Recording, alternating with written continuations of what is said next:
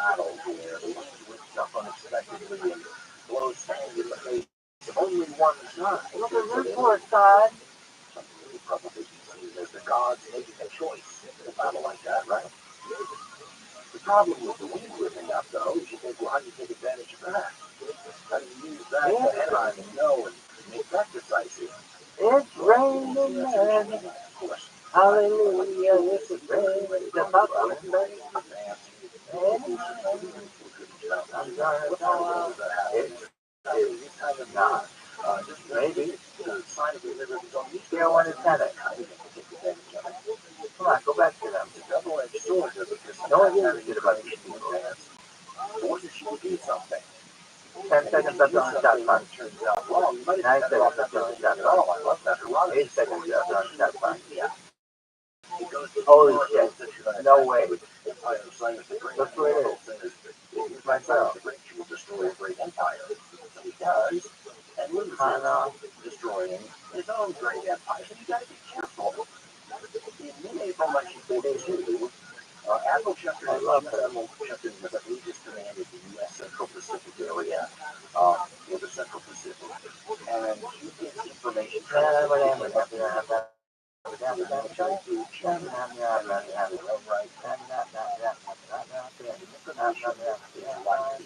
water of knowing Alaska overboard the wings of the Hobbit, water in the future, but it is not something that's a trick. There's also kind of make it that is stuff that is doing analysts that put some of the jigsaw puzzle pieces together and allows them to say with some confidence that they brought it to a mix. What the Japanese know about you.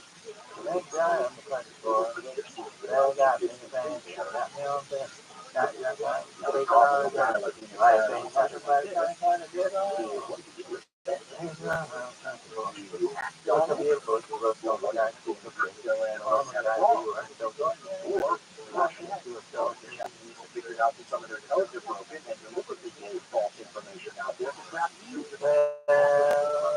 For you to other actionable intelligence that we take advantage of.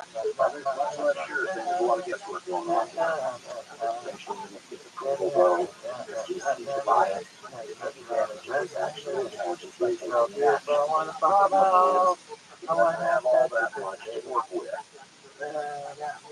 Early American aircraft carriers strength in the Pacific, an aircraft carrier that turned out to be an important weapon system, although that's not totally confirmed. I'm gonna follow vagina and make you come to the screen and falling out my face. Twice as many, and the U.S. has its 2 weeks notice on which to take advantage of the intelligence. He may not have all 4 of them because 2 of them are off conducting the Doolittle. That is one of the greatest things I've ever seen in my life. But he's not in charge of the timetable here. The Japanese are. And the launch of the main is a surprise Thank God. on the island of New Guinea, Which is how the largest island on the planet. That's what the information about.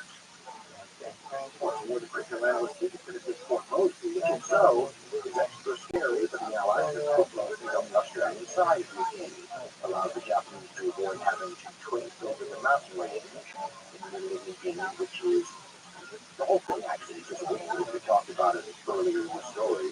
Depending on your personal views and scorn, might be the worst place in the world to live. You hate the cold, probably the most but there's a lot of bad theaters, but for a lot of people, you can draw how it is the Japanese West Side go around the side of the Australian side of Fort Mosby, and avoid that whole mountain range. They're going to be like,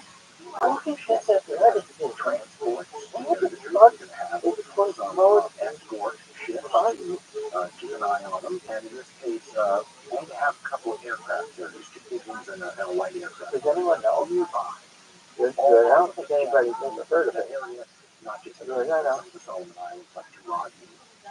And if the Japanese can establish air bases, they're going to cause a lot of trouble. They'll be around 100 miles, 200 miles, something like that off the Australian coast. There's a big called the Cubs show. It used to be on television. But you'd be able to have Japanese fighter planes in that whole No, dog. Australia area. It was an Australian Oh, I thought it was before this time for real? and some of the Solomons I did. like a fortress For real. northern approaches to Australia. What happens is the northern approaches For real. are no longer guarded instead of held by the Japanese. Imagine having the Japanese 100, 200 miles up and down. Fucking shit. What's the other part? No one knows. No one knows what the other shit is. Firewalls for the Allies. One knows. Places where the Japanese One knows. has to stop. What the other shit is. No one knows. On one side of the Japanese. What's the other part? In that direction, confirmed what's now Myanmar fighting not just forces from the United Kingdom and involving Burmese and Indian troops, but also the Chinese troops linking up over there. It's key because the Japanese get the internet cut off, supplies to China, all that kind of stuff, but they can't get farther than India. It's this thing. Now it's hard to see them. That's something all these geographic firewalls have in common. It's hard to imagine them falling. They're even hard to imagine communications getting cut off significantly. Like all firewalls, if somehow the firewall fails, if somehow the Japanese were able to directly through some sort of military endeavor because the anti-colonial forces were somehow supported by Japanese propaganda, if somehow that firewall fails, well then every chance is there that the axis of the attack could possibly be you could have the Japanese forces, Italian, German, Arab forces somewhere in the Middle East. A dream for all these active propagandists, but if that happens, all bets lost, right? In the West, on the opposite side of the Japanese defense perimeter, you have the other firewall, the Hawaiian Islands. Some would argue it also includes the islands that guard Hawaii, so midway towards those islands. It's hard to imagine the Japanese taking those islands. It's a little less hard, but still hard to imagine completely cutting off communications between those islands and the continental U.S. But all hell breaks loose. So that's the geographic firewall in one direction. That's the Soviet Union. If the Japanese wanted to attack the Soviet Union, they already could have. Now they don't want to. Now that whole Moscow thing looks like it's stalled on the eastern front, might have made the good decision there, not the rest of the Soviets, but that's a direction they can't expand in. Oh, that song was tight. That alive song? Firewall, maybe the rest of the south of Australia. Places like New Guinea and Southern Guardian, the Japanese get them, it creates problems, huge problems. This is also, we should point out, part of the effort in the plans for conquest of this area. The Garden plans are usually the Japanese all entrenched there, barricades and everything else. Well, that's the shittiest thing I've ever heard. That is worth losing a couple of aircraft carriers for. I think you could make a case. It does make a case that the crews of the touristic carriers, and of course the reason they're this is anytime you want to go out there and strike a blow, you risk what you're using to strike with. It's the same thing with the throw a punch and boxing. Murder yourself to a counter punch. West time, they can call themselves West Side. You're forcing the Pacific Ocean after Pearl Harbor. All the other things that are happening. It's also a hell of an opportunity. Yeah. For a change, what is that? Can you surprise the Japanese when which one of the things they remember what the Japanese do and all the surprises? Along with the allies, and once they have more allies, work that way. This is the era of my this is the thing that but this is the era of the Japanese and the writers, especially from Japan after the war, we talk about the problem with dictating disease. Others with the whole time. They noted a level of people might be creeping into some of the Japanese military and world. We still have a bunch of money and world has been in so far so good, right? Are you done though? Maybe you get a little too crazy. I like how you're like, hey, everybody, let's get to the surprise attack. If I get a surprise attack, it's a surprise attack, it's a counter surprise attack. And if a surprise attack is a force multiplier, one of the counter surprise attack is like a force multiplier plus.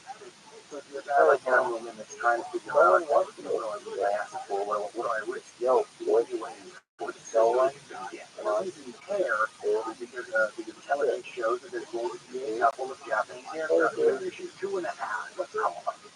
Shokaku, Shokaku, 2 carriers, my When favorite. if you have to give them a blowjob, girl, go for it. Hell yeah, Those baby. out, You know what's up.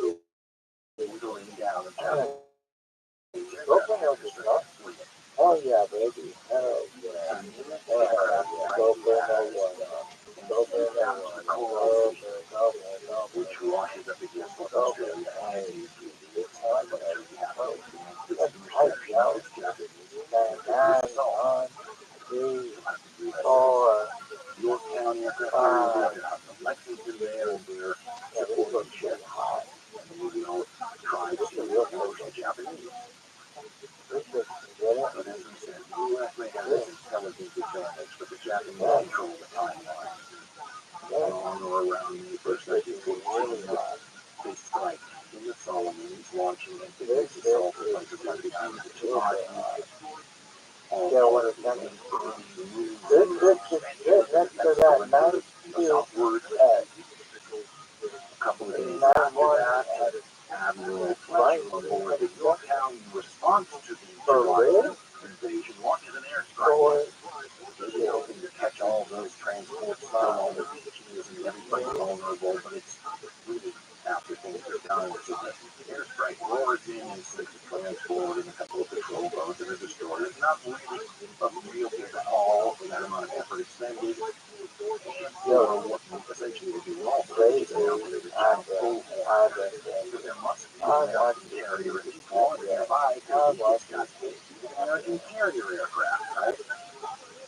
So the Japanese carriers that are not there, but not too distant, they can show up on the scene because obviously they're going to be in this market. They thought the carrier nearby, the Americans begin positioning themselves to try to push this invasion force, and what's really bold is what one admiral called it the most complex naval engagement in all history.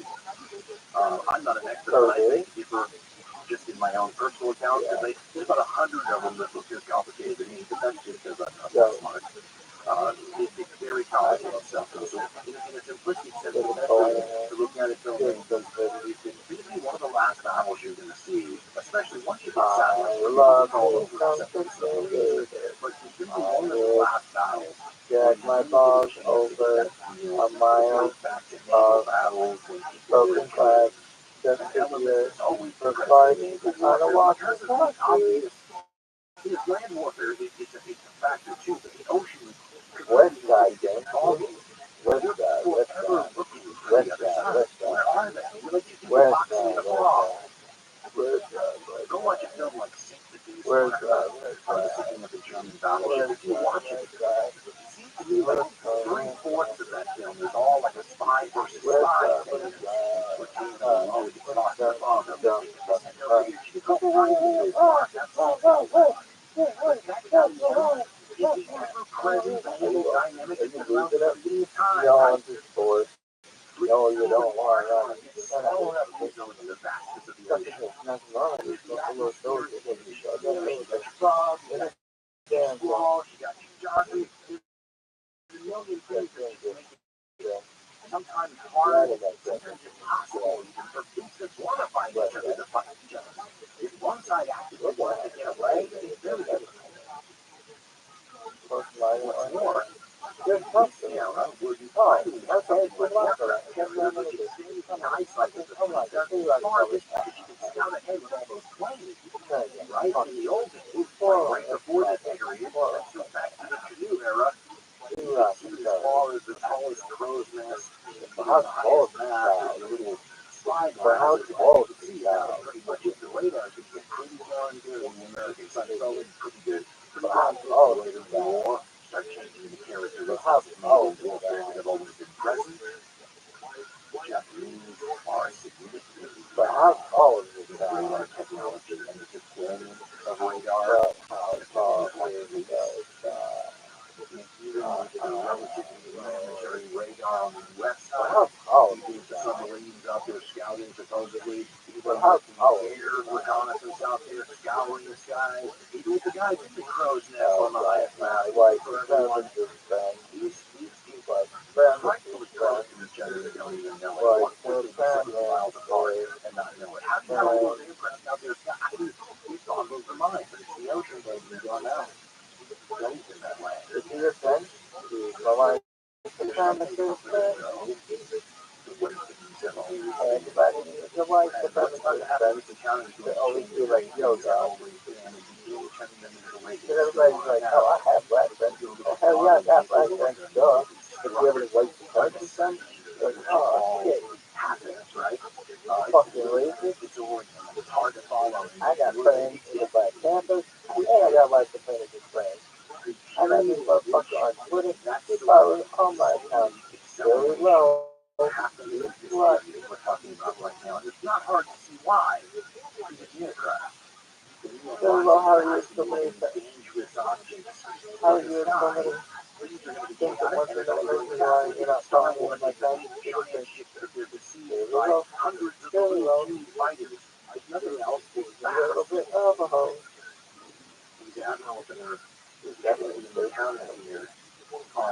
Would you fuck really low? Without any actual hard data. I'd love to see the black Aircraft carrier armed with Oh. space each other. This is the first time it's ever happened.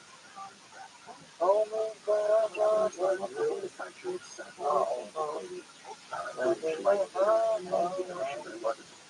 This is full-on combat. And both admirals are sort of losing it to part of the lot. You actually get granular to those, start rushing involved in carrier warfare with the timetable involved in launching and bringing back planes and having to, the time involved in rearming them or changing their armament. These aren't just details, they're going to be really crucial details, and for a bunch of admirals who are surface fleet commanders or submarine commanders, guys who are from a different world entirely, they're all learning on the job here, and the American crews and pilots and everybody especially. It's not so much a baptism of fire because the aircraft carriers are getting involved in this criteria, but this is real. This is not like little races. This is the full blown thing. The Japanese are much more experienced in that regard, and they've been playing with each other a lot longer. It's more of a smooth, much better machine. But they haven't emphasized the both sides have conducted exercises, war games before the war, and certainly after the war, trying to replicate what might happen when these kinds of and I was reading something about U.S. exercises a while ago saying that evidence seems to show that you had to, as the Americans were to find the Japanese carriers before they found you, and you had to launch a strike with all everything you had immediately upon finding it. You could knock out their carriers before they could launch a strike at you. If you done by yourself, you put them on the draw, not only do you have to kill the other side, but just to make sure you kill them before they lose off a shot at you. Because it could be like striking a king off the brain. The American aircraft were able to sink the Japanese carrier, but not before the Japanese carrier was able to planes and knock out the other carriers that killed them. Like the Japanese killed each other. This is Japanese samurai tried to do that. Upper West Side, You put the view emphasis on, it's like a nail on finding the enemy, Upper West Side,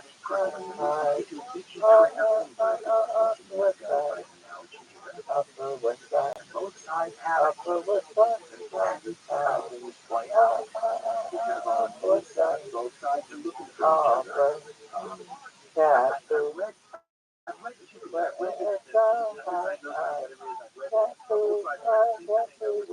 on May 7th, they find each other. The Japanese reported in early morning that they found their first carrier. So the Japanese, based on what evidence they decided to show, like before they could get you, launches a full strike.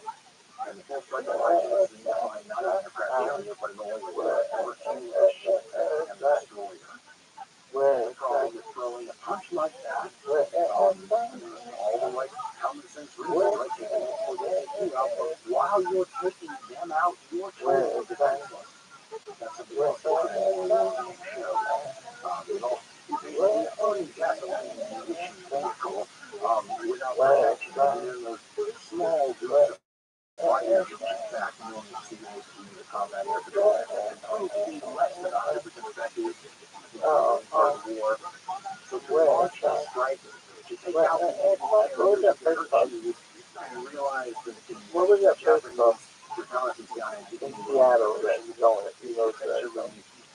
irritated. So, have a similar problem happened to them a couple hours later. Now, when one of their reconnaissance planes accurately identifies some Japanese cruisers that they find, but somehow muffles the communication back in the admiral, and what should say cruisers instead reads on the other side of the message in Admiral Fletcher's hand are carriers. So Admiral Fletcher does exactly what the pre-war evidence would seem to do. So get him. And launches a full strike. hell yeah. Those two reconnaissance pilots who muffled the message exchange then have to land and run into Admiral Fletcher. And with Arthur Francis Pine talked about that. So first he talked about how the strike gets going, and then he talked about Admiral Fletcher realizing that he's just launched his entire strike force against the two cruisers. Typewriter's course.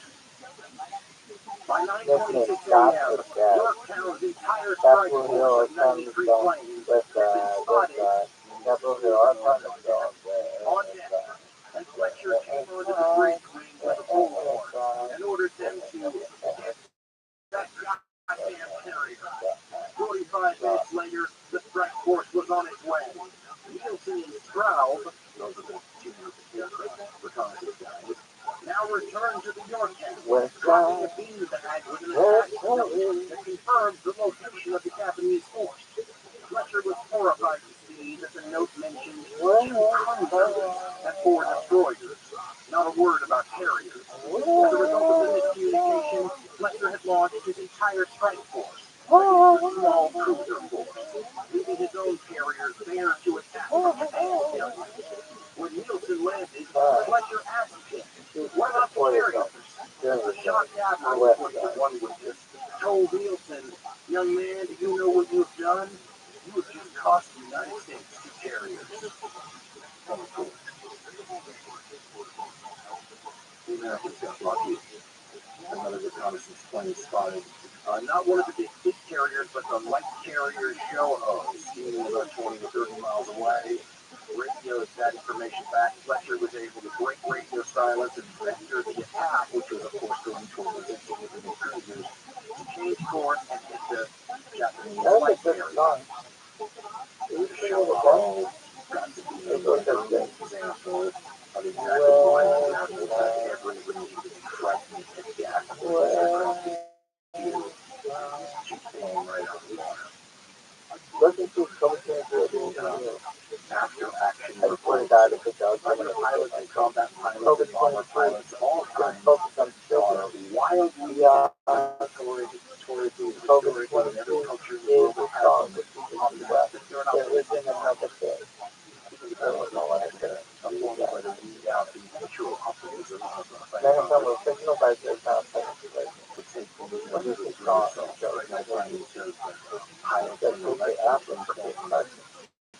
Rabbi with 5 bombs and 9 torpedoes.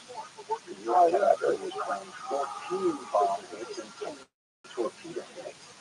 700 crew members or something. Scratch one flat top of this American message back to what he did. What's the plot? That they've gotten carrier. Over 22. From May 8th, the news how historians was during criminal assignments described the next day. He writes, quote, "The air attacks of May 7th were only a preliminary skirmish. The next day, scout planes from each side finally sighted the other's carriers, and at almost the same moment, the Americans and the Japanese launched full deck loads of attack planes toward the other's position. The planes even passed one another en route to their targets. Arriving first, the Americans encountered ferocious opposition from Japanese heroes flying CA-2s.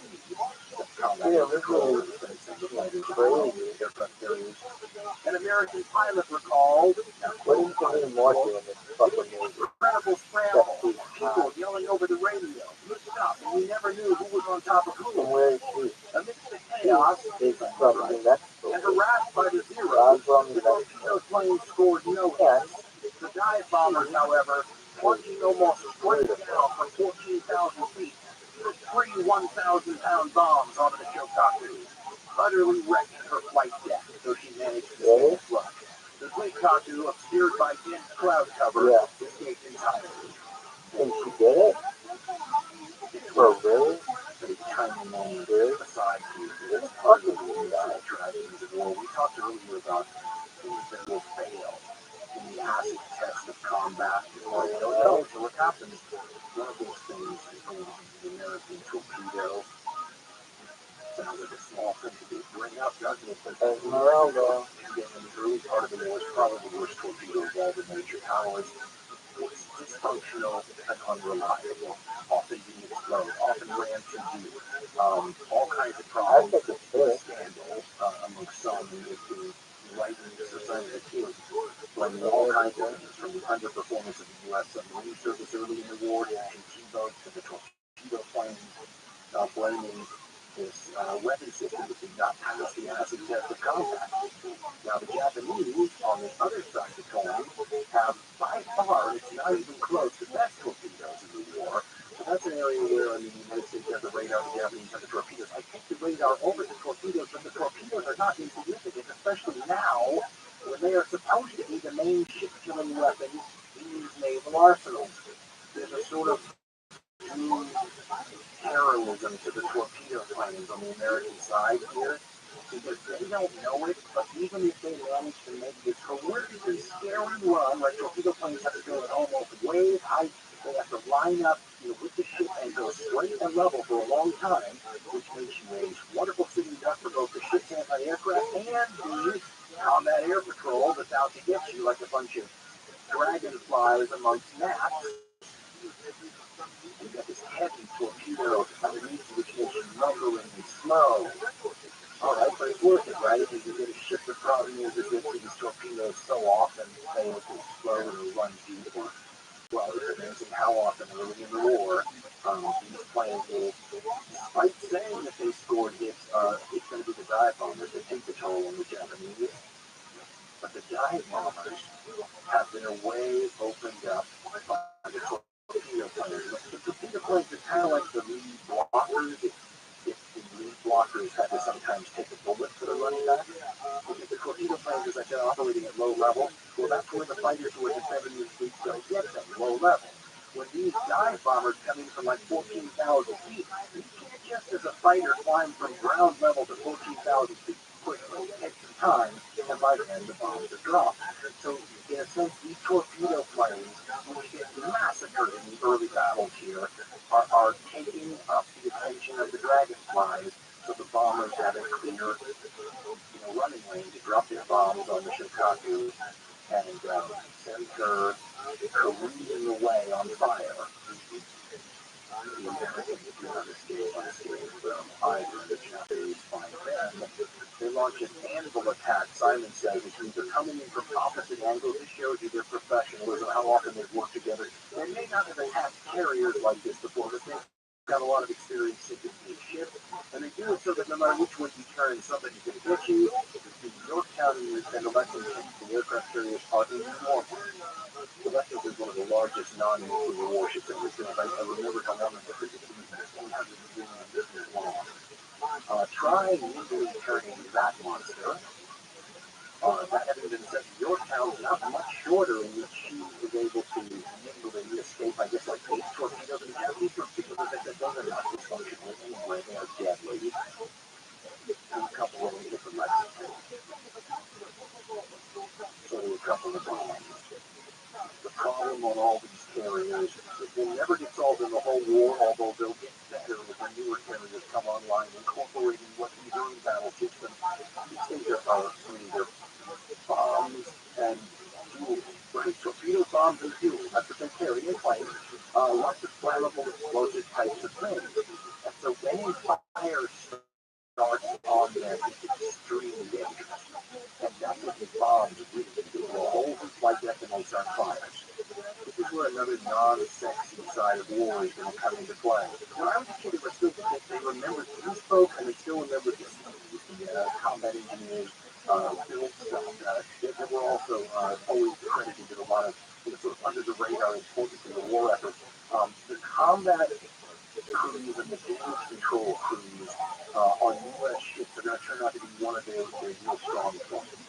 Their ability ability to put out fires, to prevent ship from listing, their ability to get ships that are out of commission, especially flight decks and flight operations going again with the make it or break it stuff at several important points. And not just the crews on board, the ability of the crews back in places like Pearl Harbor to get ships up and running quickly are going to be absolutely crucial to the war effort in a way that you could never, if you were back in Japan 15 years before the war, going, really have to invest in policies for people who turn around ships that get injured in wartime, because the Shogaku's going to go back to Japan and it's going to take some time to get it back in action.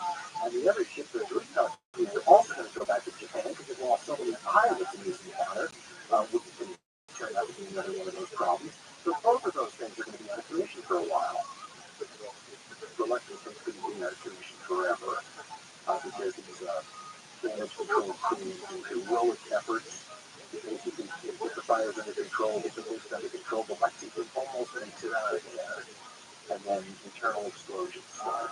And the ship's deleted. And they actually, like they're so early the story, but they say that the crew was, they have so much time to go down and get whole helmetfuls of ice cream, from the restaurant at the ship as they take it down, as they're getting off the ship, they put their shoes off, and it was a little bit of orderly getting off of the doomed vessel. They send in the USA drawing against torpedoes, at least some of which obviously were functional and sent into the bottom. Both sides kind of contemplated striking again. The Japanese actually heating up looking for a nice battle, but the end result was both sides sort of pulled away. And you never want to trade a big carrier like the Lexington for a light carrier like the Showa. So it's often been portrayed this battle of the Coral Sea as a tactical victory to the Japanese, but on all sides claimed victory, exaggerated the enemy's losses and all that kind of stuff in the media and the propaganda. But from a strategic standpoint, the Japanese, at least for now, called off their invasion of Fort Mosby the first time in this whole supernova era that the Japanese have been thwarting in one of their designs. And it's also easy to say that firewall on the south, that line in that direction that the Japanese must not be allowed to cross. So, that's another one of the firewalls. This one, the American firewall in the Central Pacific. The dead center, kind of, about halfway between North America and Asia. That's why it's called Midway. In my mind, one of the reasons I disagree with that admiral, because Coral Sea is the most complicated battle ever, because Midway to me looks just as complicated, if not more complicated. It's very hard to follow. And I feel like it actually makes more sense if you simplify it. To me, Midway, this famous legendary battle in the Second World War, one of the really great naval battles, the suffering and violence and death and everything that belongs to the conflict. To me, it looks like round two is the same fight. The Coral Sea is round one, and then Midway round two. They're only a month apart from each other, and the time spent apart reminds me of what a boxer does when they go back to their corner and they get sponged down and stitched up, and you go and break down what here's the and that's the deal, and then they clash again. This is beginning of non-sexy stuff, but the Yorktown, which is damaged the Coral Sea, is supposed to be out for months. Goes back to Pearl Harbor, they get the equivalent of calling out Scotch for impulse power we needed, and they send the Yorktown within 48 hours with welders still working on it to war to meet up with the force that's going to ambush the Japanese again at Midway, the same way they did at Coral Sea. There's interesting language that you prefer to say. It's intriguing that the Japanese high command never really wondered, because I've had people that they did, but what the heck the American carriers were doing at just the right place in Coral Sea. Because the Americans are going to do the same thing in Midway. They're going to have the same people, to do the same crypto analysts like George Bush. He's going to be one of these guys again who tells them, he does a roost to try to make sure he knows what they're talking about. He tells the high command, they're going to attack Midway. Midway Island, which, if you actually look at it on a satellite map, calling it an island is a gross exaggeration. It is two small little strips of reef right next to each other. One of them is a little more than 1,100 acres, I think. The other's more like 350. The two current airfields on the two atolls take up more than half the atoll space. These these are islands that are important because of where they are, and the fact that they're big enough to go to for their people on each one. So the Japanese are going to take it. What does this do? Well, a bunch of things, and the Japanese are sort of divided as to what they want. Well, once again, the food doesn't seem to stop anywhere, and strategies often decided at these liaison conferences, where the army leaders, the navy leaders, the emperor, they're haggling in a strange way. They cobble together something here. This is going to be apparently the largest Japanese naval effort up until this time ever, in multiple columns, including an attack on Aleutian Island, Atu and Eastern, I think it is, and that may be a concession to the army who wanted the defense perimeter around here. To attack the island in any way, in order to extend, some of these people in Japan want the defense perimeter expanded. This is where fans of the Doolittle raid will point out that this is because of the Doolittle raid. Nobody wants to see Japan bombed again, and we will move the defense perimeter farther away, giving us more space between us and the Americans, more room to detect their attacks, more space to launch countermeasures, right? So you have a good argument for expanding the defense perimeter in that direction. Even if it extends our lines of communication even farther, it looks like Admiral Yamamoto, the mastermind of Pearl Harbor, as he's always known, looks like he may have had another idea here. And he may have had to work out deals in the haggling with the liaison conference and the army and all this sort of stuff, and even within his own service to get his way. Maybe even a little prima donna activity there. Where's that? But like a lot of aggressive admirals out there, especially guys who cut in the favor of decisive battles, schools and navals, continuing their navals and nations. The idea of just sitting back and creating a defensive corridor to protect yourself from things like American aircraft carrier attacks seems like the wrong way to go about it. Why don't you just go get those American carriers and solve the problem right there? You already knocked out the battleship fleet at Pearl Harbor. Why not just sink those aircraft carriers somewhere where the water is nice and deep and you need to recover them the way the U.S. is trying to raise some of those battleships at Pearl Harbor? And Yamamoto is a guy who sees midway, just like we explained, maybe a firewall, something the Americans would think was a line in the sand, and if you threatened the orchard, they would come out and fight for it. And they would sink those carriers in deep water. You've got a mathematical equation going on in your head. We understand, Yamamoto, a lot of the Navy guys really understand the American industrial capability. You know what the Japanese are currently building one new aircraft carrier. And remember, they take a couple of years. The Japanese took longer than the Americans to build these things. So they got one in the pipeline. They won't have to get a new purpose-built aircraft carrier instead of a conversion until 1944. The Americans, by the end of 1942, are going to be working on like 5 at the same time. So if you're Yamamoto, you have a superiority in aircraft carrier numbers right now. You want to mow the lawn or cut the grass. You want to whittle American strength down now while you're superior. Maybe cut your carrier force here by 3/4 or get lucky and sink all of them. And then continue to sink the American carriers in battle as they come off the assembly lines. The only way to maintain your superiority. You could just mow the lawn once. In this case, you would buy the Japanese unbelievably quick time to consolidate this defense perimeter. The Japanese have been planning this since before the Korea Sea battle that is taking place in May, and to lose the services of your two newest and most modern fleet carriers, the ones that were damaged or who lost planes, the Zenkaku and the Shokaku, to lose their participation in what's about to come is going to turn out to be one of those things to look back on and go, wow, that might have made a difference. But they can take their place behind all of these other things that might have made a difference. This battle is going to be uncharacteristically sloppy on both Yamamoto and the Japanese side. Unexpected. You look at how they conducted themselves in the first phase of this whole supernova in the East. Initial expansion and everything. The Pearl Harbor attacks, and those are intricately planned, wonderful, clever, elegant military The training, I mean, everything. It's just going to be much more haphazard. And lots of more detail in this book from the 1950s, the end of the Imperial Japanese Navy, the American title. That said that every estimate was bad, every guess wrong. I think that's his way of saying what's about to happen is going to be a perfect example. One of the first military examples there's a million of Murphy's Law, right? Whatever can go wrong will go wrong. It helps if you don't plan for certain things and you're not flexible.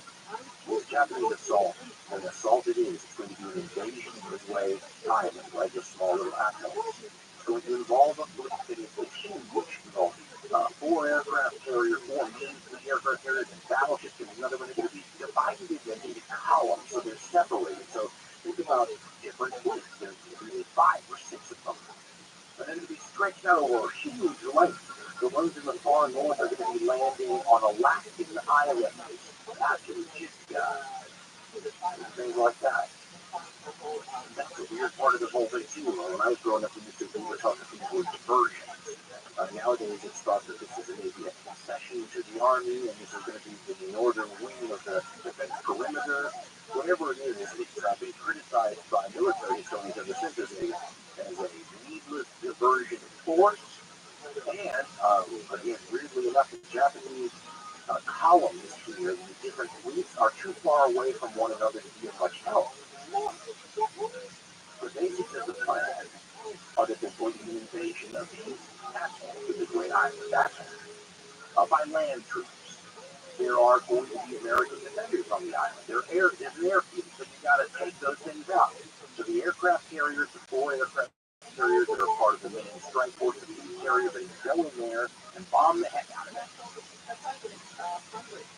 The orders are to prepare the way for the land invasion so that can succeed. But they have another order, and that is to simply the American carriers that they find. Which order takes precedence? Well, they're still debating this while they're approaching the destination. This is how strange the whole thing seems. Probably definitely private. It's over-complexifying, the misuse of the language, over-complexifying the whole thing, which is a problem they have. Their plans, when they work out, look like pocket watches in terms of the precision. And what these mechanisms all coming in place at the same time, and that's how the first phase of the supernova part of the war went. Their problem is the inflexibility when something doesn't go according to plan. And there's a bunch of times in this operation, something's going to be, for example, late. And when it's late, if it turns out to be a very important part of the operation, this will jeopardize the operation unless the operation accounts for this. They're going to change the plan a little bit. The submarine was not at the rendezvous point to use reconnaissance efforts, make sure the American fleet's not coming. If you don't change your plans, things get a little ragged. If several of these things happen and you don't change your plans, things can get very ragged. The worst part, of course, in the Japanese standpoint is they're walking into another trap, the second one in like a month. First, you don't succeed, try again. We mentioned earlier that the Yorktown, the aircraft carrier, damaged in Coral Sea by a Herculean effort with welders still on board. Speed to the rendezvous point. The rendezvous point is a place where in the war games, the Japanese war gamer who was playing the Americans, he put the fleet there in the war game, and the judge who works for Yamamoto apparently said, sorry, you can't do it because that's unrealistic. One of those things where you go, what in the war games? That's it. If you want to get granular on this, people have debated every little moment of this encounter ad nauseum, but it does kind of suck you in. It's fascinating. It's a moment-by-moment kind of conflict that's about to happen here because it's we mentioned how naval warfare nowadays is so quick and so deadly. Welcome to modern naval warfare. You got to take it at the Coral Sea. You're going to get more than you can stomach here, especially if you're Japanese. Personally, while there's a lot of errors you can attribute to the Japanese, let's not notice this is going to be the naval plan here from a military standpoint. Intelligence puts U.S. in a position where they can hide three carriers sort of behind and above, if you're looking at it on a map, the island midway. Use the midway reconnaissance to find the Japanese carriers, and sort of keep their carriers out of range of the Japanese scout planes. They're kind of eventually going to have to get in there, but the odds are you're more invisible to them than they are to you, and as we had said earlier, the whole carrier thing at this point, they're going to find a coal that he's out of a month before, seems to be find them before they find you. Find them before they can launch their own strike force, right? I think it'd be hard to plan, as is being able to use Midway as another aircraft carrier. You get three fleet carriers for this battle, which the Americans did, and the Japanese had four fleet carriers, so you can use Midway to make up the numbers. So the odds are then even. Midway is not maneuverable like a carrier, but they can't be sunk. I wish it maybe does get them out. So what the Americans would do is use intelligence to set a trap and rely on most of the Japanese who think, once again, that they're the ones ambushing someone. On June 4th, the Uno launches an airstrike. First thing in the morning at Midway Island. The airstrike job is to take out, as you said, the ability for the island to launch planes, to take out transit stuff, so that the amphibious is all forced to land. He's got about half his planes, though, in reserve. He doesn't send those. The artillery with torpedoes, which are specifically shipped for the Indians. For instance, planes going after the island midway, most of those bombs with high explosive bombs, right? The coordinates with the target. And then the Greenose Strike Force carrier aircraft, you get a huge wave of aircraft, get to midway. Instead of finding the Americans with their planes parked on the runway, unprepared, they find the American air assets in the air, waiting for them. John Elliman, the writer, was talking about the open secret was amongst the Americans, that the intelligence had perhaps been compromised, and it was a trap, and that they were part of setting it. He talks about the scuttlebutt on the U.S. aircraft carriers amongst the sailors who were saying that. They quotes Admiral Spruance as saying he thought that the next day, this day, June 4th, would be the most important in the U.S. naval history. The Japanese strike force does a significant amount of damage to the right, but doesn't seem to have inhibited the aircraft capabilities, among other things, and Remo gets the message from his aircraft strike leader that he recommends another strike on the island. This puts Midway on the horns of a dilemma from which he will not escape, because his job is twofold, right? To knock out this island and to sink any American carriers. He's got half his aircraft sitting around doing nothing with torpedoes just in case he runs into some American carriers, but when he found it, that's the one to do. That's the thing at this point. Because when you realize that the speed of the battle is going to be a little worker has always been kind of quick and deadly, so you just thought of that way to go back. They never thought it was slow and easy. But you're 55 years old. When this stuff starts cascading on him quickly, I love the way he shot his swords and things. They look at all this, like I said, it's a grand release.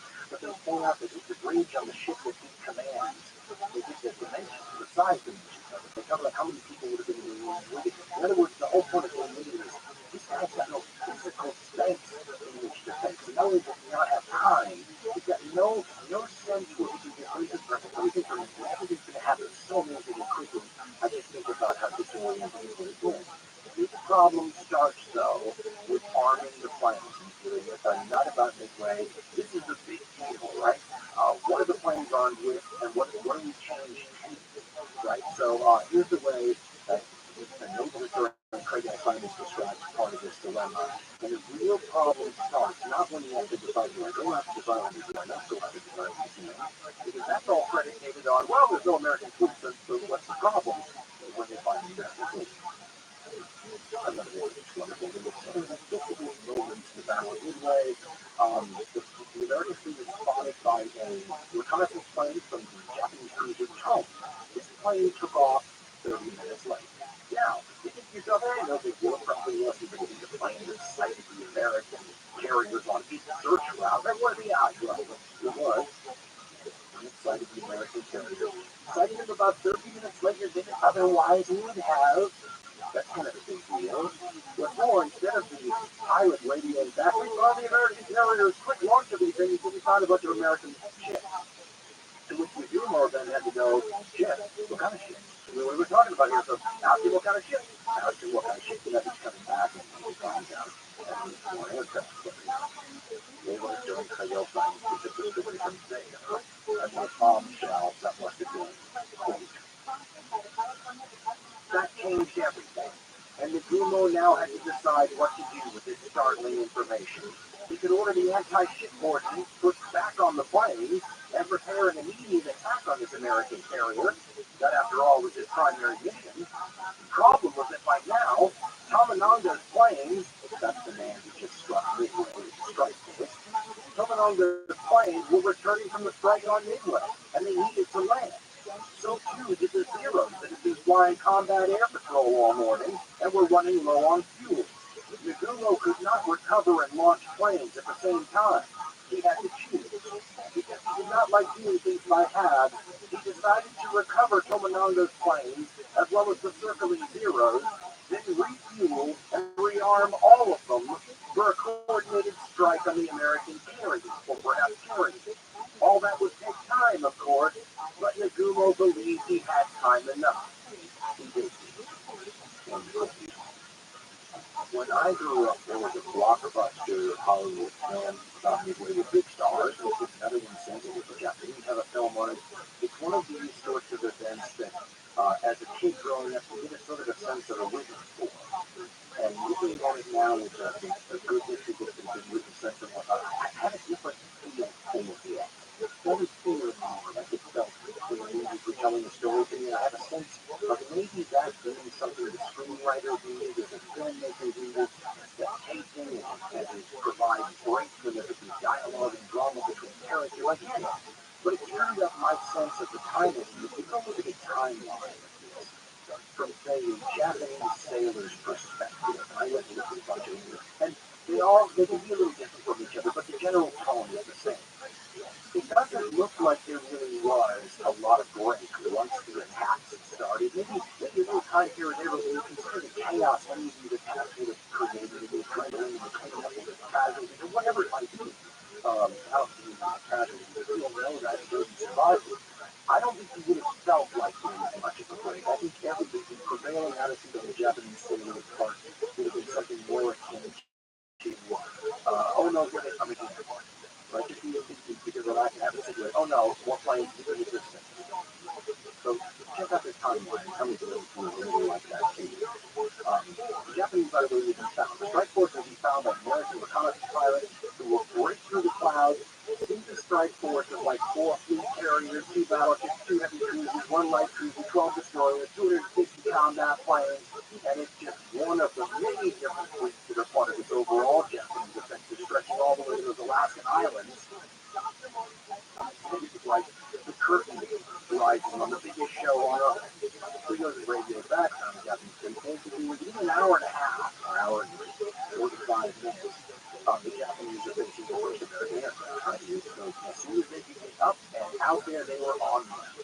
And the Americans will, in almost no time in this combat, develop a giant swarm of aircraft all at once and then launch it all at the end. And the Japanese prefer to do it that way. The Americans might prefer to do it that way, but there are many decisions made commander-wise in this combat.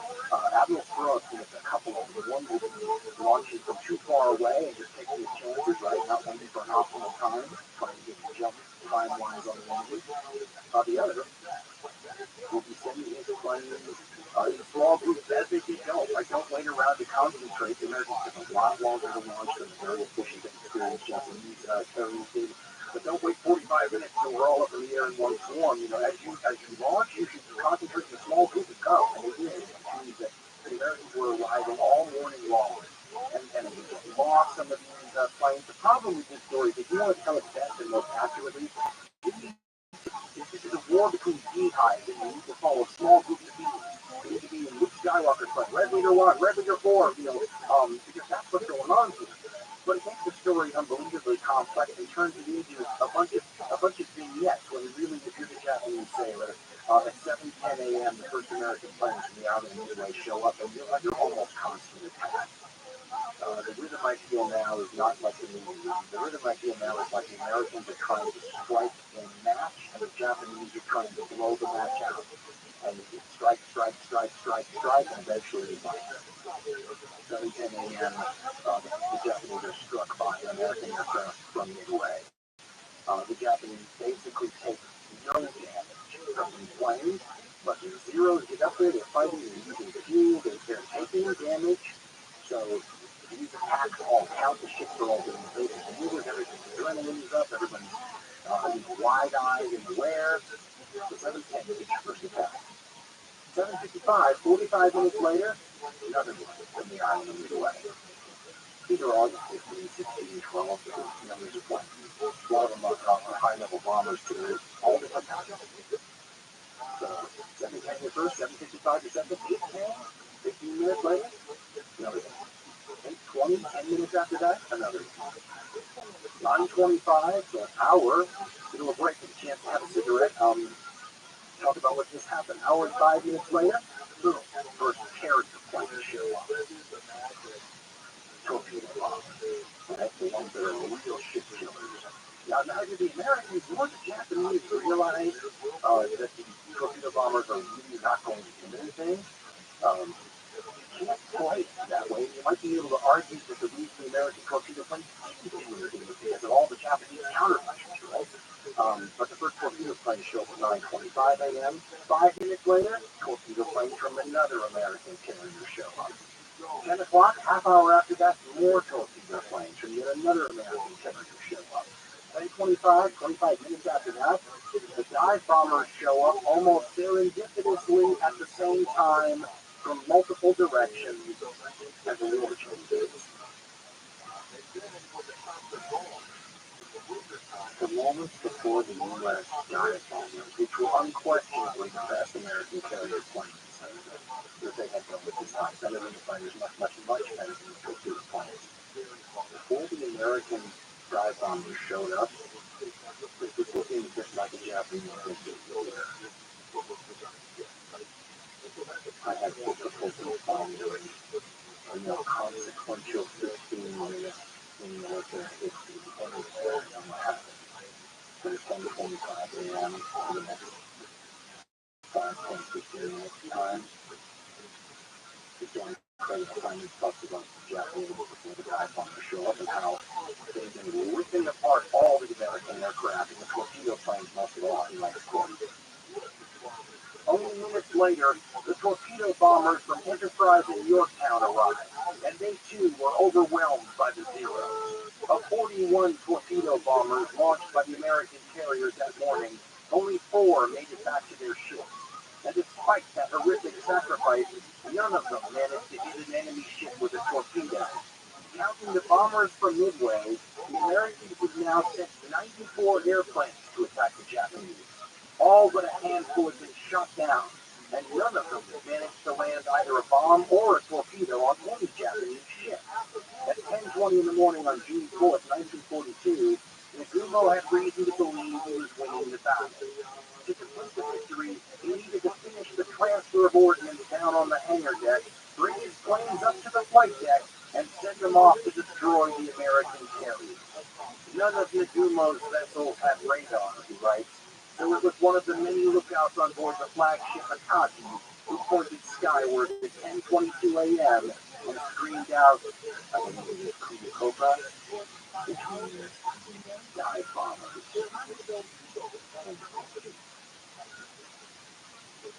But I love him watching. That moment when the dive bombers are spotted is famous. There were eyewitnesses who survived the war and wrote about it. One of the things that some of the modern history prove is once again, always trust an eyewitness just because they were there. They misremember things, they weren't able to see it. It happens.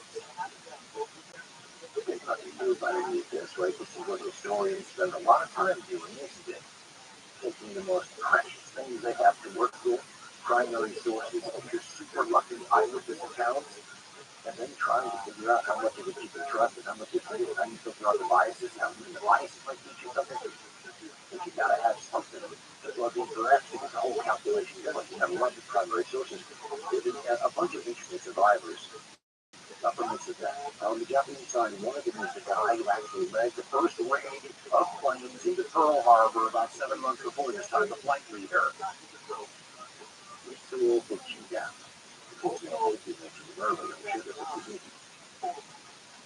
He's on board one of these carriers when the strike happens. He's an eyewitness account. An eyewitness account that becomes something that was originally transmitted as accurate to 100% of an eyewitness. Saw everything that happened. Now it's been and torn apart and re-put together and it's been analyzed on way for Sunday. And a bunch of the statistics that you talked about are true, but it doesn't matter. If you plug your little tube into the back of his head to suck out some of those memories, it's the fire and explosions and what happens in the sense of disbelief where that's what stays with you. And the emotions on the other side are shocking too because we're not in war anymore. And you forget how much there's hate involved here. And a sense of almost tears running down your face. Revenge, trying to be what you have coming. The Japanese were throwing all the punches that you said in this war. At Coral Sea, the Americans had given them their first loss of a ship larger than a destroyer that they suffered the whole war, but they still come off relatively unscathed. They could do great damage. There's a lot of anger. Eugene Sledge, later in the war, I heard you say that. There was a cry, screaming Japanese wounded soldier outside his marine position. The girls wanted to finish him off just so they could get some mental peace. And another person in the group said, forget that, let me keep screaming. They killed my brother in Pearl Harbor. I like the sound of that. Forget about that. When you hear about the account from the person who dropped the first of these bombs on these Japanese carriers, that's what he was thinking about. He was thinking about payback. It's the most natural thing in the world, isn't it? These are the ships that hit Pearl Harbor. And these are the pilots on these ships that think that the act to the Americans of this time period, just for them, is the equivalent of what it felt like getting Osama bin Laden. Right? There's a sense of payback of all paybacks here, what's going to happen. And this Mary's going to fix it after the last of the torpedo planes have been eliminated. I think it's about 2 to 3 minutes. Timeline is all different, like I said, between the last and the torpedo attacks. I think we started to officially are done. And the beginning of the dive bomber attack, that's when the storm picks up.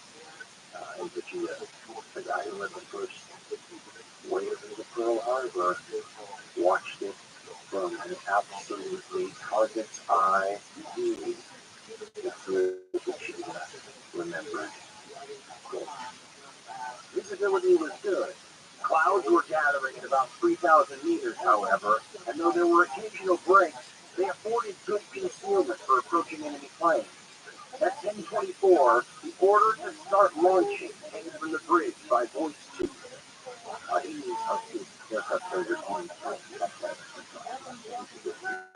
The air officer flapped a white flag, and the first Zero fighter gathered speed and whizzed off the deck. At that instant, the lookout screamed, "Helldivers!" I looked up to see 3 black enemy planes plummeting towards our ship. Some of our machine guns managed to fire a few frantic bursts at them, but it was too late. The plump silhouettes of the American Dauntless dive bombers quickly grew larger, and then a number of black objects suddenly floated eerily from their wings. Bombs! Down they came, straight towards me. I fell instinctively to the deck and crawled behind a command post management. The terrifying scream of the dive bombers reached me first, followed by the cracking explosion of a direct hit.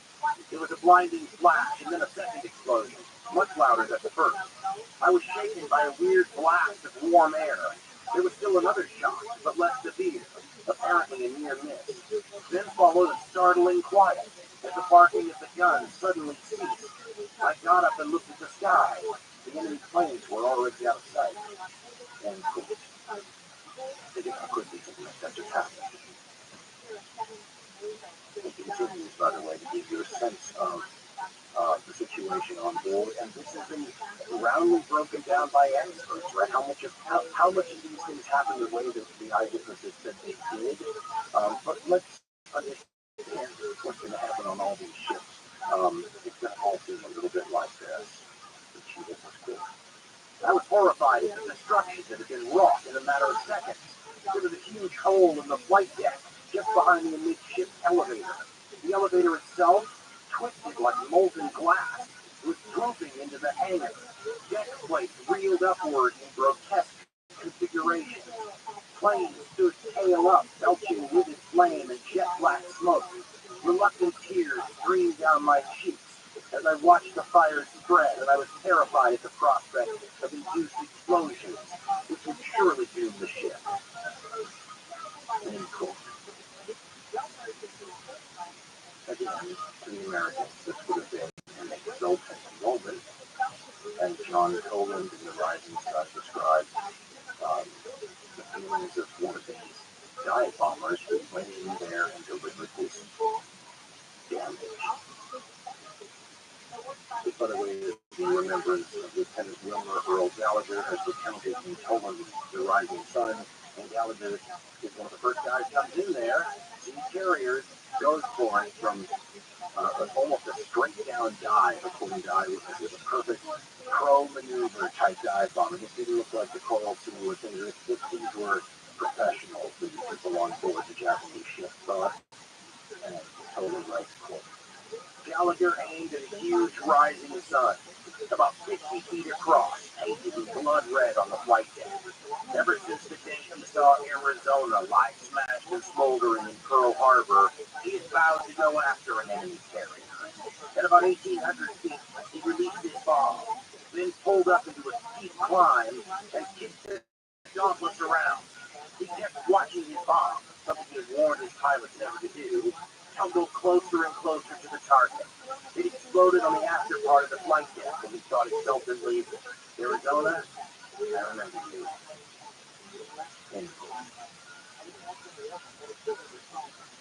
As I said, to the Americans this time period, it would seem like this was the most exquisitely sweet sort of justice.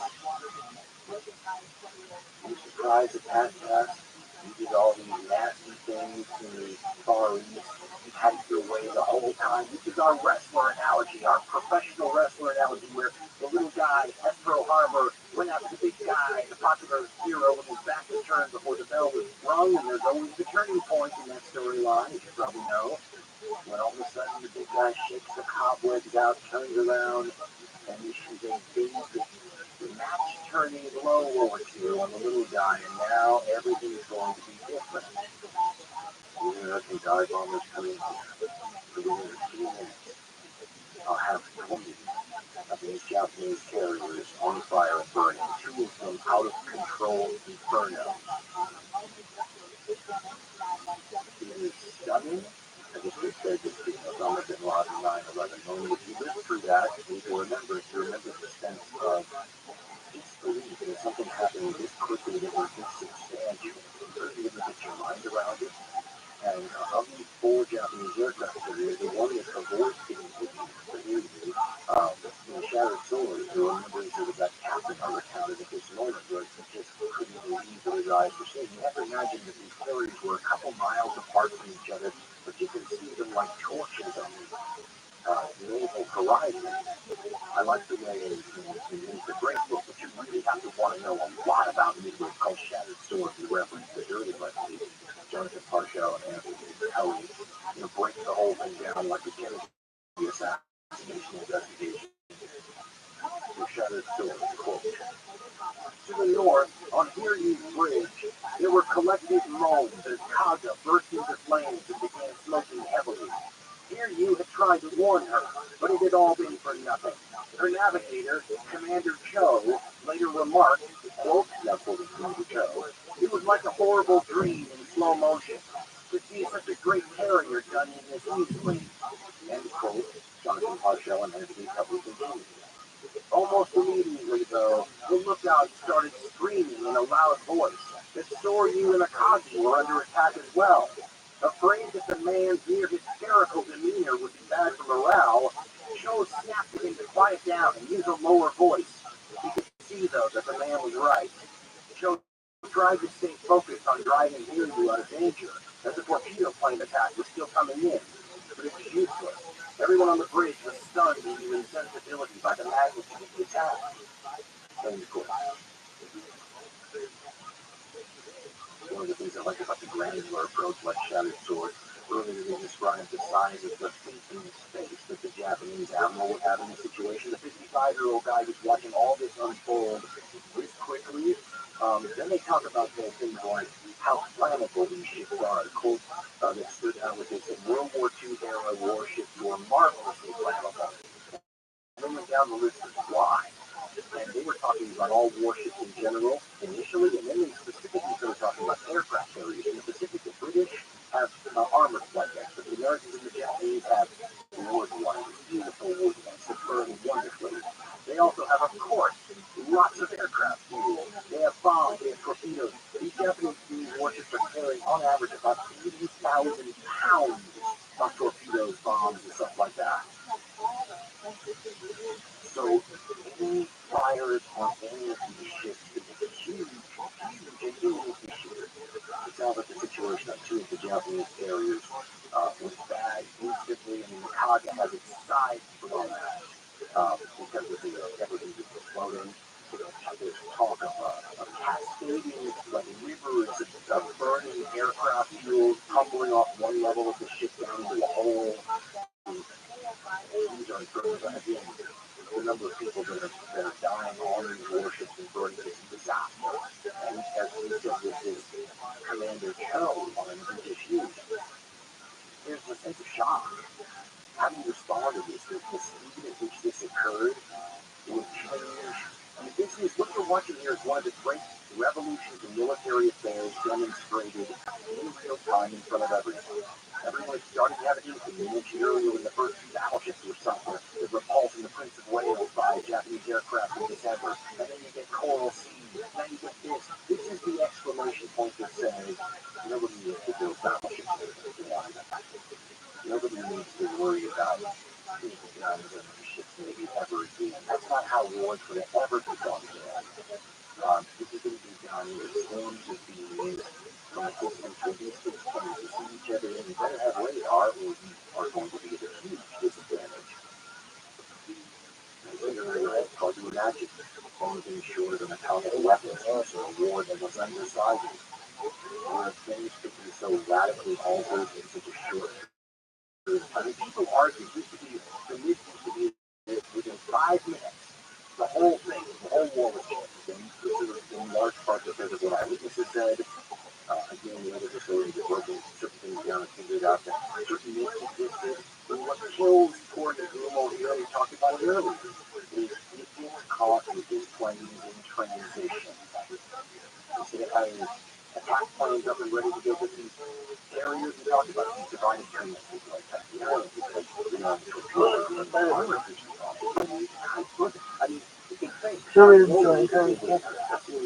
it was just like a lucky 5-minute window there where he was vulnerable, and that's when the Americans showed up. In more modern days, they say that this window was probably more like 45 minutes, and that explains why the American admiral, through pushing this whole thing, decided to launch when he did. He was hoping to catch the Japanese.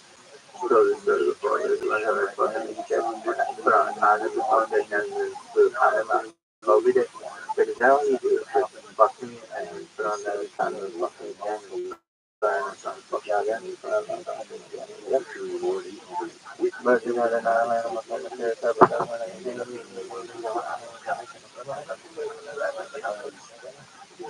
first 5 or 10 minutes of this battle of midnight strike that you just recounted. It's so famous, it's so consequential. People have been talking about it forever. You may have said, but let's repeat it now, just in case, because this Kennedy assassination estimates level of detail and vitriol and the points and continuing controversies over this whole thing, and I'm not qualified to weigh in on it. Was there a match at 5 minutes? Or was it more like 45 minutes? I would have thought it would make a whole lot of sense for Admiral TRUMAN to continue the chances and launch a strike early in the hope of catching the Japanese in transition. If that transition window was so damn narrow, right? You might 3/4 of an hour even have a chance of it. But I didn't have time at all. Then there's the question of where the Japanese planes, this is what I can think about, where the Japanese planes on all these flight decks crowding, every little bit of space, just about ready to take off in the American carriers, fully armed with weapons to take them down. But, just to make it better, with the ordnance they were previously armed with stacked right nearby, because they're changing all the time, part of the whole thing here. And they didn't have time to take it below deck. So it's right there to it. You go from having a bomb situation to a double bomb situation. And then, of course, what kind of war it's lots of gasoline houses everywhere, still gasoline. There's basically, two air bombs when you go off. And then just as luck would have it in that 5-minute window, the only time you could do this, the American dive bombers appear in such a thing on violence to see again. It seems a little too big and too holiday to be true, but there are eyewitness accounts that say leaders. So I'm not going to speculate on that, except to say the counting is a believer that World War II era warships are marvelously flammable, and aircraft carriers triply so. They always are a bit like torches ready to be lit, and so when these dive bombers show up, whenever these dive bombers show up, it's a big deal. And the two carriers, the Kaga and the Soyuz may have had planes ready. I mean, it's bad. The Soyuz, right? The Kaga was so decided to blow out, but I think that happened after a little while. But the fires that get going are unstoppable. And the Igers, which is the flagship, the carrier with the Sumo on it, right? I mean, it's one thing to be Commander Joe going, what the hell's going on? It's another thing to be the Sumo, the guy who's in charge. In his little teeny cabin, all the people, 55 years old, is unfolding. It's 5-10 minutes, folks, from beginning to end once the dive bombers are involved, and he never really stops for the torpedo plane to the dive bombers. This guy's been mentally buffeted quite a bit, and all these ships are taking evasive maneuvers, so it's this crazy situation trying to scatter and avoid the air attacks, and there is no time to react. I mean, Zumo seems to be shocked. He's in the midst of that, and the cabin's burning around him. The Kazi gets on fire, and they fight the fires for hours, and they just leave it. But the flames at one point are leaping around the enclosure in the bridge, and they're trying to get the Zumo off. Here's what John Tolan in The Rising Sun writes about this in the quote. Akazi was helpless. Flames lit the glass window of the bridge. Above the din, this is one of the commanders, top officers, Kusaka shouted to the Zumo, "We must move to another ship." The Zumo refused. Kusaka said the ship could no longer steer and had no communication. The Zumo kept saying, "We're all right," over and over again. Thousands of gallons of burning fuel cascaded into the lower decks, and torpedoes stored in the hangars began detonating. Blasts of fire shot through the sides of the ship like food blowtorch. Medumo still refused to leave his position at the compass. There are a lot of stories about Japanese commanders on these ships and higher officers deliberately choosing to go down with the ship or having to be wrestled away. One of them holding up a sword and singing the Japanese national anthem. People over the bridge. Some of these guys hide themselves. To things on the bridge. They go down. There's another story that reminds you of sort of the cherry blossom sublime Japanese idea of the beauty of death in American version interpretation of it. When one of these commanders or officers puts his arm around another one who's decided to die with him and says something to the effect of, it's a beautiful moon out tonight, shall we watch it go down together, or something like that. When you're trying to sort of, there's just that interesting Japanese idea of death that comes forward, and it's both foreign to non-Japanese people in some respects, but touches a deeper human part of your soul. When you think about human beings in that position and how you treat them. You certainly would probably want one of those and that there's anything worse than losing 3 aircraft carriers in 10 minutes or however long it was, losing 4, which is to qualify, because there are 4 fleet carriers that the Japanese have outside anyway, and one of them is damaged to hear you. And within 15 minutes to a half hour, the 3 have launched. But no other was vanquish strike against American carriers or everything they needed. Say earlier, this is like a fight at the entertainment corral between gunfighters. And even if you shoot the other one, as they're falling into the dust, they can leave a bullet off at you and sort of revenge their brethren from almost beyond the grave. Here you launches an attack I think the story that hones its way back following one of the very planes that bombed it from Yorktown. How revenge like is that, right? You're going to get the exact carrier that leads this to this famous, this historically famous Japanese like the Mobile Strike Force, the ones that hit Pearl Harbor, the ones that have done all these great deeds so far in Japanese history. And these pilots who would have been getting altitude off the flight deck of the Air would have had an amazing historical, literally bird's-eye view of history, wouldn't they? Looking out and seeing 3 smoking carriers out of 4, and knowing that you know people, especially pilots on those carriers, pilots who are going to have nowhere to land, especially if something happens to the unit. If your Kazi's burning, there are hopes that it can get underway just for a few minutes and get going again, right? But fire kick that over. But these pilots who are heading towards what will turn out to be the one ship that busted its rear end after fighting in the coral seas, still damaged, workmen still on board, just to make it here, and that's the strength of the undamaged carriers are the ones Japanese find. The Yorktown, to take out the feelings of anger on the carrier. There are, according to Francis Titan, there was either war, sailors on the Yorktown who see these Japanese planes and these pilots who are attacking the Yorktown are shaking their fists at them from the cockpit. There's a, we had said earlier there was this moment of the American pilot. Look, Arizona, I remember you, but this sense of wonderfully appropriate revenge, almost tears in your eyes level revenge. It's a feeling most people don't feel very often, ever. Even though the Japanese could be doing the same thing right time. You can imagine the pilots instead of saying Arizona, I remember you, saying Kaga, I remember you, or Soryu, the sister ship, I remember you, I remember you, or some pilot that they knew personally, I remember you. When the first wave of the series retaliatory strike comes upon the Yorktown, it finds that the Yorktown is waiting for it.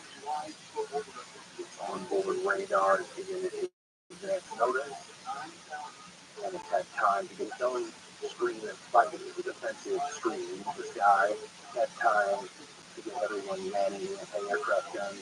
It's had time to batten down the hatches, so to speak, when it comes to flammable things on deck, pushing over giant barrels of fuel and everything. At that time, non-sexy stuff here to pump carbon dioxide gas into all its fuel lines. It's not armor, it won't stop you from getting hit, but it might stop a hit from turning into a critical hit in like 5 seconds. These are all the sorts of precautions the Japanese wish they could have taken that same morning, right? They didn't have the advance notice. So when the Japanese first wave shows up, timeline is there a little bit, between maybe 2 and 3:30 in the afternoon. Dive bombers, 6-0 fighters. The Americans are up in the sky and waiting. Here, once again, though, the Japanese pilots have been raving about will show just why they're so good. The Zeros expertly occupy the American fighters, so the dive bombers could go get the American aircraft carrier, and they did. When they know the piece of flying, they put 3 bombs on them. The Yorktown is belching smoke, the boilers are damaged. As far as the Japanese pilots are concerned, the Yorktown looks just like 3 out of 4 of their carriers do. And that's what they tell the people on the news when an American carrier is burning. But it's not. I got 30 kills, but one of the ironies of this whole battle, these damage control people on the Yorktown, who are not only good, but after Coral Sea, they've had real experience. And they got those extra workers from Pearl Harbor still on board. They managed to patch up the damage. There's a hole in the flight deck, and they patch it. They got air operation going in. They get their speed back up. It's crazy. But they're kind of a victim of their own success. Because after the Japanese knock out that carrier, they're not looking to find the same carrier again. They're looking for an undamaged carrier.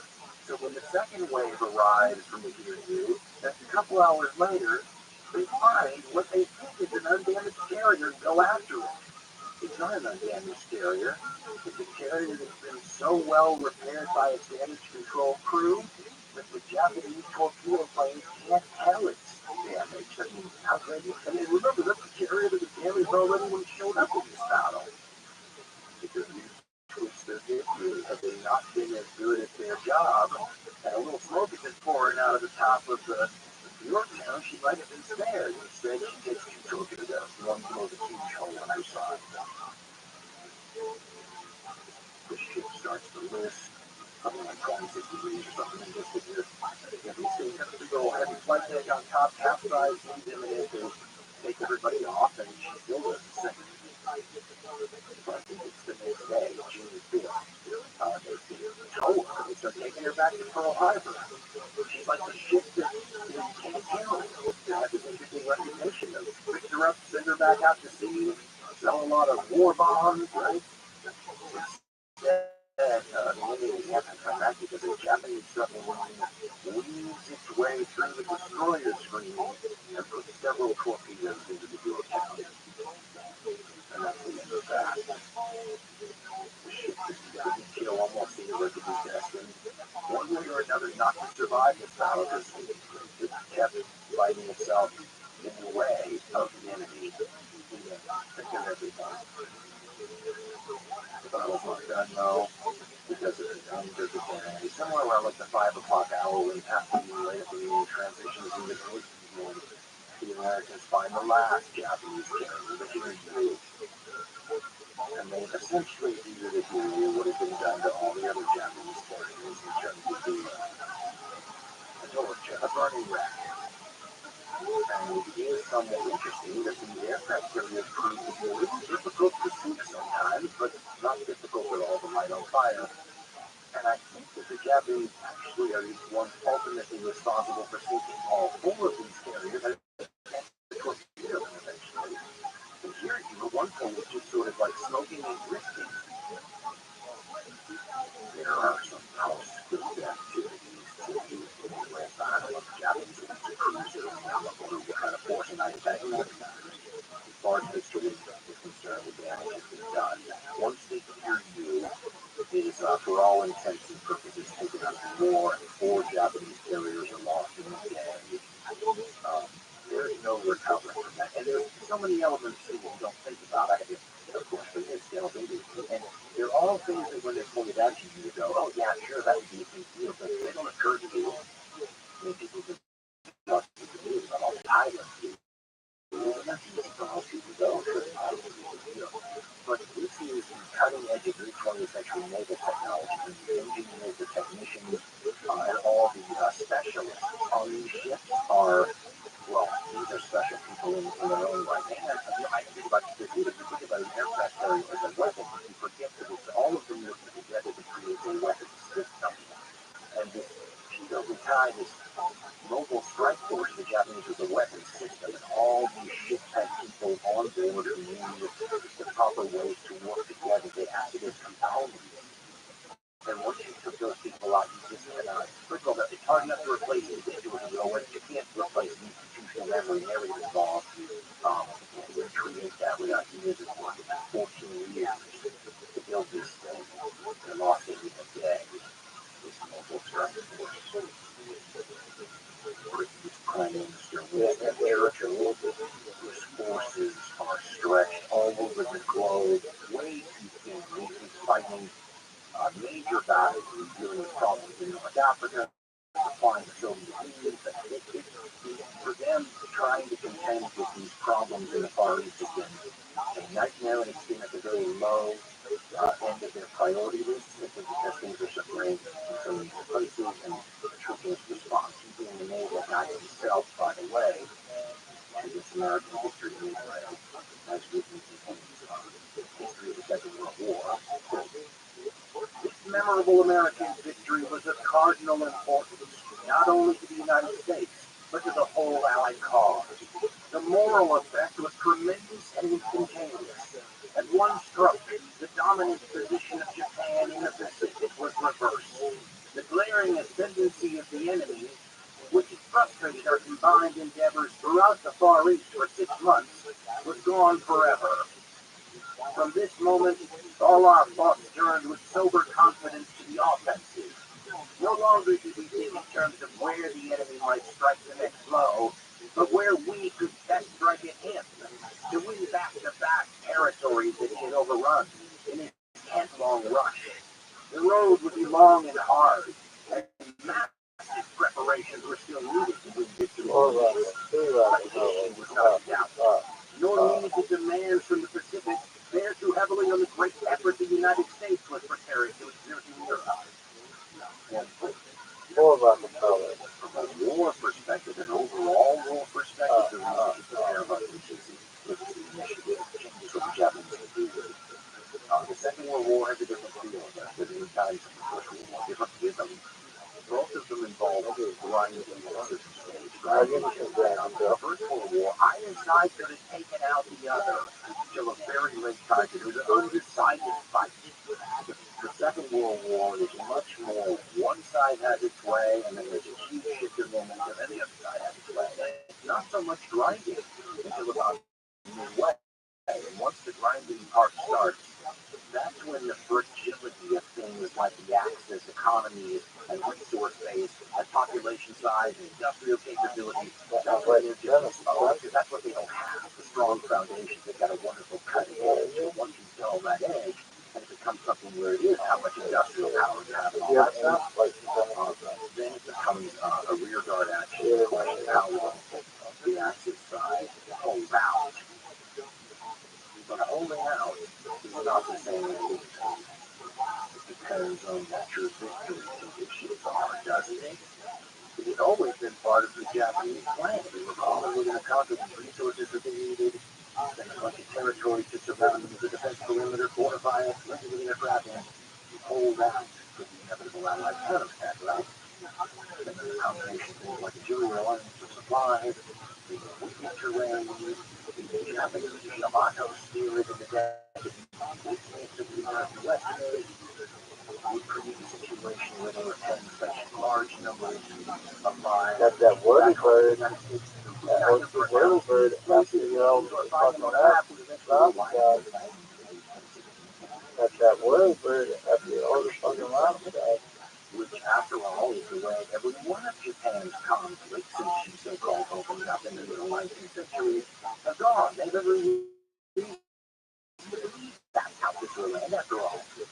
So the idea of unconditional surrender, which won't be announced until January 1943, by the way, that was not the normal way countries did things. So this year you could expect that some way or another, this is going to end with an agreement.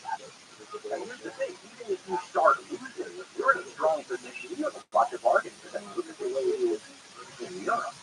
And you're obviously fighting a war of annihilation. With the Soviet Union, giant racial thing. Hitler did not have a negotiated settlement in his Plan B file, but Hitler doesn't necessarily have to be around. There's a lot of people who see Hitler gone, and if you ask Hitler, they plots are ongoing all the time. So, if all of a sudden the German leadership will replace, in 1942, in 1943, they have so much territory conquered of continental Europe, basically. It's 100 years previously, we're not in a total war. That's a hell of a negotiating hand right there. Right? You get some agents who negotiate for basketball players and NFL football players and entertainers, that kind of leverage. Can you imagine? And I think it's a weird, twisted practice for some reason that's just plain. I mean, it's feeling like a bad Saturday Night Live in my head, where I can't stop thinking about a cheesy stereotype of the sleazy kind of lounge lizard sports agent. The new representative of Germany after Hitler's been toppled, sliding into the Oval Office with his initial pitch to President Roosevelt. So, comedian instructed all these people imagine somebody walking in and going, Mr. President.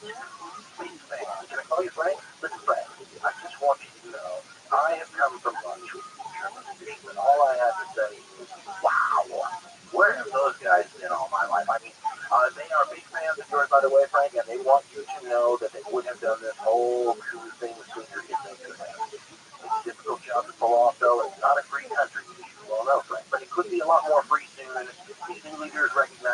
gone way too far. They want to dial it all back, and they feel bad about the whole thing. They know they're going to have to make amends, and they are prepared to deal. I have in my briefcase here, Frank, a deal to end all deals. I mean, this would make you the greatest peacemaker in the history of the planet, and all you have to do is sign it. And we're talking about something where they are promising, get this, now hold on to your hat, promising to give up half of everything they painted over the last several years. Half. This is going to save you a minimum for 5 years and 15 million lives. Think about the suffering that doesn't have to happen if you just sign this piece of paper here. And I got to tell you, this looks like a war-winning deal to me. You can spin this any way you want to. I mean, this is victory, and you can walk away clean from this whole thing. I just want to warn you, as a patriotic American, they took me back to one of their secret factories, showed me some of these wonder weapons they have, and while I'm under a non-disclosure agreement, I just want to say, this thing's not in the bag, I signed this now, and walk away a winner, right?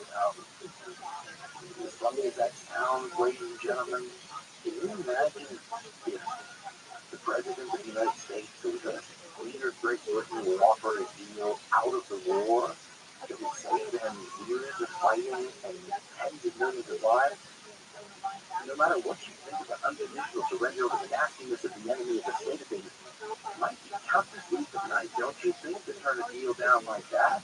And if the worst happens years later, you somehow lost the war, or it was a nightmarish, I mean, you might feel like that would have been something, the lesser of two evils, I don't know. And it makes you never want to be in the position of one of these global world leaders, doesn't it? Because of tough choices. That's one hard thing. Of course, part of what makes it seem so hard to imagine is it runs against the grain of what you might expect of human behavior, especially to correct it. If you're winning the war, if you're kicking fight, I mean, the tendency is to let it roll. There's no nothing just going to go, all right, yeah, she might just been walking away. This is enough for me. I mean, you might decide that that's the plan before the war, but once it's going so well, I would think that there's going to be an inertia that might be hard to struggle against. Right? So you get a few socks in the jaw and things start looking bad. It's hard to slow the train down when the conflicts are ongoing. I have a book called Japanese Destroyer Captain to remember Captain Senichi Hara, who's lived in Tokyo in the previous service. And he talked about running into people after the war who were suggesting, hey, you know, it would be good if we stopped right then. And he points out that that wasn't the attitude at the time. Like, it's easy to think about that after the war, but people weren't thinking like that when the victories were rolling in. And he writes, quote, after the war, many of my countrymen said that Japan should have concluded a peace in the spring of 1942, instead of waiting to swallow Allied peace terms after Japan had been bled white. But in the early months of 1942, he writes, there were no thoughts of suing for peace. Indeed, many politicians and military leaders firmly believed that the occupation of Southeast Asia was assured as permanent, and that Japan, with the immense resources of this great region, would be invincible. End quote. West Side. I did never expected it. Shows the extent of the That Japanese was an amazing West Side. Asia Pacific That was a West Side story. looking at the maximum extent of the black zone. Yeah. That's as big as it gets. That's your rule, and you realize how many miles What that in the fuck is big going enough, on? to be honest. This is their defense perimeter to what they wanted. Now, the Allies do not have the luxury of assuming that this is all they want. The Japanese changed their codes after Midway, so for a while the Allies are in a little bit more darkness than they're used to, and supplies again becomes something that's a realistic possibility. But the Allies built an underestimating the Japanese capabilities before Pearl Harbor in the fall of 1944 and all that stuff. West Side Homicide. The other way, where you don't think that are really improbable I happen. like how this song goes. Hey, everybody. Who knows what they might do? The Allies are worried about an invasion of Australia as a significant in that short term, but not too far in the distant term, Japanese intention. And the Navy thought about it, by the way, but they had to ask the Army for permission, obviously, and the Army called it last time.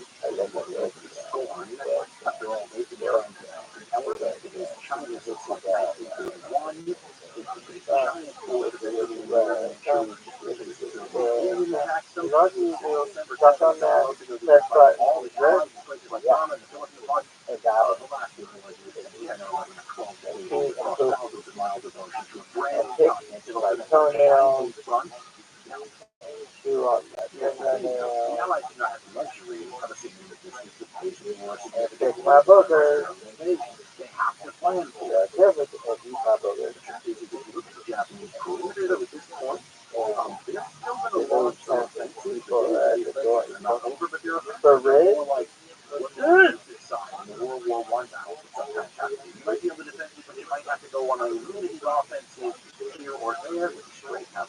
Yo, dog. How many more people do you have to follow on here? 100 billion? Oh, dog, that's so sick. And then you're done? Yeah, dog. Dude, that's so sick. So sick. So sick. So sick. Have you ever heard of anything so sick on my Ever heard of anything so sick on my Wild Wild West? So sick. That's the sick. West side. West side. West side. West side. Hello, so sick. West side.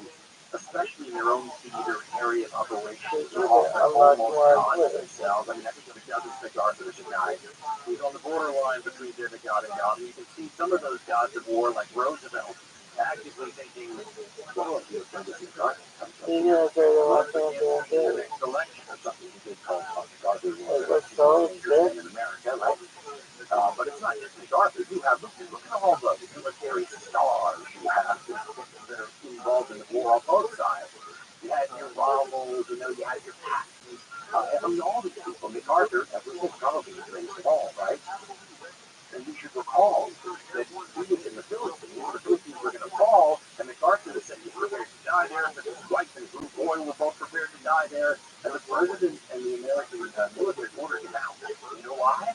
Well, I was reading one thing the other day that said something I never thought about, and it was that they had this great fear that the Japanese would take MacArthur up on his offer, kill him, and then he took the photos of the mangled body of the almost godlike general and his wife and his little boy to the global media. That's good. Oh, so he goes to Australia and come back out to return. For real? In Australia, he has to try to figure out how to do that. What is return? How do you fight before? You know, I got some power. How they would do about fighting. Whatever's on your mind. There are a lot of different ways to fight a war, and it doesn't necessarily mean there's one right. I'm sorry. I think I would say if you must remember when last how to fight a war, and you're somebody like Franklin Roosevelt, maybe 3 hours before actually we made a lot of heavy habits in this conversation so far about the Japanese governmental design and how their army and navy to fight each other. they're gonna just swing it and we're going to do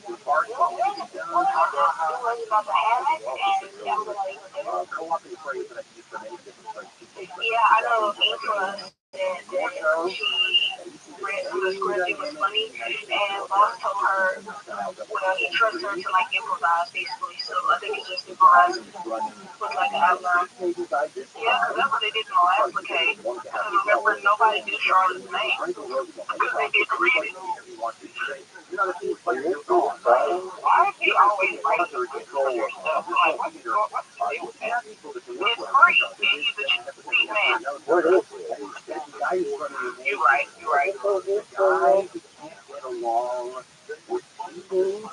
I also think the decays kind of follow like Thailand traditional decays, so they kind of already know the story of some of them. So it's not like that, like that much read. Hold on one second. I'm gonna turn it on for a second. There's a Rabbi ROTHSCHILD here. At ViralRabbi 373. Emotional high. Woke up in a rain. Hold on one second. I'm gonna cut you off for a second. He was disliked by a lot of people. At ViralRabbi 373. Rabbi was tall, hard, and humorous. His face was a flint, and his will was an adamant. Now this one I'm going to say. You know, some Canadian humanity, but sometimes said he's so tough he changed with a clothes boy. His levity was rare in Admiral Ernest. Self-doubts or delusions were non-existent. He was aware that he was respected rather than beloved by the Navy, and knew that he was hated by roughly half the troops of the Anglo-American Alliance. This was U.S. Secretary of War, Churchill, and Field Marshal Sir Alan Wilson, and Admiral Sir Andrew Cunningham.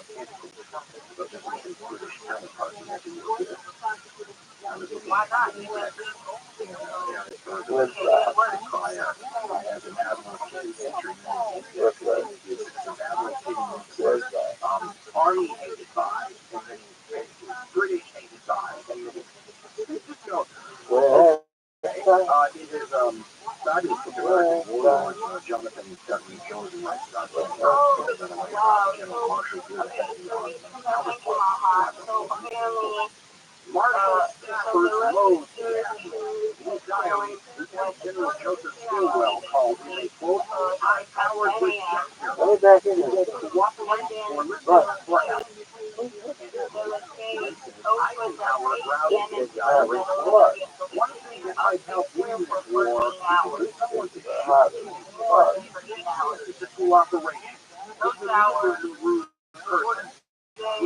He's a man. Of course, Stark.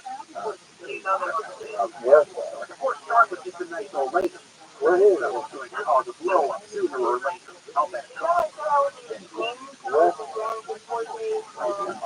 Army, control of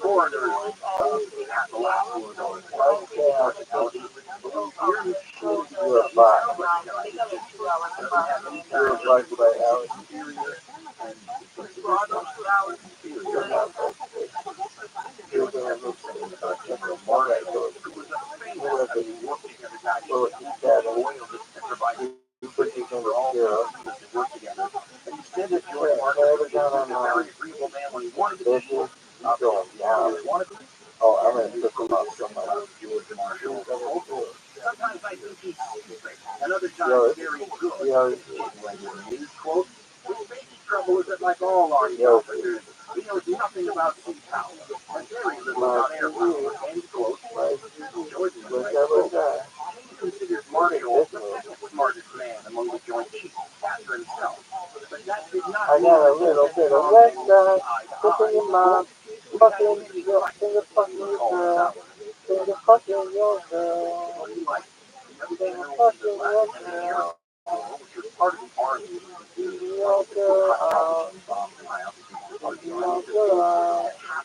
your girl, fuck, and Marshall, in Kim's estimation, is about the best the army has. Arnold, the airport, go play it, claims go he play didn't know it. what he was talking Do about. that one. He Just told his that biographer, I'm back. form a sound strategy, quote, you have to use That was imagination it. and horse sense. You got it. To me, the Navy was better equipped with strategical insight than the Army. The Air Corps didn't know a damn thing about it. Oh, I like how it's that. Admiral Yo, was the cause for the delay. then your dad will hurt. Alright, let's see that. Why are you putting up with these hard people while they're bringing something to the table? I guess it's more positive, not able to work with scientists and people put up there. Are you tolerating what they bring to the table? And King is fascinating because, first of all, the way he is in sort of his job versus the way he is outside his job. I mean, he was a drinker, a womanizer. He was the first one at the officers' club. Something that was the west side. Was riding the airport. Camp, He's a party sometimes, and then other times on a job, he's like the floor manager at the restaurant at the boss. Oh, west side. That was the most west side I think I've ever seen. That shit was so sick. On you for everything. That shit was so sick. I've never seen anything so fucking sick. Oh my god, right? Oh my goddamn right. Oh my goddamn right. Dude, I'm going back to that shit. I mean, you fuck. Turn that picture to state. Oh, what? 372. Learning how to be a wartime man. They got me. Shaping up, and guys like Ernest King are part of the shaping up process. 372. Nice. One life. God, just start doing them. Just start doing them. Hey guys. Hey everybody. I want everybody to know it's a pleasure to be here.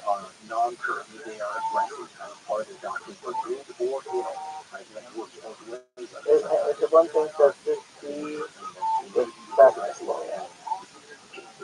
Be respectful. What is the fuck is this shit? Besides the personal things in that one, Yoshi. also from the service Yoshi. military,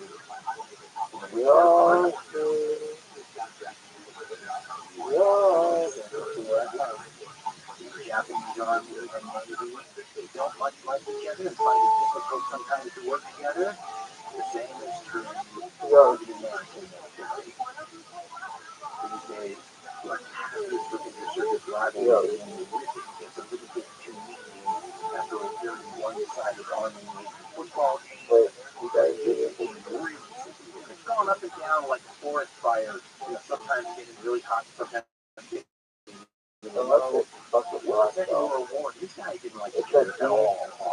And it comes at every level. It's a level where the 20-year-old private first class guys and the sailors and the Marine recruits are at the bar bar drinking or whatever, and somebody mouths off, and everybody kind of mutually they get to withdraw. I've seen matches that older guys come over 2002, reminiscing on their wild youth.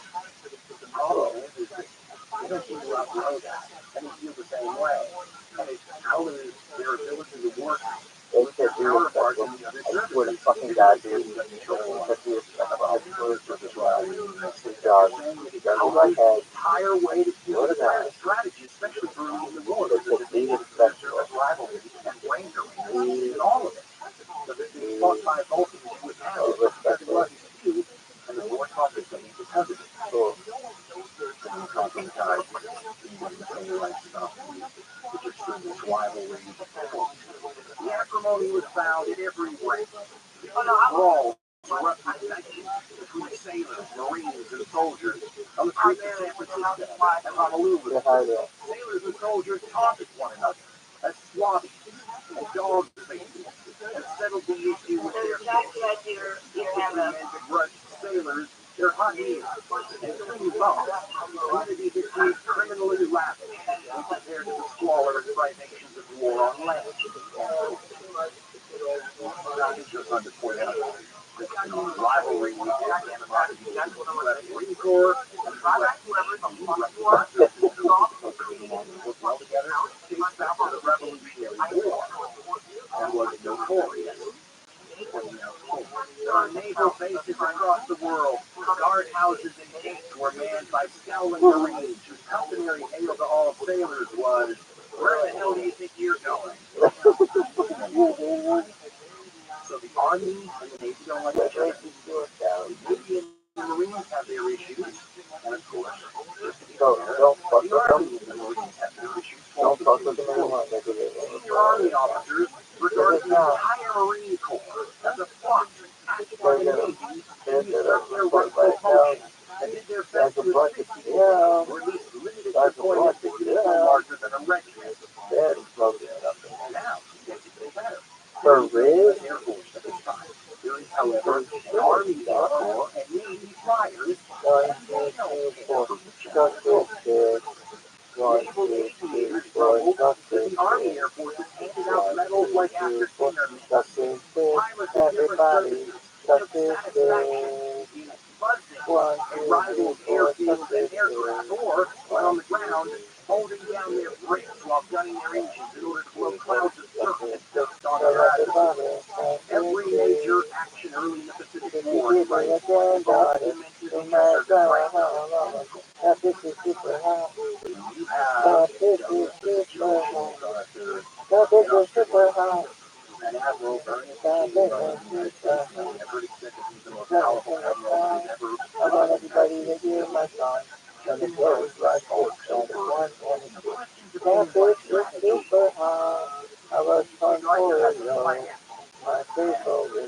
While the carriers are still smoking after midway. Washington, D.C. In typical MacArthur fashion, he's got his eyes on the prize. He's seen the whole war played out for us. Look at this stuff. Surrender of command. Everything. First step going to be famous Harvard airfield at Ramallah, which is part of the early stuff that happened in 1942. Remember when they created this buddy?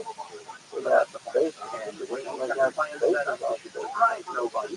Would send up to the Army taking the war. Of course, MacArthur would be like, I look at my role. Ever gonna talk to you about the conditions here in the Pacific Islands and water being what they are, MacArthur told Washington a division of troops training and ignis warfare that when the same as two aircraft carriers.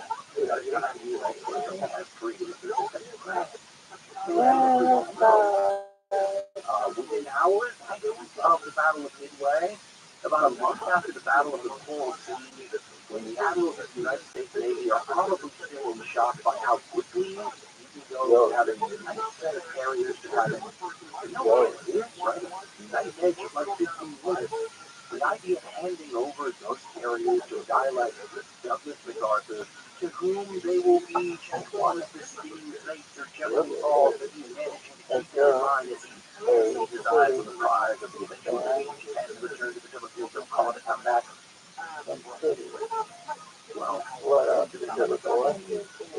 glass family here, a child, or the hours, all the precious over the Sunday. Somehow would lose a bit of power. His idea was to be able to by the way, he had plans about for months. Nobody was designed people like MacArthur, his army forces, Garrison things have been just forward. The entire Pacific Theater as their theater, as Admiralty pointed out over and over again. What I'm looking at, European theater, go have your army go over especially concerned Japanese.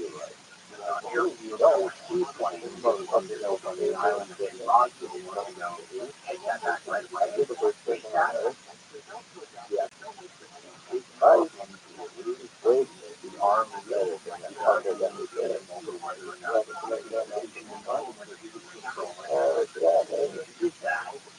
yeah, baby. Hell yeah, dog. Intensifying problems that we should point out.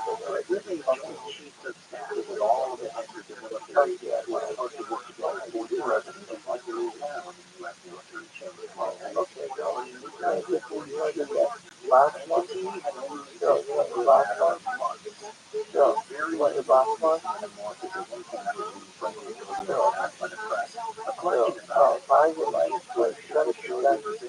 The idea, but they're working it out, and when you see the actual, like, you have to wait for them to do it, it's much more of a question of choosing the hash it out. The head of the army, George Marshall, and the head of the team. And each one of them has their subsidiaries in that location, right? Okay. Zone of control in that field. So is that right? Or in the Navy, is that right? For Marshall in the Army, it's our friend down in this regard.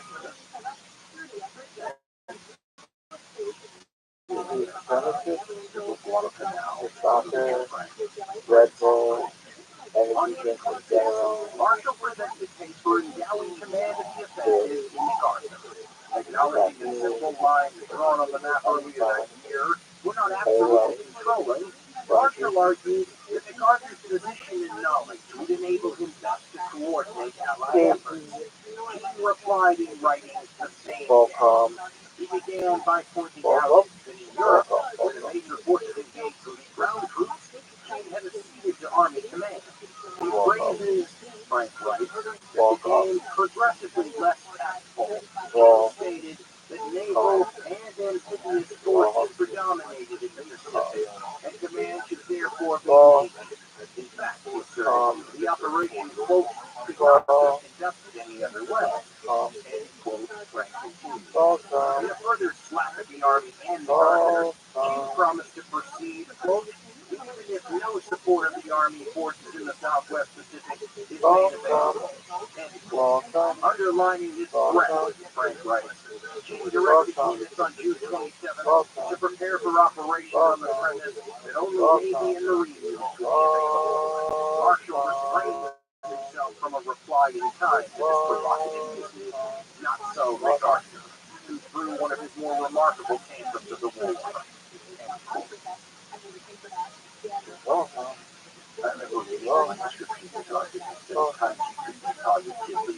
Shakespearean Rabbi.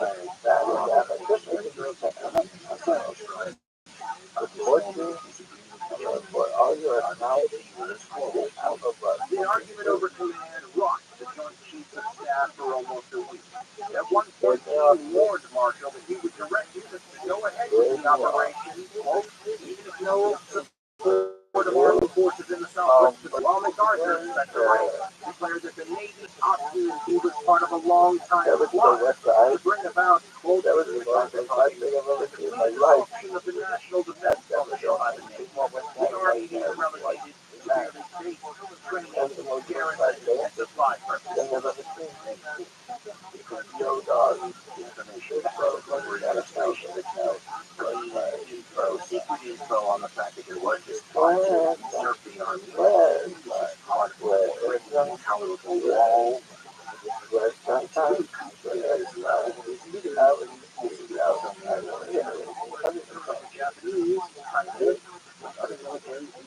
who's your favorite of all the people who wrote you? All of the same sort of thing. Really?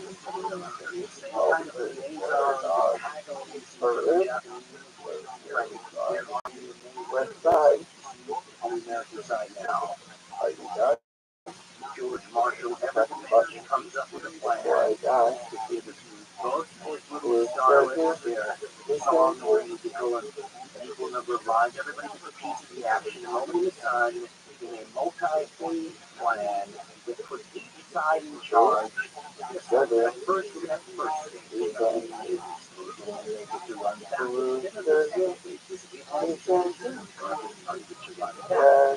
Run nicely together, we'll not return. The first stage is going to be all that operation.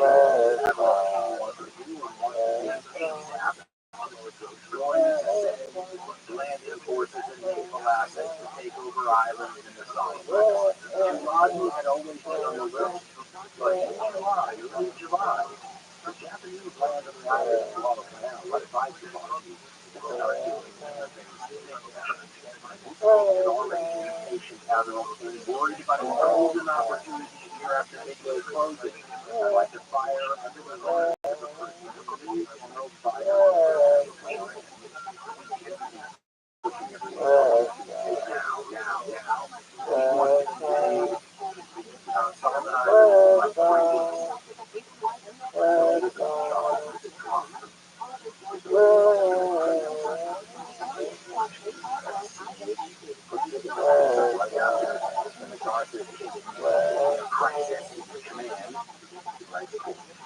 Having won the administrative battle for now, announced an accelerated timetable for the operation. Once the Japanese airfield on Guadalcanal became operational, it would give them air superiority over the invasion. To ensure that did not happen, he would set a target of August 1st, 1942, only 3 weeks away from the invasion. It was stunningly ambitious, on the eyes of many, unrealistic. All the components of a complex amphibious assault, a landing force, the ships to carry them, other ships to escort them, plus the fuel, supplies, and ammunition to sustain them, had to be found, gathered, organized, and delivered in a shockingly short time. This, he writes, would be daunting under any circumstances, but especially so in mid-1942, due to the acute shortage of transport. Though the assault was endowed with the code name Operation Watchtower, colloquially it came to be called Operation Shoestring. This is an understandable, though, military trade-off that is encountered all the time, and there's no always right answer. It kind of depends on conditions.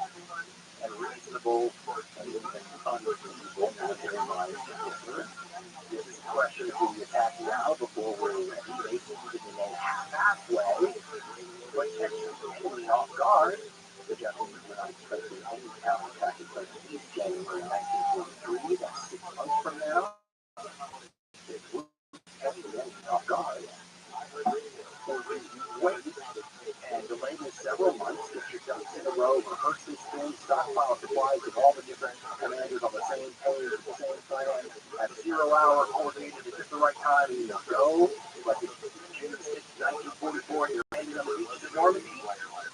That does sound organized, doesn't it? The problem is that the delay is your enemy kind of organized as well. And the likelihood is that by then you'll have operational airfields all in that area, potentially hundreds of warplanes in the sky with your secure carriers and transport ships. It's a trade-off. But if that kind of something to involve trade-off, the smart thing to do is then to ask the follow-up question. What sort of trade-offs are we talking about here? What sort of disadvantages are my men, if I'm the Marine Corps commander, going to have to face as part of the trade-offs? When the Marines go into the South Solomon Islands, they don't have to do that. There's immediate aerial photos, little pieces of the field. I mean, it's amazing when people who live there again just tell us, and they tell us a little bit about the layout of the land, where memories, and there are many famous stories one of my favorites involves the so-called grassy knoll or the hill off the beach, because that's what they were told. Well, there's a slight hill right off the beach, and we live in Marine Parade, eventually we're looking to see what appears to be an extinct volcano in the distance. Right? Doesn't match the maps they had at all. I can't imagine any U.S. forces of any side of the world going anywhere in the world today without tons of photos, satellite images, and maps of all kinds. Imagine going in your blind. That's a hell of a trade-off if you're a Marine. Very interesting idea. I can say that growing up, and I've said many times I feel like on this program, but the show is one where I grew up in the field of this area. And I was so powerful that the things were doing. There was a romance quality to the Marines when I was growing up still. It was a very John Wayne, when you saw it portrayed in the movies, the Marines had triple swagger and top shame, and Army guys never tired of saying the best PR, management firm in the American military. Army guys are supposed to say, involved in everything combat somewhere. The Marines get on a boat to go from one place to another, and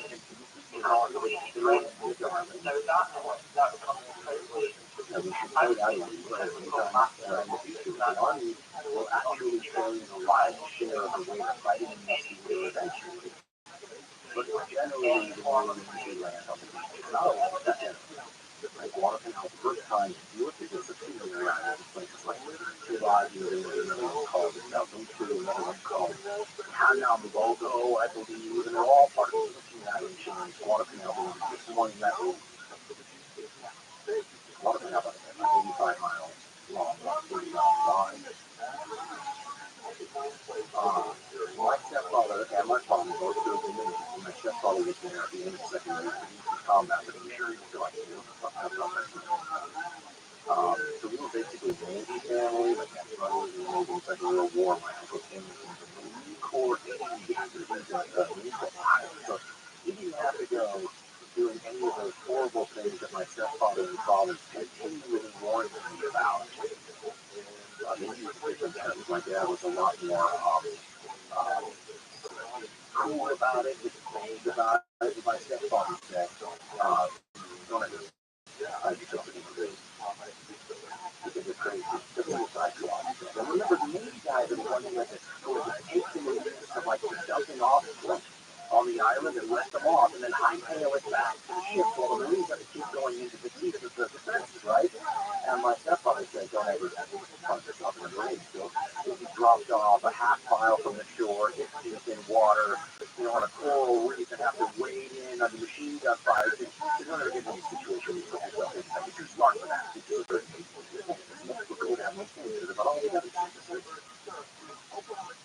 I've been tons of smart movies over my lifetime, and my uncle Steve is British. I worked on McDonald's at that time. I deserve it. I think it's just a different opinion. When my stepfather died a few years ago, he wants you coming home after a war, and if you're a Marine, your chances of that are lower because you're going to be right there in the middle of it. Some people joined up precisely that reason, though. They're a really interesting breed. They're much romanticized when I was a kid, of course, but some of this based on that's the truth. I really like the way although Richard B. Frank describes the Marines and this that you get during this period between the old timers who were there, long before this war was on the horizon, and the new people, the guys who joined up, when they built up the dam before Pearl Harbor, and then this huge flood of people that come after Pearl Harbor. These guys, they need basic training early sometimes because they're so needed, and these are people who were told, join us if you want to be first in line to actually come to grips in combat with the Japanese. And these are the people who said, yeah, sign me up for that. That sounds good. I don't want to wait around. Cooling my ears, I want to get to them right away. Not about Pearl Harbor. And then they join up with these people who are the opposite sometimes of the green, young, go-getters. Let's don't get those yet. They're much more like these cynical old timers who are just Frank describes them this way. Well, but when you say this other group, you're talking about the old timers who were there already versus the newcomers who are just arriving, the volunteers who are called up. The other group was, by contrast, small in number, but like a drop of dye in a gallon of water, they aimed to hold the vision and unmistakable view, and they stamped a nickname on the division, the Old Breed. One of their own officers, Lieutenant Colonel Samuel B. Griffith, colorfully describes them. First sergeant yanked off planks in Navy Yard. Sergeant from recruiting duty. Gunnery sergeant to his body frame. Perennial private with disciplinary records a yard long. These were the professionals, the old breed of the United States Marines. Many had fought Cacos in Haiti, Bandidos in Nicaragua, and French, English, Italian, and American soldiers and sailors in every bar in Shanghai, Manila, Tsingtao, Tianjin, and Peking. They were inveterate gamblers, he writes, and accomplished rounders who drank hair tonic in preference to post-exchange beer, which is called horse piss. Cursed with a wonderful fluency and never went to chapel, because they called that the God box, unless forced to. Many did snuff, smoked rank cigars, or chewed tobacco. Cigarettes were for women and children. They had little use for libraries or organized athletics. They could live on jerk milk and the strong black coffee they called boiler compound, and hash cooked in the tin can. Many wore expert badges with bars for proficiency in rifle, pistol, machine gun, hand grenade, auto rifle, mortar, and bayonet. They knew their weapons and they knew their tactics. They knew they were tough and they knew they were good. There were enough of them to leaven the division and to impart to the thousands of younger men a share of both the unique spirit which animated them and the skills they possessed. End quote. When Marine Corps General Randy, 55 years old at this time, the guy who knows he's going to be commanding the Marines in combat at some point, finds out that at some point is in August 1942, because he just been told. He's been told by Admiral King himself that his Marines would not be seen in combat from at least January 1943, which coincidentally is the same intelligence that the Japanese had. Instead, on August 1st, which is a Tuesday, people just tell him it's impossible. We can't do it. It's a grudgingly implement another week. So the new due date is August 7th, 1942. There's a hastily thrown together rehearsal in the PG. It does not go well. And leads to a sense of foreboding about what's about to happen here in this disorganized mess. The first was better described as the largest amphibious assault of the Battle of Gallipoli in 1915, and people will recall that being very exactly swimmingly by the end. On July 27th, 11 days before the Marines are scheduled to hit the beach, a rather extraordinary USS Saratoga aircraft carrier. It's the only get-together between the commanders on the scene that's going to happen before the attack. The guy who's the operational head of the whole thing, Admiral Gormley, doesn't even attend, send somebody else. Admiral Fletcher will be there, though. Admiral Turner will be there, and Marine Corps General Van will be there. The reason it's extraordinary, first of all, people forget, is the animosity between Fletcher and the other two men. Fletcher, as you recall, he's been at sea most of his years. He fought in both Coral Sea and Midway, and those were recent. This is the way Arthur Robert the challenge of the Pacific describes it. Archer Vandegrift, who had once been startled to see the unruffled Admiral Gormley acting like a drill sergeant, was now amazed to see that Fletcher looked tired and nervous, and he put it down to the Admiral's recent battles of the Coral Sea and Midway. Yet he was surprised to learn that Fletcher had neither knowledge of nor interest in the Guadalcanal operation. Finally, he was thunderstruck to hear him saying, frankly, that he would not succeed. Then, Admiral Fletcher turned on Admiral Turner and angrily accused him of, quote, the Solomon's invasion. Unimpressed by Turner's indignant denial, Fletcher interrupted him to ask, how many days will it take to unload the troops? 5, Turner replied. Fletcher shook his head stubbornly. 2 days, he said, were quite enough. He would not risk his carriers any longer. Then,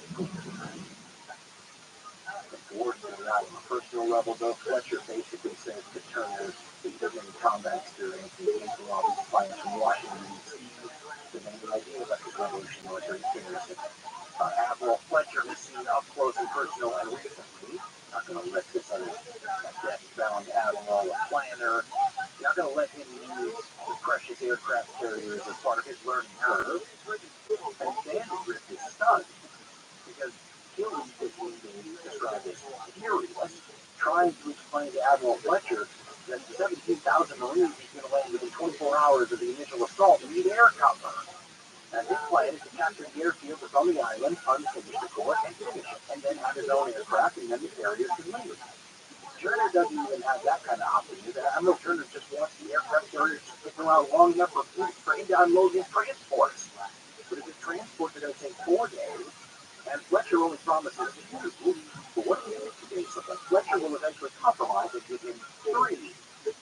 So if you're the dad of one of these Marines who's going to land on this island 11 days from now, you just had a bad dress rehearsal over near the Fiji Islands, and now you have this, doesn't look good, does it? On April 7, 1942, the Marines hit the beach in South Solomon, on the Guadalcanal Canal, which is like 85, 90 miles long, something like that, about 30 miles wide. And then the subsidiary smaller islands, places like TRUMAN and Rabbi, a bunch of islands. The really little ones are measured in yard by yard. TRUMAN is like 3.5 miles by a half mile. The Marines land on all these different islands. They have a big bombardment by the fleet first, and this is going to become the standard script for the rest of the Pacific War's island campaign. It will evolve, it will change, it will become more efficient, it will learn a lot of lessons, but the basic template sort of style stays the same. The offshore ship shooting first at the beachhead, then bring in the planes, which they really do. They spray and bomb the beach and drop colored smoke in places that warrants an extra attention still from the guns offshore. And then the transports come in. The precious transport, there's never enough of them. For any power, any country, precious transports come in and drop the Marines off on the beach. The assumption is the Marines are going to lose a lot of people in this first assault. They fully expect, the D-Day, June 6, 1944 treatment. They expect to run into machine gun nests and artillery, certainly mortar rounds dropping on the beach. Like mines, they shouldn't. You would expect barbed wire, maybe tank trap type something. They're expecting the worst. But instead, they're stunned when they roll up on this place. And in a Twilight Zone level of eeriness, none of us see if you read into there. There will be something like this in 5,000 Japanese combat troops on this island. And there still might be. One of the nasty things about these islands is just like they're slightly at a resort in the tropics, and you're looking at it from the air from like 5 miles away. Like, gorgeous green jungle canopy. The water is unbelievable blue. But when you get down to ground level, you realize the only thing you can see is the beach and the ocean you just came over, the little strip of land between the water, where it's covered with sand, and where the jungle begins, and then, well, who knows? It's a giant haunted house as far as the Marines are concerned. And there will be this juxtapositioning of the Marines opening coconuts on the beach, obviously the sense of relief that they weren't just machine guns down trying to fight this landed beach, but also the officers will come ashore and see that the Marines are not too keen on exploring any farther because they think this must be a trap. Like they're just waiting for this to do something, so let's just stay here. There's a giant traffic jam trying to unload all the supplies. It's as disorder and chaos filled as everybody predicted. There will be all kinds of famous stories about how bad it was in the 90s to talk about how the transports were loaded in backwards sometimes. And the important stuff we need right now, like ammunition and explosives, was loaded first, and then a whole bunch of non-essentials was loaded after that, so they're throwing stuff into the ocean to get to the stuff at the very back of the hole. But then right now, the situation in the Northeast is on the pretty area. It's too large, it's about 20 miles on Guadalcanal. On that island and the smaller ones, the Marines run into Japanese. Rabbi, a couple of what are called Marine Raider battalions land on the tiny little island and begin fanning out. Here's the way, author Robert Michael Michelle specifically describes it. Quote, "The Marines, Throughout the morning, the raiders moved over rough, jumbled ground, working through rocks and trees, keeping clear of the shore trails covered by enemy cliffs. At noon, they spilled into the former Chinese settlement on the island's north coast, and there the Japanese struck down. Mortar shells began to fall, marines toppled. Lieutenant Samuel Miles, a physician, rushed to help three badly wounded men and fell dead, the first casualty of the campaign. A company commander was wounded. The Marines moved more warily against these rickety Chinese shacks, and the tempo of their advance slowed and good. They also got the lesson in how good the Japanese are at digging in. They have taken these dugouts and dug them into the sides of hillsides, crisscrossing little teeny depressions and what would be very, very, very small, like valleys, with machine gun fire. And by the time the Marines figure out how they might handle this, the sun's going down. And they are going to have to fight at night. And as we said earlier, Japanese kind of pride themselves on and look for a psychological advantage, which they are known by. They do very well at sea, they do very well at land, and the guy who's in charge of the raid will tell you that his nickname is Red Mike, because he's a red say. Red Mike Edson, Lieutenant Colonel, he knows the counterattack is coming, the time he does. The Japanese come out, try to infiltrate it. It's a very prolonged night sort of assault that is terrifying on a number of different levels. One of these levels is the willingness of the Japanese to fight long beyond any hope is left, just to take some more Marines with them. There is a war correspondent who lands with the Marines on Guadalcanal, the vehicle a lot of Richard Trudowskis, who wrote a book called Guadalcanal Diary. He published his writings. I remember I book called Guadalcanal Diary. Weren't you picking out stuff that the government doesn't want? But this is how everyone's going to find out what's like the fight the Japanese for people like Trudowskis. Guadalcanal Diary.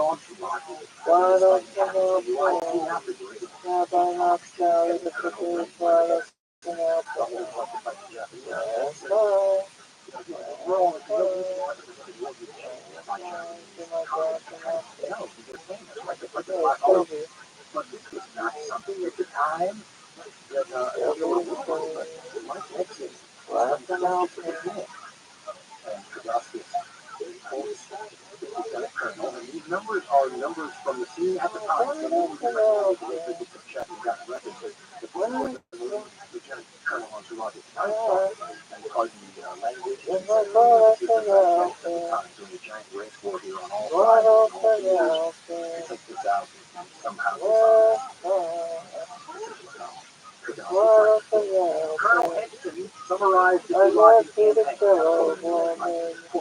The Japs had one battalion of about 450 men on the island. They were all troops, no ladies. The Japanese casualties were about 400. Not a single one was fired. One prisoner was taken. He had been dazed by a close mortar burst. When a man went into one of the holes in the radio, he found 17 dead. He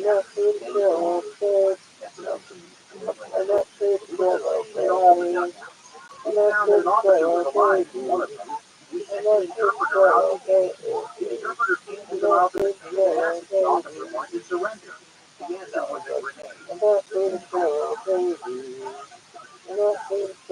Talks about the counterattack at night.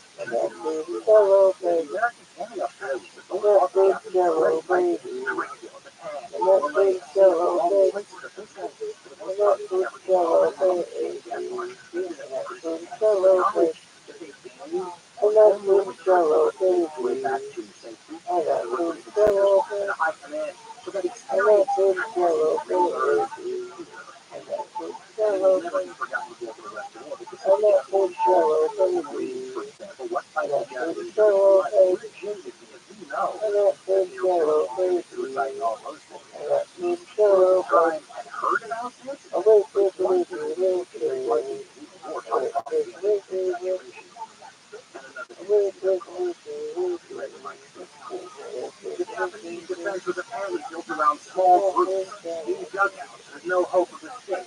They would stay in there as long as there was one live Jap. It was a radio for communication in nearly every one of these homes. We played out 35 dead Japs for one time.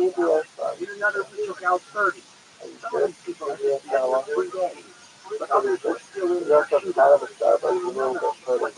Any water or food. They had evidently been dashed from the dugout from the naval bombardment tank without stopping for provisions. In one case, there were 3 Japs cornered. They had 1 pistol. They fired the pistol until they had 3 shots left. Then one Jap shot the 2 others and killed himself. That's not only shocking, but it is something that foreshadows how fast it is all going to be. I think there is a recall that this is an element that's baked into the Japanese grand strategy. I could be wrong. I don't want to judge. They're willing to suffer heavier casualties than the other side is for a bunch of things that are more important to the Japanese than the Allies. No, I not American boys dying of a cause like that. Now what's this? Or a Russian son dying to protect Moscow, or an Allied soldier, dying in the attempt to take the European war. These are Americans dying for the violence nobody's ever heard of. A Rite Aid it was.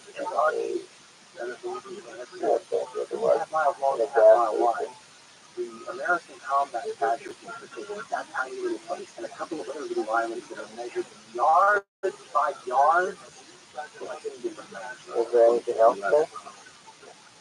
Less than half of World War II. That's 144 Americans losing alive, taking these places in like 24 hours. 144 dead is about the same number of enemy actions that the entire coalition I'm gonna get a little west side of here. West side of here. West side of here.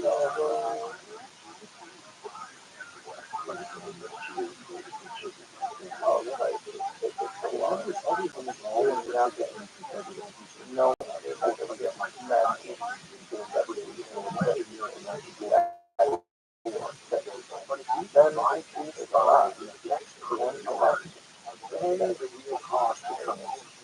that's Whittier Boulevard. I love Whittier Boulevard. I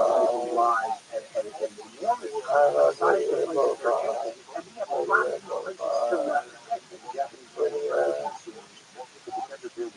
Boulevard. I love Whittier Boulevard. I love Whittier Boulevard. Whittier Boulevard.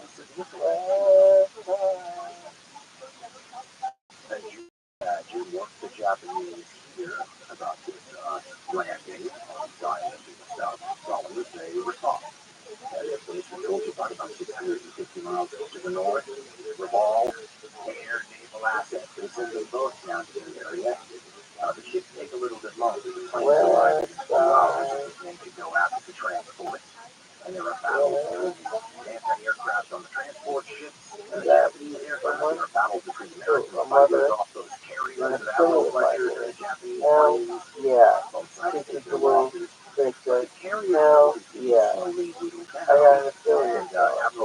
Hell yeah, baby. And so when a message comes from Admiral Turner saying, all troops ashore, now what? West side. Apparently, this is all controversial. But you're asked for permission from an admiral who's nowhere nearby. But 9 hours later, he gets the word, okay, you can go. And he decides to take off. The problem, of course, is that Admiral Turner might have had all his troops ashore, but he didn't have all their stuff ashore. So he didn't protect that. That is hard. World War II is still under warranty. His reaction is critical. When Turner received his copy of Fletcher's request to withdraw, he was furious. He later characterized Fletcher's departure as nothing less than desertion. He even harsher words described it. Yeah. Before those carriers even get to the guys that they would have got for you, no, but they would have been maybe in the top 20. Japanese are for a lot of surprise attacks by their Navy. I mean, I don't think they would. If they do it that close. But the century, we knew them pretty well. Japanese Rear Admiral So he has been charged with cruisers all that. Well, we talked about it. Who would have done it? I would have been the last day. All these islands of natural channel sliding And on Earth, and I didn't like that idea. I would have been against that. cruisers But protecting my the dad has to stay home. And my mom and dad and I, and my brother from the U.S. destroyer. I love it because it sounds like we spotted aliens or sharks on the water. And my, yeah, At about 1:45 a.m. in the very dark Pacific waters between Guadalcanal and South Island. but they were taking the offer of living U.S. Navy for Chicago did a message from the U.S. destroyer. Not that that was ever been Warning, strange ships entering harbor. Simon says it's the only real indication that the admirals on these ships have that there's something new. They would have done the same with large caliber shells and throwing up igers around their ships. Where they've not been had Japanese launching things long lengths coastal roads even before the guns open fire. So it's still but never mind what the American and Australian cruisers in the situation. Either on the way, shells landing, spotlights illuminating the ships. Well, they were like, you will know, you're on the receiving end of the spotlight. You're and there was no answer beforehand, maybe, probably. Really? The torpedo blows off Why didn't they bow just of send you Chicago before they even figure out really what's going on. They haven't even apparently had time to tell the other ships what's happening, so as Simon points out, they all be surprised in turn. Or the mail, Australian cruisers so I go down there and have my cousin. 24 shell hits, he says, in less than 4 She minutes. works a lot. Making a burning city wreck. And then says, What it was? arriving amidst the northern road of Korea, the tower lit up his searchlight and used it as a flicker, like a bright white figure in the night. It illuminated one American ship after another, as if to say, here, fire on this ship. The cruiser Astoria was the first victim. An early salvo started a fire in her airplane hangar, and the bright flames in the dark night provided the Japanese with a vicious target. Pounded by successive hits from Asian shells, she lost power and was dead in the water. Captain Samuel Moore's Quincy was next. Caught in the deadly crossfire, the Quincy was shot to pieces before her main battery was drained on the bow. Moore himself was an early victim when a shell hit the bridge, leaving it, quote, a shambles of dead bodies, in the last order, the mortally wounded Moore told the helmsman to try to ground the crippled vessel on Savo Island to prevent her from sinking. That failed. The torpedo hit Quincy's magazine. In the words of one survivor, she literally jumped out of the ocean. She sank at 2:35. A little over 2 hours in a night attack of chaotic, well, at least Americans and Australians were cruisers and over 1,000 lives.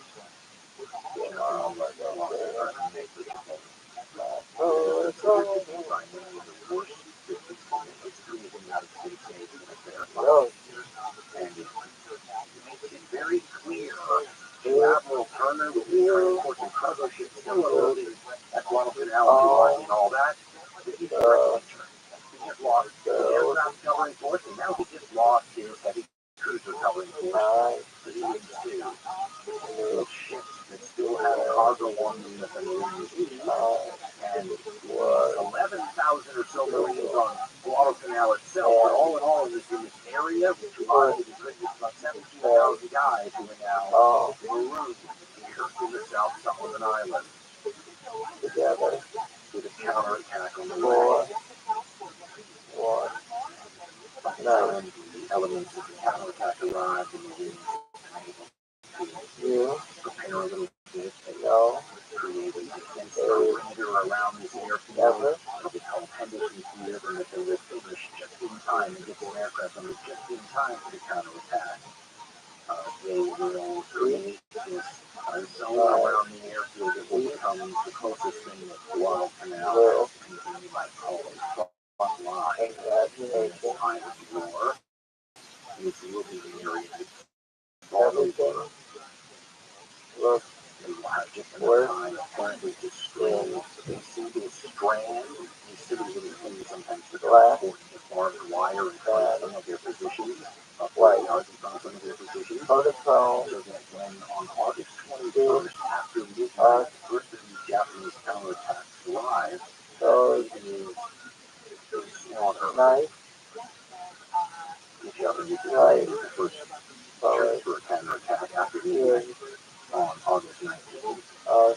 And instead of waiting for reinforcements as had been the plan, the commander has a bad case of what the Japanese call victory disease, or victory confidence, and he moves right toward the Marine position instead.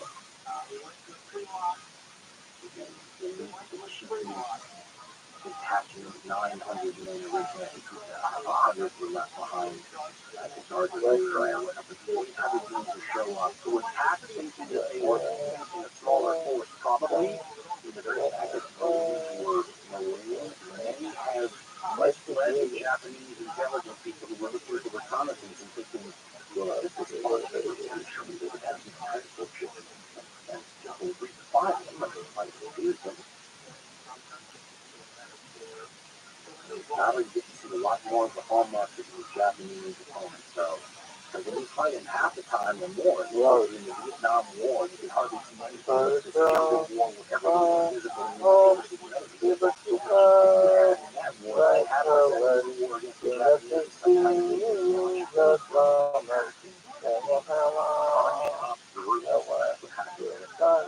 they just alligator trees.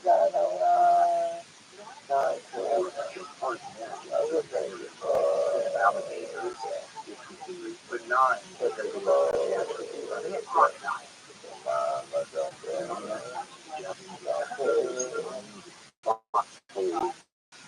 on the opposite side, there's water obstacle. They've strung up a single line of barbed wire, as I said. They have 237 millimeter guns, which are not all adequate to deal with.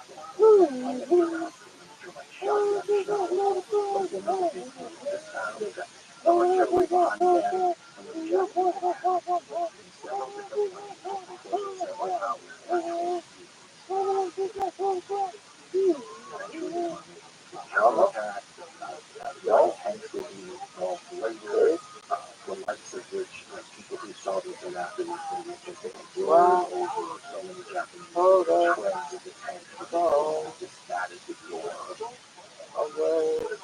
From 45 to 24 between 7 and 800 years. I thought it's from the way.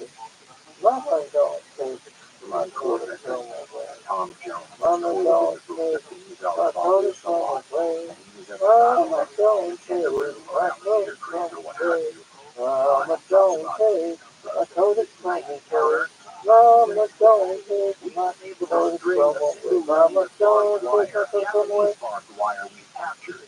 Mama don't think I thought it's from the way. And they were coming from the other side. They had to cross the narrow for some reason. I don't know.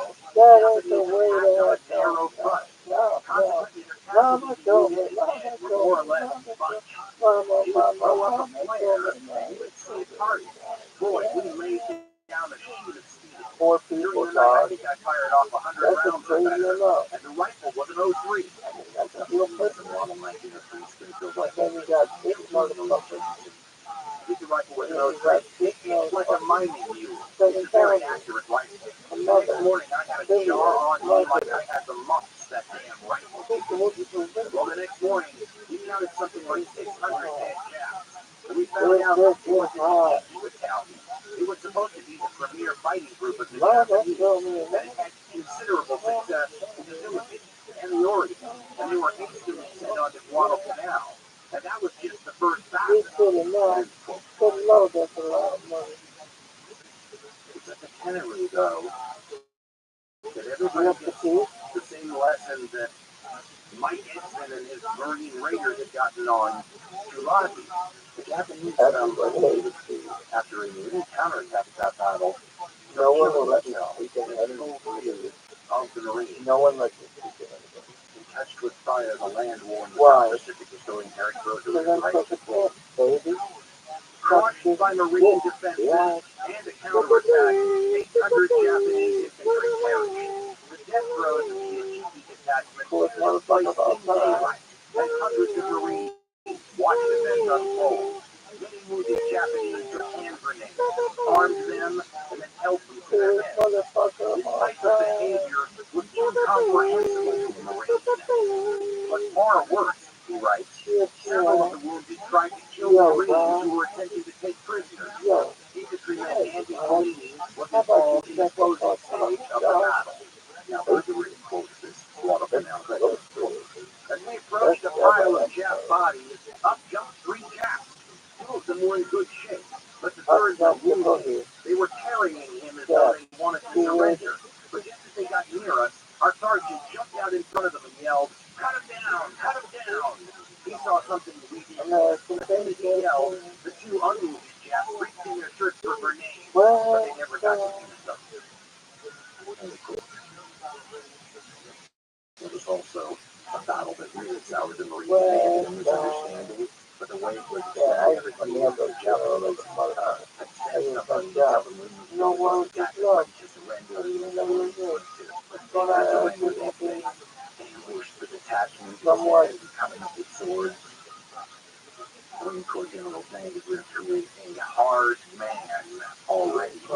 You'll breathe right here, right? He told me Richard French Guadalcanal, writing a letter just a couple days after witnessing the tyranny we just talked about, and trying to explain to this other general what he'd seen. General, I have never heard or read of this kind of fighting. These people refuse to surrender. The wounded wait until men come up to examine them, and then blow themselves and the other fellow to pieces with a hand grenade. Remember, though, these are lessons that have been learned in the Philippines and Singapore and places like that. Another one of the lessons we learned is atrocity. Which is one of the things that they talked about it earlier. Not just the Japanese version of it, the Nazi version of it. It's a fascinating part of white power. Is there a difference between being anti-Semitic and white power? Restarted their attack on New Guinea, which happened right around the same time Admiral Fletcher is trying to get his aircraft carrier to Guadalcanal. Part of the reason we don't respond to what was maybe they troops to this American attack at Guadalcanal is their eyes are about 700 miles away on Port Moresby, where they're launching an offensive. Remember, they wanted Port Moresby earlier. They wanted to take it at the Battle of Coral Sea, 5 seas. But because of the way that battle turned out, that Scottish flag attack. This time they're going to try to take it the overland route. They already have tiny little beachheads on northern New Guinea. Right around the time the Guadalcanal landings happened, they get more and more territory, and they start coming overland. There's something called the Dakota Track, the Dakota Trail, which is a trail over the Owen Stanley Mountains from west side at the tail, the eastern tail. This is so long. The Dakota Track basically leaves Port Moresby.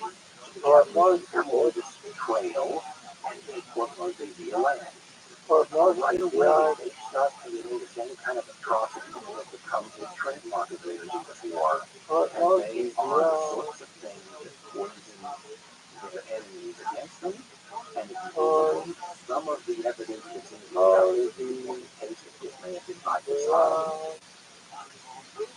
The Japanese atrocities in places like Singapore and elsewhere have filtered back in bits and pieces. The Japanese start moving this around. They murder some religious folks and their families, and accounts that are more vicious and terrible. Emotional heartbreaking than you can only imagine with phone videos and viral sharing of followforfollow type stuff. But everything else is present. One down after talking about how a couple of nuns and brothers are murdered,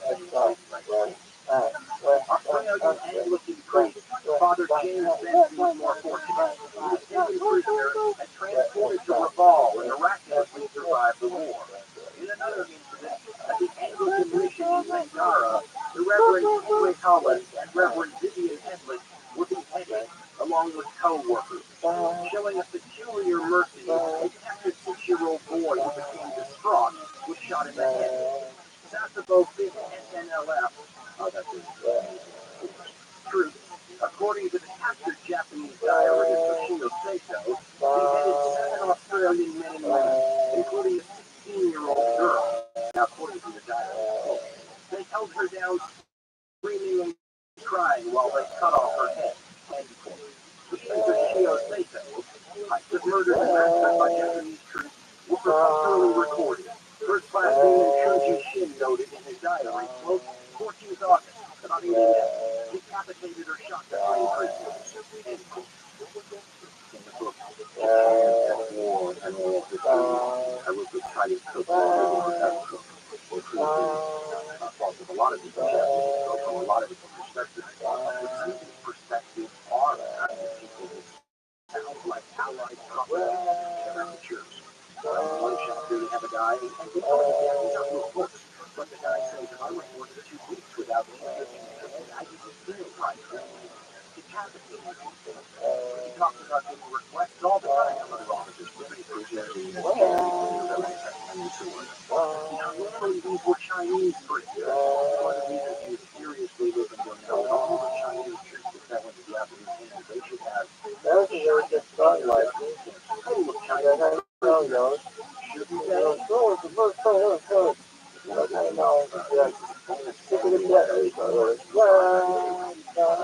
about he talks about a couple of right during this up in Dakota, and then he had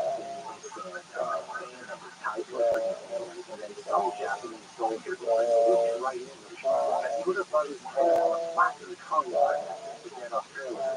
He took a long time to die, and they were found by Australian troops. They can't only imagine what that does to those soldiers. Australian soldiers, Bill Crook, in Touch Fire, and they even sit down, like, they're not really hated for it as much as, well, he said, oh, I don't know that we were indoctrinated with a hate for the Japs. We knew what they had done in Nanking. We knew that they had machine gunned our nurses on Vega Island. We knew that they bayoneted Australian prisoners after they captured Rabbi. We knew they bayoneted hospital inmates and they were advanced down the Malayan Peninsula. But we did not develop a hatred. We didn't kill every fact and soul from the moment we came against them. We knew their Bushido Bonsai code was to take no prisoners in battle and never surrender. So we killed them. We talked about these same kind of Japanese atrocious behavior in Singapore, Malaya, and that's where it came from. He quoted Japanese officers who would often make an excuse about a bunch of soldiers who were not in one combat who lost their lives. They were understandable to get out of control. Maybe a little institutional laxity, but I understand that the bullies would be always have an excuse. The Australians would capture Japanese rarely, but they will. And there's an affidavit of Warcraft trial now, which are very much more sketchy because typically in Europe otherwise. But this is cataloged in the Russell of Liverpool, the Knights of Bushido. They quote an Australian officer who went on the same jurisdiction and also found Australian troops who had been mutilated and tortured by the Japanese. Not the same Australian that Morris was talking about, but other ones. And not only did they bluntly capture a Japanese soldier before he spoke English, so they asked him about what's going on here, right? I mean, here's how the affidavit describes it. Captain Kendall, this quote is I think some of what his name pronunciation is correct. On the track leading from Wagga Wagga to Lilliput, I saw the body of another Australian soldier with his hands tied behind his back, lying face downward. He was tied with a string. He had a wound on his leg with a field dressing on it, and he had the top of his head cut right off. The top portion of the skull was lying forward, as if it had been cut through with a heavy knife or sword, and had been chopped from the rear. He also had lacerations crisscrossing his back and shoulders. They appeared to be knife or sword wounds, and it cut right through the shirt into his flesh. 2 days later, a Japanese soldier was not the Oma. He spoke English, and I showed him the bodies of the 2 Australian soldiers whom I previously mentioned. He told me that he was attached to the landing party, and that the ill treatment and torturing of Australian troops was done by the order of their officers, so that the Japanese soldiers would fight and not surrender. The same things would be done to them.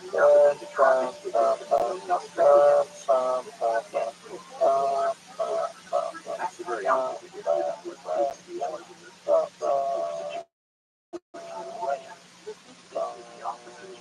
the soldiers essentially participated in atrocities as a way to even about surrendering their lives. Most of the movement right is basically fanatical about their devotion here, and they know what the society expects of them. They don't want to come back home and put shame on their family. They're going to do their people are thinking it's like surrender. It's an easy way out without being forced to do what they are. What do you think those Australians are?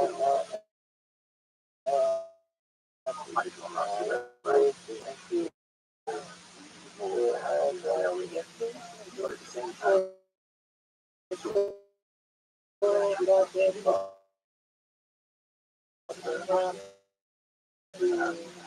we are so fucking Japanese into this situation. And I would say that he is born in Japan at the time period when he was old enough to be in the service at this time.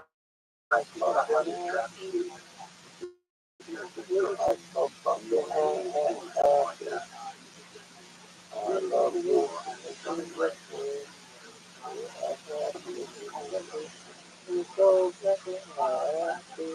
wrath of the cause.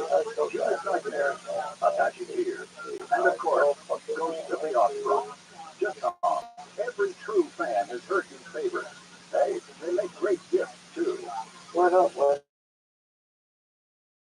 If you think the show you the shirt worth $1, and then would love to have it. How about the show? Yeah. Go to carlos.com for information on how to donate to the show. No, dog. Fire. Historian Eric Berger writes, quote, U.S. Marines and Australian infantry developed an odd affinity. They never fought on the same battlefield, but a mutual aid division was sent to recuperate in Australia after Guadalcanal, and later set up training camp there. Marines and Aussies frequently crossed paths, with a brawl or two punctuating the mutual admiration society. Marine Donald Fall expresses a common sentiment. Now quoting Fall, quote, I fought with the first on television. I'm not bragging, but I was bad to fight as well as the Corps. It was Aussie. If it was up to 7 million people around this time period, the United States put away 131 million somewhere in there. And yet, it will come to them as this moment going on, which may combat the Japanese on the Dakota Trail. And it is a potential fall, especially for an American, to start saying we should be more famous Australian military history moment. The landing and fighting at Gallipoli in 1915 was the fighting on the Dakota Trail. We'll find out how that goes in part 5.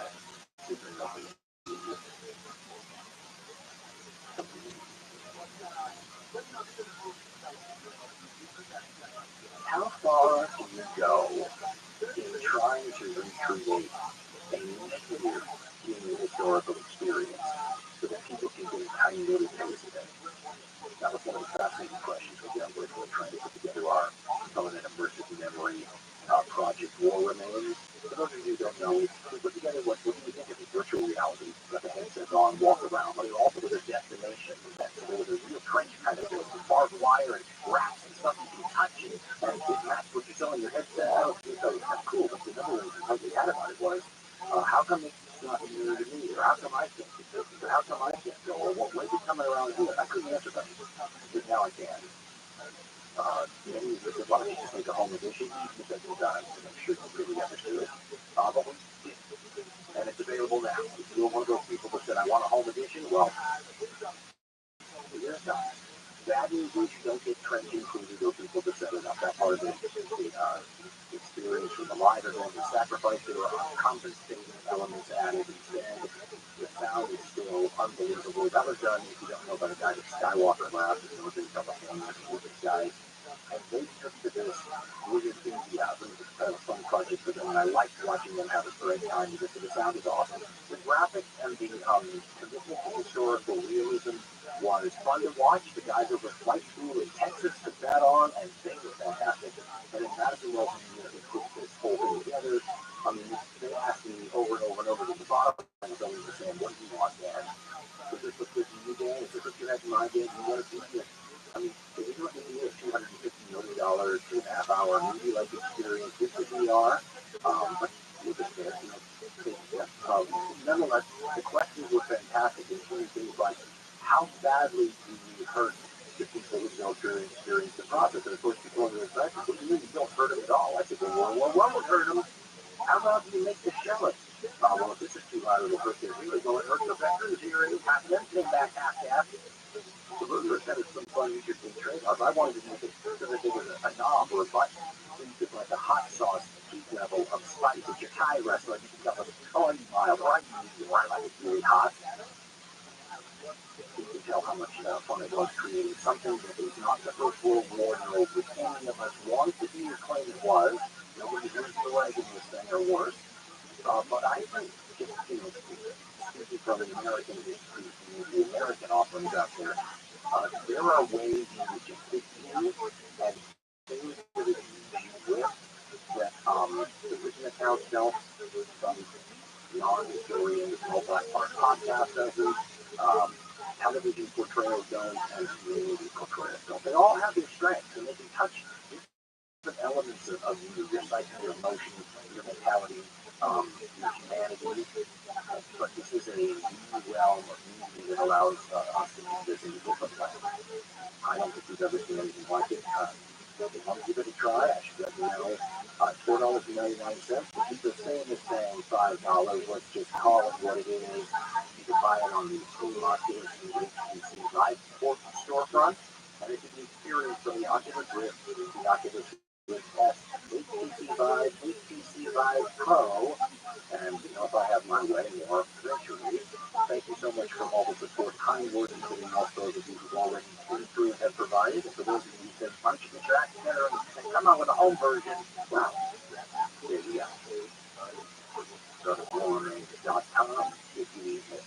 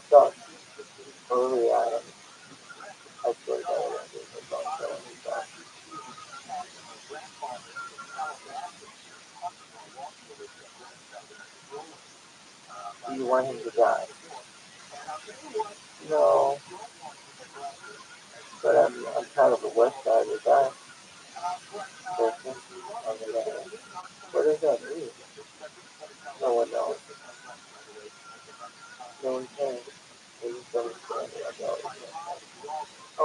it's amazing. It's yada, yada, yada, yada, okay, yada, yada, yada. Okay, yada, yada, yada.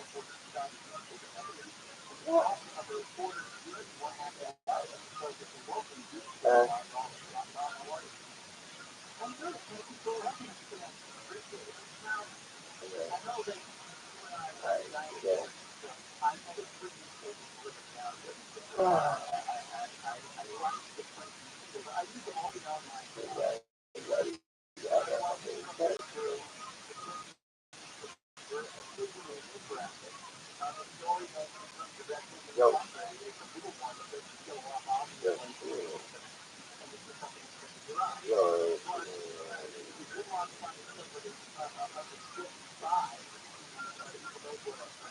good God, yo,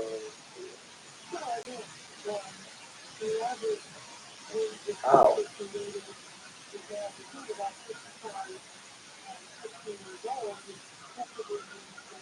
what's going on?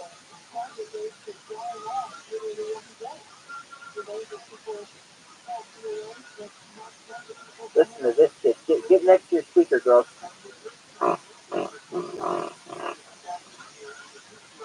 Nice. Food crap. Food crap. You guys are everything. Nice, no.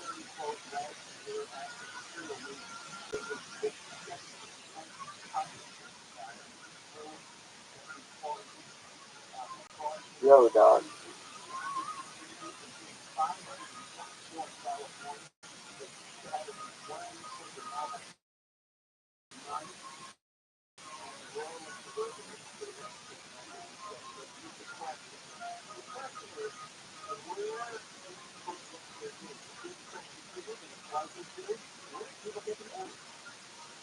Yo. Repost. Repost. I go. I'm gonna put my dick in you. I go. Motherfucking you. I go. I motherfucking you. Yeah, motherfucking you. I go. You are basically you. You are basically you. You are basically you. You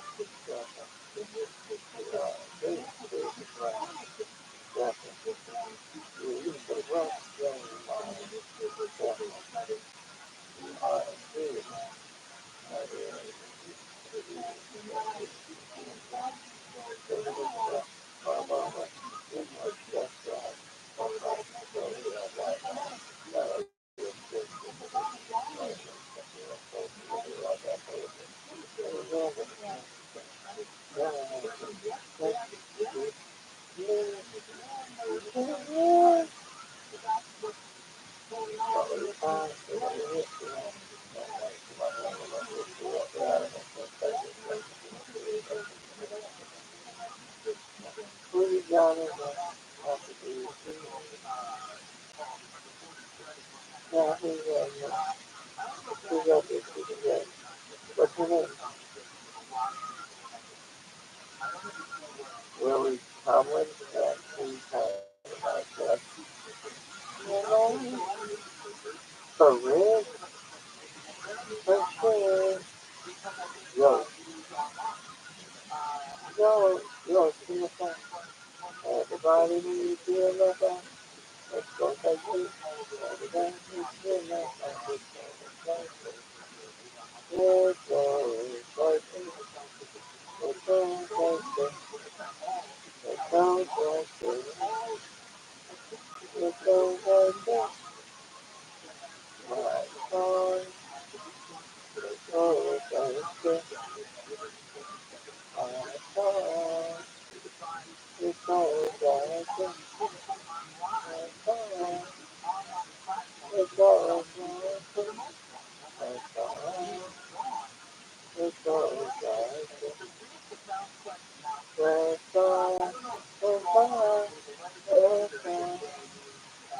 Let's go.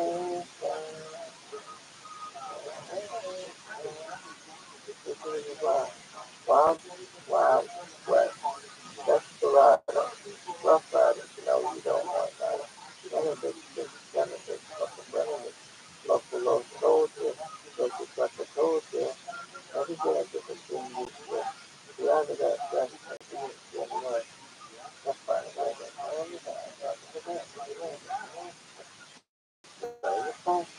don't once in my head, over my head, a lot of us inside the trying to get names right. So anyway, don't run into names.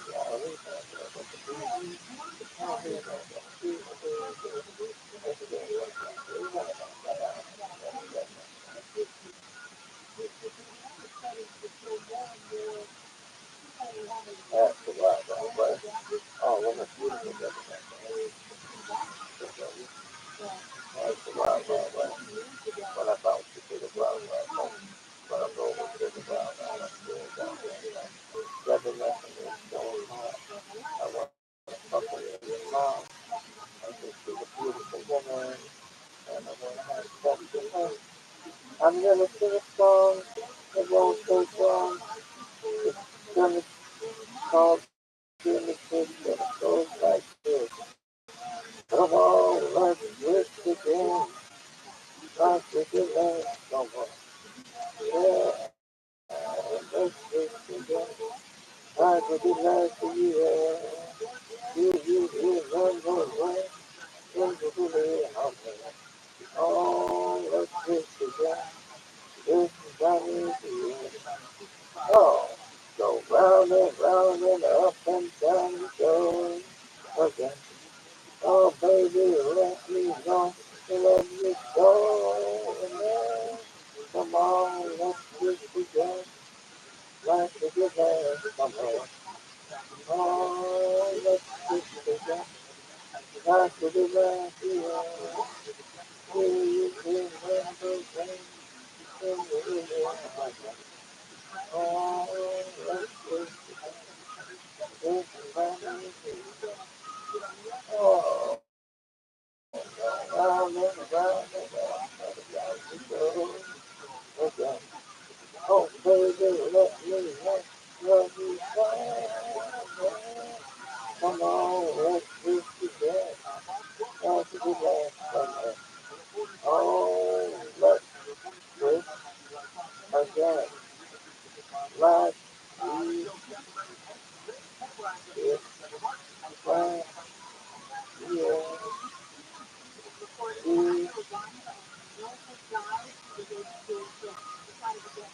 ran a look like this. Does anyone care? I'm just kidding, guys. Feeling paper moon. It's an interesting movie. How it's shot. I kind of like it. She won an Academy Award for that movie. It's called Paper Moon. So you can go fuck yourself. Put them on the pretty cute, that other super party. What's the name? I don't know what that is. Oh yeah, it was it. Everybody knows that is. That one is really doing herself. We just fucking around with that. Oh, baby, let me go. And then, yes, again. Remember when that motherfucker thought you were videotaping him? And everything you could video at him was, I was making a meal. I was making a meal. I'm sorry, I was making a meal. And he was like, huh? I was like, dog, calm down. Let me see your fucking thing. Yeah, especially eyes on that shit. And I especially on shit. Because that is a bad.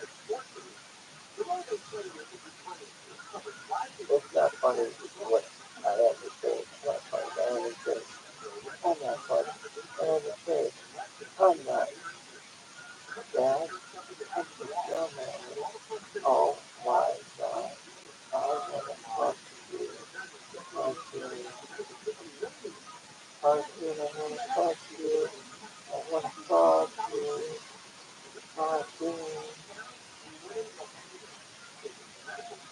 I want to live here. Yeah, I want to live here. And the place you want to hide. Yeah, I want to live here. The place you want to hide. Yeah, I want to live here.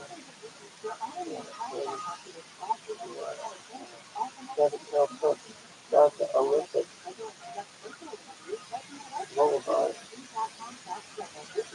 Shout out to the West Side. Shout out to the West Side. The West Side. Gangsta, gangsta, gangsta, gangsta. Read all about it. Look at all these friends I have. Look at all these friends. All these people are, oh man, you're so man. These times I think, everybody loves you. It's like, oh, hey, everybody. Everybody wanna be my friend in Africa.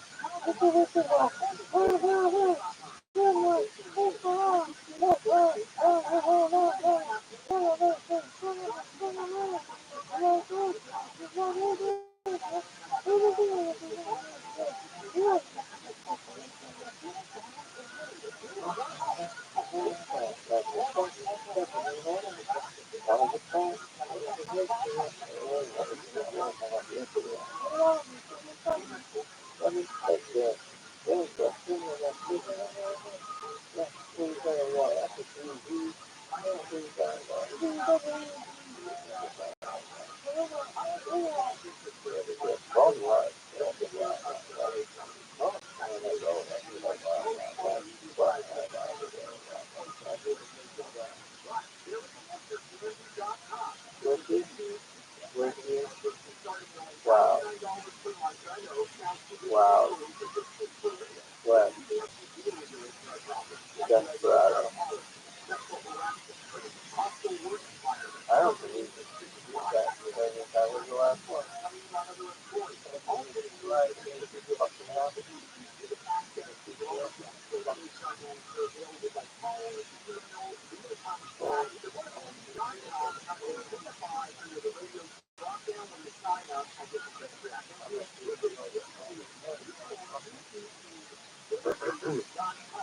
My good Rabbi always was on it.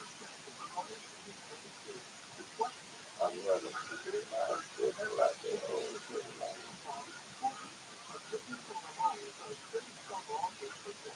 This is wow. Hey, you have fucking 40. Alright, it's not the fucking. Hey, boss, guess what? I got a couple of health. And you had a turtle. There's a turtle. There's a turtle. Was yeah, they told us that was in a net. Wow. Yeah, they told us that. And they was like, oh, I thought I was like, oh, dude, I will help you. And then we could maybe. Literally, commercial. Oh, yeah, I was thinking about that. You know, that commercial, like, we get this turtle out of this net. I'm nervous about it. Not all 40 people put it out. It's one of those things. Why? No one fucking knows. God. It's just Get over it.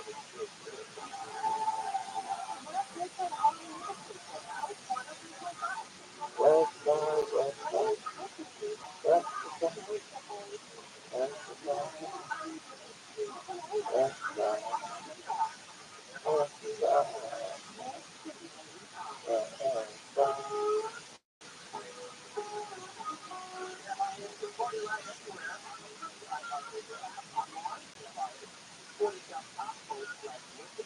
West side.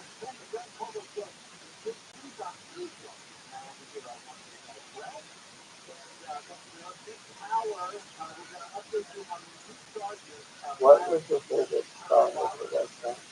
Isn't that like the West Side, West Side? Isn't that vocal a bit? It'll be interesting, so it'll be like, oh, okay, you talk about the other guy, and you're boring, and nobody cares about you, but guys are playing over to you. Shut the fuck up. And then it's gonna be like, oh yeah, dog, who's gonna get that spot? That is, my exposure. And obviously, I get everything. That's what used to do. Used to do. Used to know. Y'all see?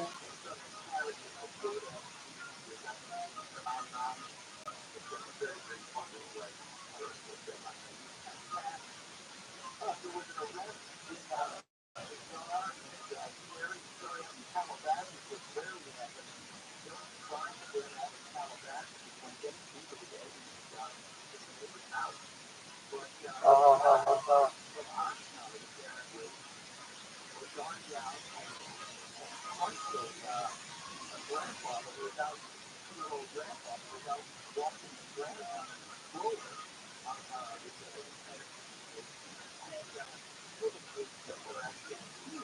Google. Google.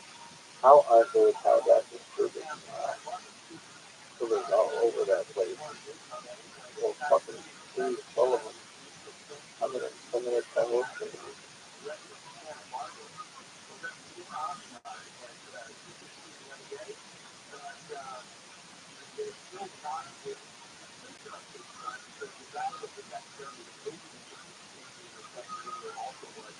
You consider yourself the greatest West Side guy motherfucker of all time? Come on, be honest. Yes, I do. That's tight. That's really, really tight.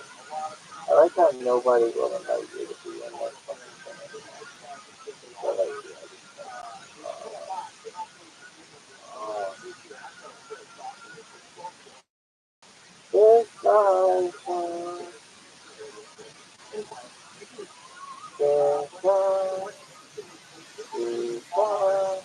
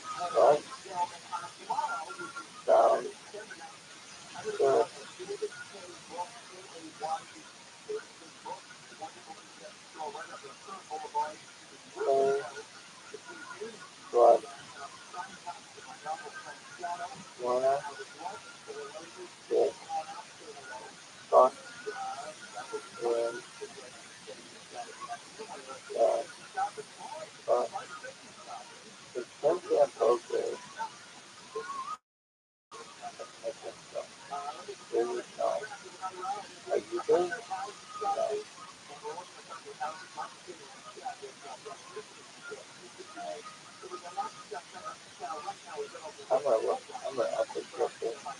Are you allowed to look this up? I don't think he's just. I think he's just like you are. He's single and about business. He's fine. Okay. More business than that.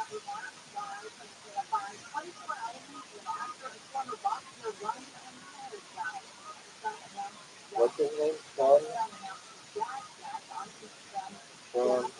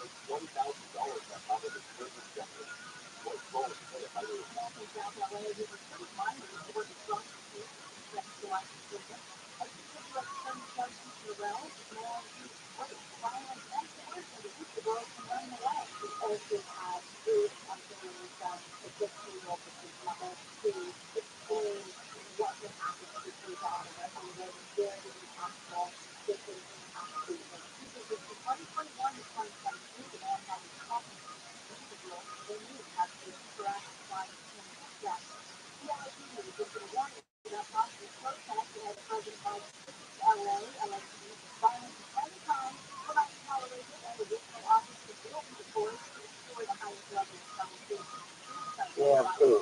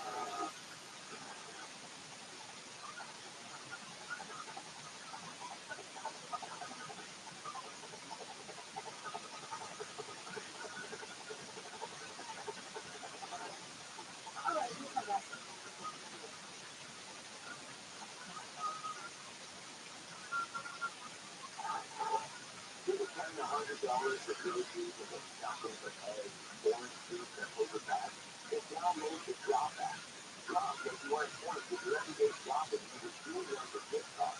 Want to be clear with those groceries? Drop it. How about the new latte? Drop it. The download drop today. You get $5 just for signing up. Using my code GetDrop777. That's in my code GetDrop777. Hey, these guys are fucking experience Christmas like never before. I know it's just a Christmas store for over 70 years. Now it's a night. Now this is cool. This is so fucking real. Guys, style is the best Christmas tree in the country. I can go to a free video on the online. And right now, save 40% off it. 40% off nearly everything else. No one does Christmas like Elvis Home. Find them on the holiday online or on the web at elvishome.com. That's where I'm going to go. I know you're going to do a bit more interest in hard work. I think it's coming home. You're going to get dressed. I said, no. Then I got so lightly. I couldn't. I got this annihilation. Well, I'm about 5 times more likely to have a stroke. I'm a sister. There's a heart racer, yesterday, and I'm a girl. But the rest of the stroke, they, it's drastic. How about it? It's a one-time sport.com. A lot of people are diplomatic with me. How did it come to that? It's so easy. Through the other podcast.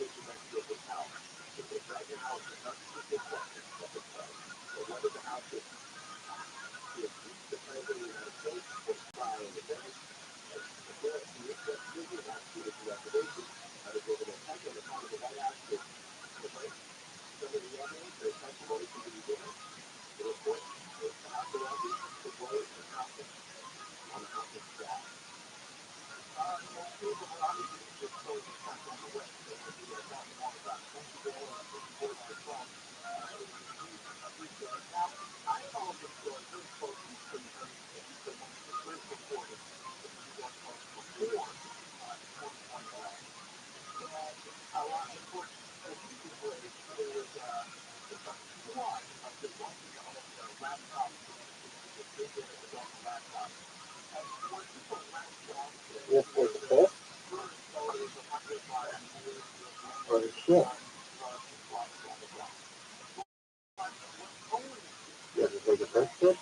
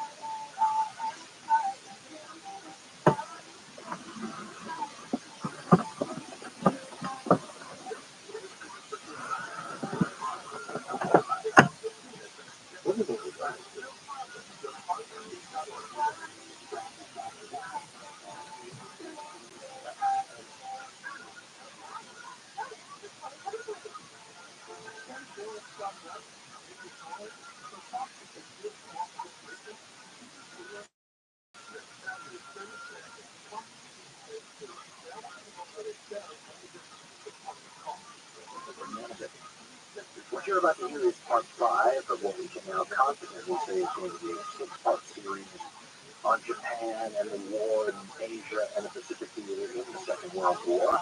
If you didn't catch the earlier editions of this, you might want to. If you don't mind, or if you already did, well, then without further ado, part 5 of Supernova in the East.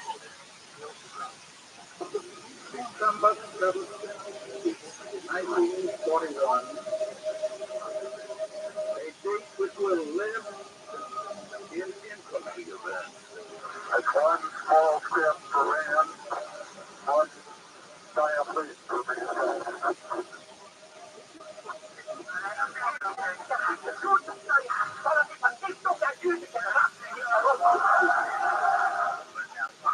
Not quite to the voice, but we're going. Humanity is from its time and place.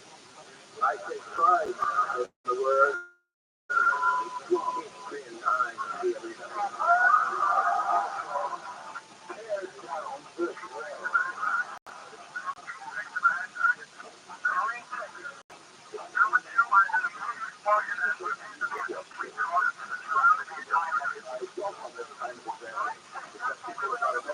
Whether or not they're president, well, I'm not sure. But we did speak in our history and our doctrine. And remember that we are not descended from our before men.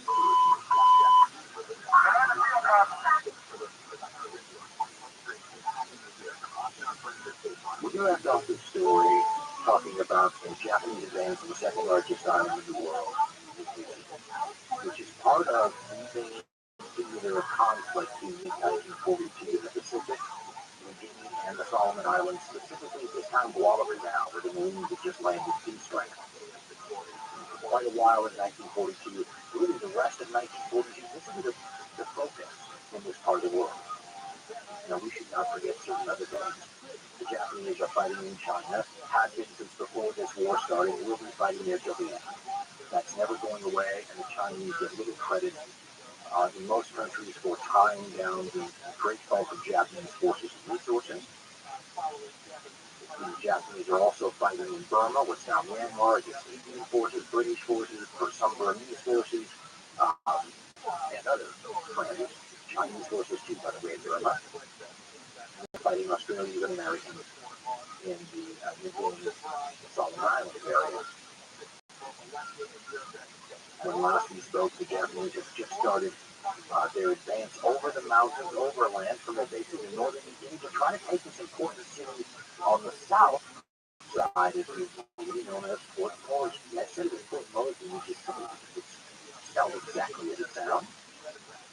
And as this advance begins, the Japanese begin doing what they've done all along, which is sort of baffling to most observers. They're committing atrocities, horrible atrocities. They love beheading for some reason.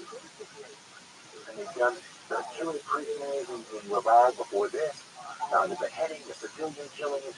And it's one of those things that sort of boggles the modern mind, because you can't help but ask the salient question: why? Why is this happening? How does this benefit anybody, right? This is counterproductive. Well, if you look at the entire war, this is a fascination on the parts of the world when the war was over. Not just the war crimes trials, but studies, experiments, surveys, all sorts of psychological evaluations and post-war examinations of human conduct and behavior and orders and obedience to other people's orders were something that was highly focused upon, because it is somewhat stunning. It seems a little bit easy to just say, well, you know, human beings could be terrible to each other. And it doesn't apply in some situations. For example, in Europe, the situation is much easier to boil down to leadership. I mean, the Nazi regime in Germany ordered these things. Don't have to get too complicated. We go look at the Obersalzberg speech, and Hitler was saying that the Nazis sort of told the horrors before the attack of the Soviet Union about having to sort of throw civilized norms aside. Comments like, you know, Genghis Khan could never do the same thing today, so it really doesn't matter. I mean, the end result is how you'll be judged, not how you got there. And the documents, if you read this stuff, and this doesn't apply, by the way, to how they treated the Jews in the Holocaust, because that had nothing to do with practicality, unless you want to say that, you know, it's revenge. If they said, well, if the Jews unleash another war on Europe, they'll be sorry. That's what's going on there. But a lot of this atrocious stuff was done with, or at least justified on practical grounds, right? I mean, take the way the Germans treated civilians in villages where partisan activity was nearby. If somebody took a shot at German soldiers, they'd line up civilians in the village and kill them. And of course, the goal wasn't to just be cruel, it was to try to deter them through terror. Something that is generally frowned upon. It's called collective punishment. And it's funny because everybody believes in collective punishment to one degree or another. If you've never been in the classroom and the teacher's got a couple people talking, you know, amongst the 30 students, it says that there's talking, there's will stop all 30 students have to stand for school. Well, how about the football coach who says, you know, anybody starts, you know, fooling around, everybody's going to have to run laps. I mean, that's a way to sort of get the group to enforce behavior, right? The idea is if the Germans line up a bunch of civilians in a village and kill them for every partisan activity, other villagers will go, stop this, we're the ones paying the price for this. So the idea may be completely flawed. In fact, evidence seems to show that in the Second World War, German atrocious attitude towards the civilian population to stop partisan activity actually leads to more partisan activity. Long been understood that the Germans were welcomed in some places as virtual liberators when they took over areas that had been occupied by the Red Army, and they turned those people against them by their cruelty. This is not a Second World War thing, of course, though. And in the First World War, go look at the rape of Belgium. It's based on a similar sort of thing, killing civilians in villages, giving efforts to deter partisans. What's going on in Asia is a different story and much harder to pin down. I mean, as far as I can tell, and I could be wrong about this, I can see like 3 levels of responsibility here. What's going on with Japanese soldiers and this cruelty being happening at the soldier level, which is an excuse that the Japanese sometimes use in the managing situation in China. It was sort of a, well, you know, boys will be boys kind of excuse. Yes, the soldiers did things that were out of control, but you know, you blame them. It was a very hard fight to take the city. They lost a lot of buddies. You know, sometimes people lose their minds a little bit. You know, there'll be a lack of institutional control, but this was not a deliberate effort to wipe people out. That would be the excuse. But the soldiers have been misbehaving since caveman time, so there's some validity to that, maybe. Of course, there's no excuse for the loss of institutional control, but we'll play with that as one of the possible levels that atrocities happen at. The actual ground level where the soldiers are, right?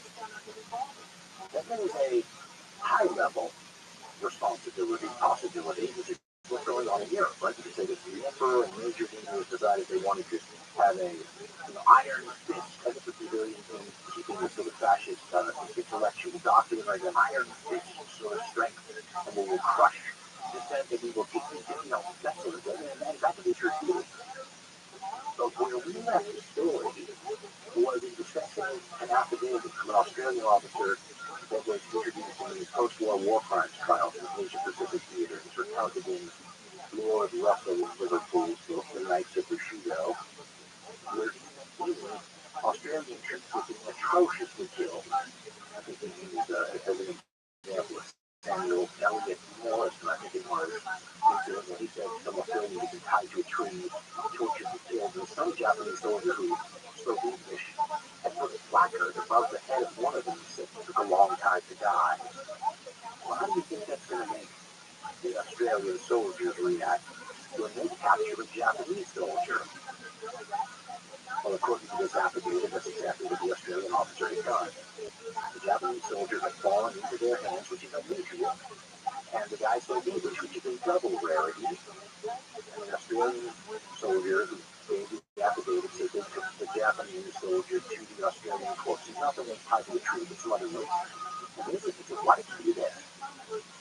His excuse was the officers ordered us to.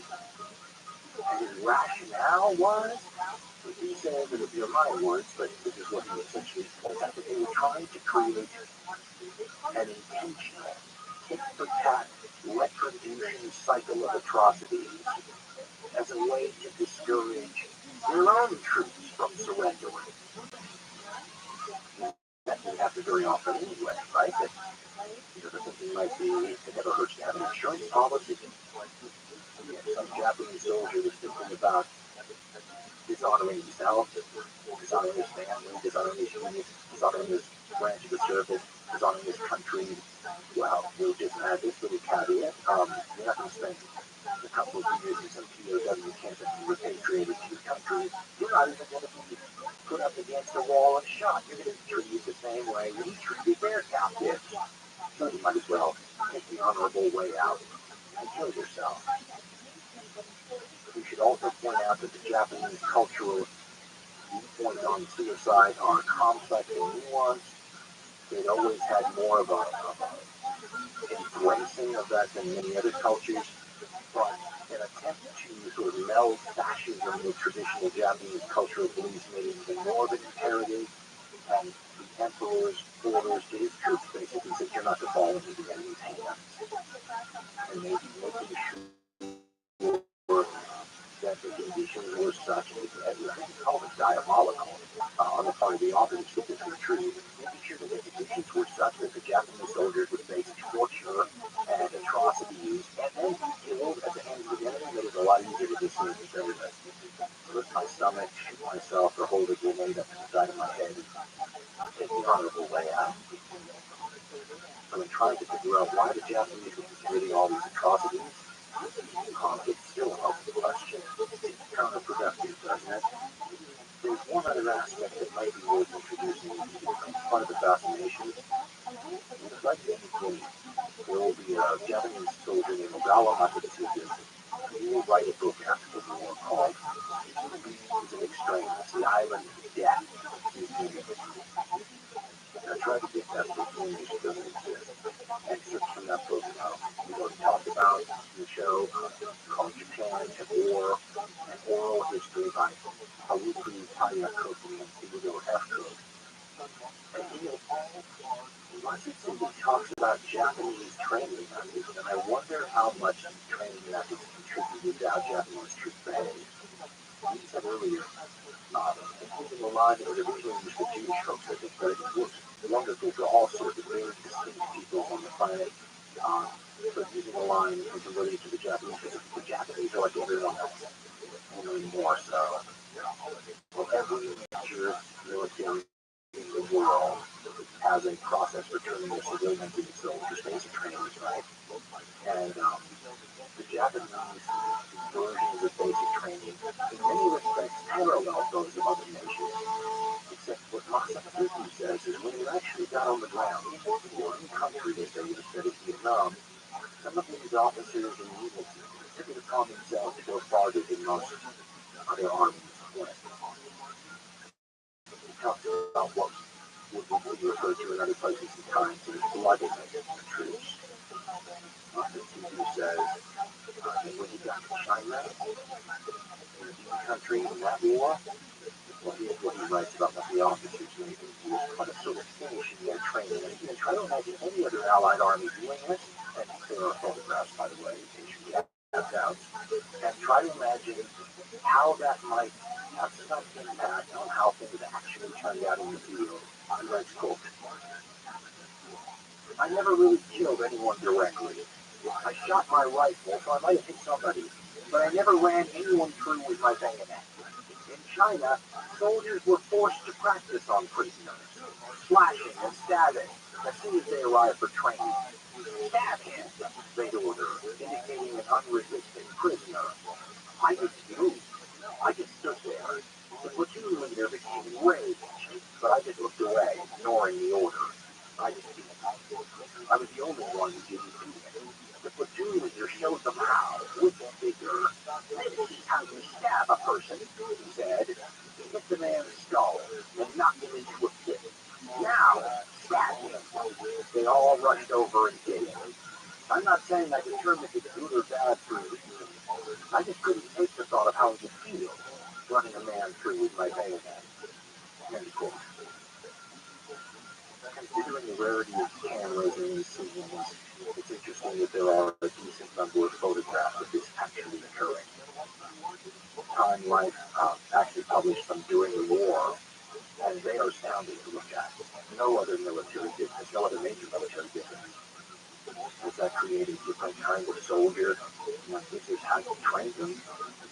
Even Japanese recruits showing up in veteran units will talk about using the exact words of how mean the veterans looked when they showed up. And these people who've been through a lot. I should also point out that James Jones, who was arriving on Guadalcanal, talked about seeing Marines who could find him from London. He used the exact same words, mean. So in 1942, the Japanese are starting to trek over the mountains, heading towards Fort Morsey and killing missionaries and their children and everything along the way, decapitating them, killing natives. This is all something that plays into the entire way that the Axis is viewed. It's just seen as somehow vicious and atrocity-oriented and cruel in a way that even other armies, and this army weren't generally well participated in combat, but this was on a whole different level. It created a level of hatred, and he said in the Pacific, where if you interview or talk to Pacific veterans, it would be very hard to get out of a few or two of them left. And actual combat troops would be much different than other troops. They're different in the now. They don't sound like yesterday troops. They don't sound like soldiers from North Africa. They hate the enemy. They hate them often, even to this day. Because of what they saw and what they did. The Japanese were cruel. Where that cruelty came from, it's hard to pin down. In the beginning, when they started coming over the mountain in 1942, there was very little to stop them. And that's part of the heroic tale of the Dakota Track, or the Dakota Trail, which is one of the great moments in Australia's military history. You should remember, there's only about 7 billion Australians in the world at this time. So when we use numbers to talk about the size of forces and everything, remember how small this population is that they're drawing troops from. And remember something more, as the Australians will point out left, right, and center. Their army isn't there. Can you imagine having the Japanese that close to something like California and having the army that would normally defend California on the other side of the world? They're a little undefended, don't you? The Australian troops, who are part of their regular military, are fantastic. They're making us the tip of the Allied spear in North Africa against Rommel. Some of the units are for places like Tobruk. They were spending time in Syria, becoming excellent in that theater, learning all the little tricks of the trade of fighting in the desert, which is a unique sort of an environment. So what happens when the Japanese start coming over the Dakota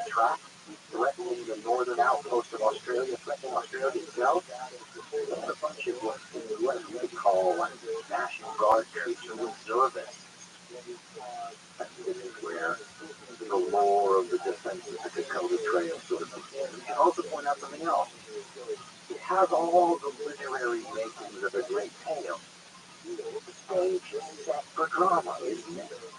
Anyone who's interested in military history knows that if you combine one part small area to defend, like, for example, a pass, with one part threat of national extinction, throw in a little pinch of outnumbered, outgunned, and overmatched, with a little dash of what the Aussies call mateship, which, military comradeship, and you have a recipe for national military immortality.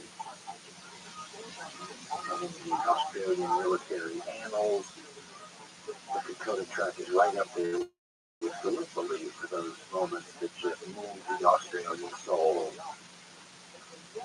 Reminds one a little bit of like Thermopylae in ancient Greece, right? The only difference is that Thermopylae was the Spartan king and 300 of his best guys.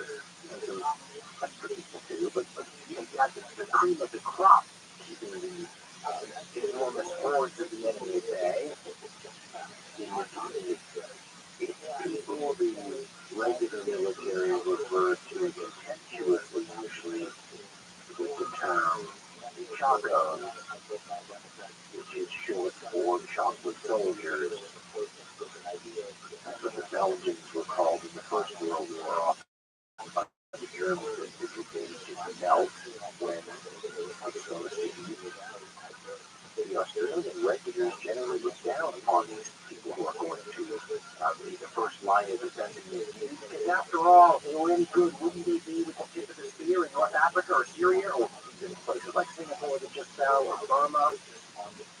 These guys are what's left, and they have to hold down the fort against Japanese veterans who have steamrolled everything in their path up to this point. Good luck with that. Like the British in Singapore, the Americans in the Philippines.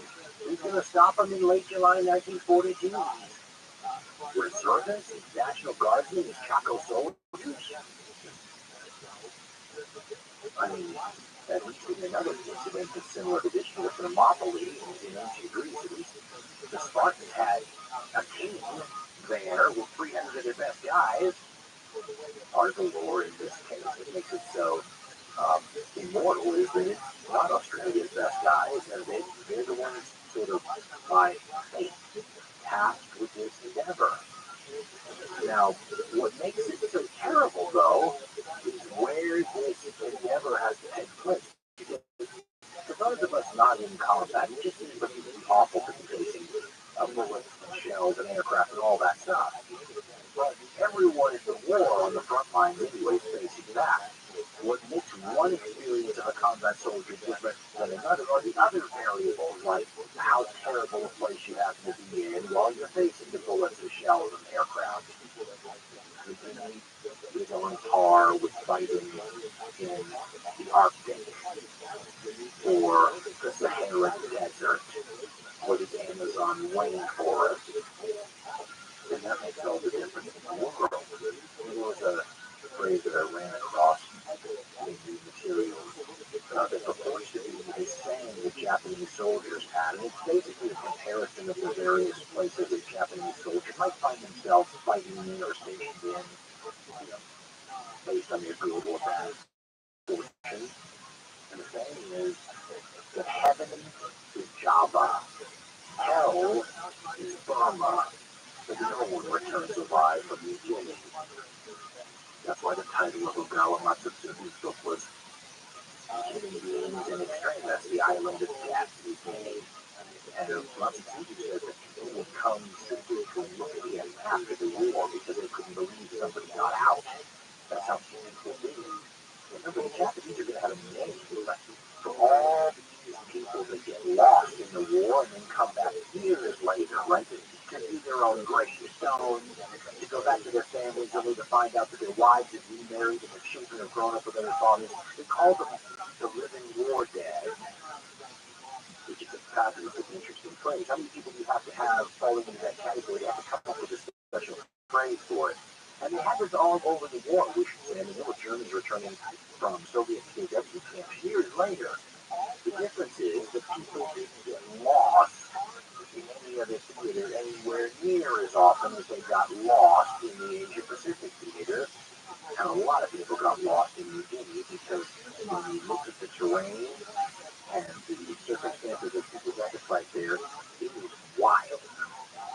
Mountains that are on par with the Alps, jungle that is as heavy as you will find anywhere, rainfall that sometimes tops the more than 300-inch mark. It is never dry in the city except on a few particularly dry spots. I think it's not particularly wondered if you could drown if marching in rain was that heavy.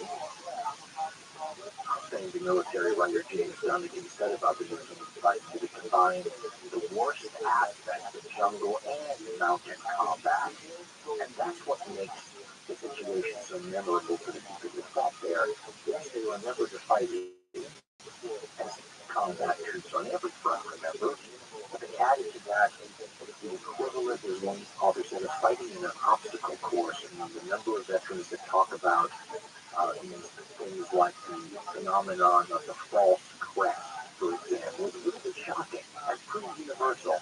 The false crest phenomenon relates to the fact that the soldiers who fought in New Guinea and Osmar White, who was a war correspondent there, said probably the effect of your geography is impartial, so it affects both sides equally. The climbing that these people had to do straight up and straight down, mountain after mountain after mountain, broke the spirits of so many of them. And there's stories of soldiers on both sides breaking down in tears and embracing each other when they finally get to the top of some of these mountains. And then to look over the horizon, which had been invisible to them before they got to the top, and seeing more mountains just the same as far as the eye could see. His book Kokoda, which is a pretty classic book. Author Peter Fitzsimmons tries to give a sense of what the terrain is like. And by the way, when he refers to what he calls the figures of the 39, he's talking about the 39th Infantry Battalion and the figures, I guess, the term for Australian soldiers in high school. The figures of the 39th struggling up and over these godforsaken mountains tried in vain to come to terms with their new surroundings. This was like no place they'd ever been before, or even heard of. For many of them, particularly those from the often long, low, featureless plains of western Victoria, it was beyond their imagination. The mountains and ranges continued to the far horizons, to all points of the compass, valleys, crevices, and creases sprayed out seemingly at random, many of them filled with thick mist, and most of them, the men knew, entirely uncharted by Europeans. Through it all, somehow, the track beneath the Dakota Trail, the bloody track, out and prodded its way roughly northward, sometimes drifting grimly to the side of a mountain above a raging torrent, sometimes going from rock to rock in that torrent for as long as a mile, sometimes glugging along beneath 4 feet of marsh, and often going up a slope which was just a few degrees off vertical to an absolute height at the top of the ranges of over 7,000 feet. Then, he writes, it wasn't just a gut-wrenching agony of reaching the top only to find that a dozen more hills exactly like it lay between them and sundown. It was the bone-jarring agony of the equally steep descent, torturing knees that had never been subjected to such punishment, and all the while risking falls that could maim a man for life. At the suggestion of some Australian listeners, I picked up Osmar White's book, Green Armor. And White was a war correspondent who essentially went with the troops and kept journals. And so it's a little like being with a travel correspondent, and as White finds something unusual, he discovers with him. And he talks about the primeval nature of the jungle in this area, and how it is a little like Jurassic Park in the sense that he said at one point that 10,000 bombers could drop their load in one of these valleys he was talking about, and it wouldn't leave a scar. If you sit still for a few hours, you get the feeling that you would start turning into a human chia pet, start going all green and growing. In country like this, the help of the native people is vital. are fascinating. The more I researched them, the more I started. Look at this, right here, right here. I want everybody to focus on it, and I want everybody to understand that and the diversity is impossible to describe because there's you cannot earn the title of Rabbi. You're born with it. we speak 700,000 different languages. That's a giant chunk, by the way, of the entire globe. Language diversity comes from the beginning, and the differences between one tribe of people and another tribe of people right next door could be stark. To try to broad brush anything is a fool variant. The people in Port Moresby, for example, who are in regular contact with Australia, very different than people miles into the interior, which is a little like going into a time machine. If you get off this trip, if you start running into people that have little to no contact with the outside world. In fact, if you wanted to try to find some of the last remaining groups of human beings who have not been contacted by the outside world, you should have New Guinea on your short list. You should have some islands off the coast of India. That's always been a fruitful place to find some uncontacted tribes. The Amazon rainforest always has that possibly been hiding there. And New Guinea, even today, has tribes that, if not uncontacted, very little contact with the outside world. That is both fascinating and somewhat scary. It makes the Allied and Japanese armies look a little like one part, John Wayne in a war film combined with one part his helmet wearing great white explorer, kind of. One of the things to consider also is just like on Guadalcanal, there are few to no good maps. So the armies fighting here are flying blind, which is just one more reason you need the natives. And the indigenous peoples have always been important when outside powers are fighting their territory. We're going to use the example of Apache scouts because that's one of my favorites. I mean, you want to go fight Apaches in the Dragoon Mountains, you better have Apache scouts. You're not going to find any. You want to go to Afghanistan and start going after tribes in there, better have some friendly tribesmen to help you. And then you do one aspect that really gave the Allies an advantage over time in this regard was they had more friendly indigenous people on their side than the Japanese did, and they made a real effort to cultivate them. And they had to, because remember, the indigenous people of New Guinea are basically colonial subjects. I mean, there's a natural tendency to sometimes have a sense of resentment against the colonial occupiers, but from the Japanese, for similar reasons to how the Germans would turn people in Eastern Europe that they had liberated against them when they could have had them on their side, the Japanese did quite a bit of that to the indigenous people of New Guinea. And they would pay for that by not having their help. And their help is such that the Australians will coin a term for the people there. Sounds a little bit politically incorrect today, but anyone who knows the story knows how much love and respect is spoken with. The Australians called the indigenous people that helped them the Fuzzy Wuzzy people. Many East Australian soldiers and a bunch of Americans too owe their lives to locals. We just spent all this time talking about the insane terrain, how wet it is, how crazy this footpath trod over millennia by the natives, how crazy it was for both Western troops and Japanese troops to try to negotiate these things. How on earth do you get the supplies, the massive amount of supplies that troops need to fight to them? It's not, there's no bulldozers making roads.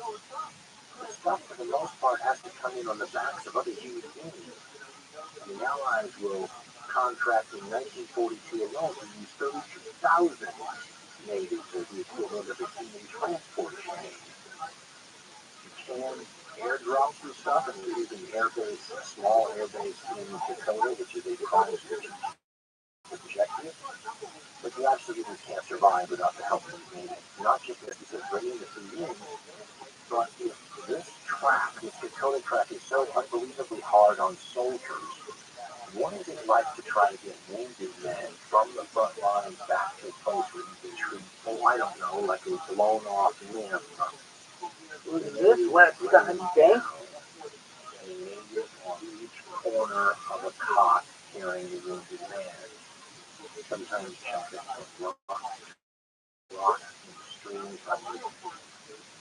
This is a story of human endurance, and you can see why the Australians just sit there in awe of what was achieved here. The conditions were heartbreaking and trying beyond belief.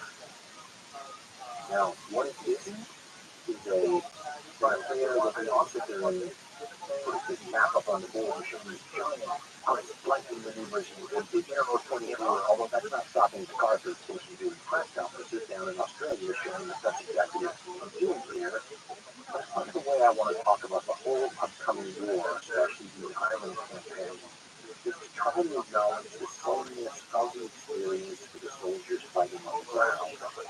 For them, there's not that much difference, because the war itself has nothing to do with generals for them, and colonels, and majors, and captains. There's one Australian veteran pointed out, Dakota was a straight-up corporal of the war.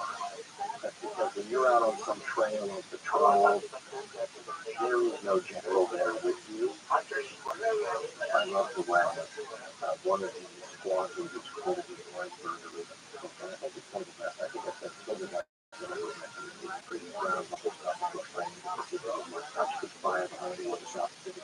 This was the U.S. squad leader explaining sort of the difference between what it's like, at these higher levels where the 17 to 25 human beings it takes to support every combat man at the front line, what it's like for them at a war level, and what it's like for the guy who's the squad leader and the people who are in the squad. Frederick quotes the American squad leader, but this is exactly how much the Australians do, as saying, quote, the squad leader, a corporal or sergeant, is a man he sees to be assault orders are executed. Reams and reams of paper are used to write orders from the highest authority down, telling everyone what to do and how to do it. They have predictable phrases: take and occupy, assault and capture, operations orders, annexes to the operations orders, etc. The squad leader never sees the reams of paper consisting of brilliant orders written by officers who've attended every war college in the world. The annexes to the orders cover everything from battery voltage and handheld radios to the rolls of toilet paper that will be available. These orders and annexes are sent to the war colleges, the archives, and the big file in the sky. But the snuffy squad leader doesn't care a tinker's damn about them. When push comes to pull, he says, the lieutenant or platoon leader tells his squad leaders, when I give you the word, first squad, move out in that direction. Second squad, keep contact with first squad's right flank and move out. Third squad will be in reserve for now. Got any questions? Everyone is thinking to themselves, he says, yeah, can I go home now? So the lieutenant says, move out. The squad leader tells his 12 or so men, so-and-so, Joe, move out. Number 2 is John, and so on. An enemy machine gunner is pounding like hell at you. One of your snuffies says, Jesus Christ, Sarge, you're going to kill every one of us. You yell back, that's right, move out and get killed, or I'll have to kill you. And so it goes. All of those a-holes, he says, or most of them, who wrote all of those brilliant operations orders were never squad leaders. End quote. The way the war appears depends on the zoom level you look at it. And you can look at it from any zoom level you want. That is the ground level, squad level zoom level, the people actually fighting. But you can zoom in and out to any degree you want. I mean, I can pick up a book I hardly ever have on my own, the Encyclopedia of Military History with Trevor Backley writing it. And you can get the satellite level zoom out and just explain the campaign sort of in a very quick and general fashion, but you don't get any sense of what they want to keep on the ground. But maybe an overview is worth it to show what happened. Like we said, the Australians are fighting with the Chacos, these people who are like reservists who have to kind of hold back the Japanese long enough for Australian troops to have been, some of them have been withdrawn from the Mediterranean, brought back to Australia for a quick refit, and they're going to be sent to help. And here's the way this initial part of the campaign. It doesn't sound very dramatic, it doesn't, so the encyclopedia after all. July 21st to September 13th, 1942. Advance on Fort Moresby.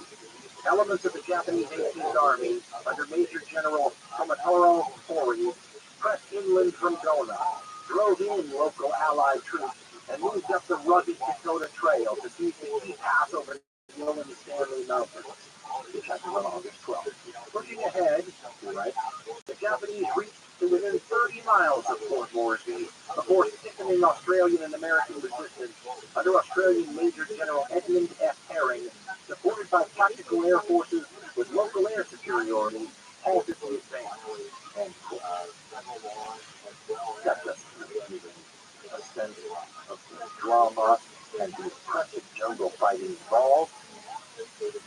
I've always found that for that, you need to turn to either the soldiers on the ground who are doing the fighting in their accounts, or the stories of the war correspondents who were often the parties who wrote those accounts down. For example, Australian war correspondent George H. Johnston was there on the ground. His dispatches were eventually cataloged in a book called The Toughest Fighting in the World. And he, at the time, writing contemporary terms as he's finding stuff out with the troops, starts to read survivors from this conflict up on the Dakota Track in the Owen Stanley Mountains come shuffling down from the jungle. He says, quote, our wounded are beginning to come back from the Owen Stanleys. Thin, bearded, gaunt men with hollow cheeks and the marks of strain and pain around their eyes. Their uniforms are ripped and covered with dried mud. Their slouch hats are pulpy and shapeless.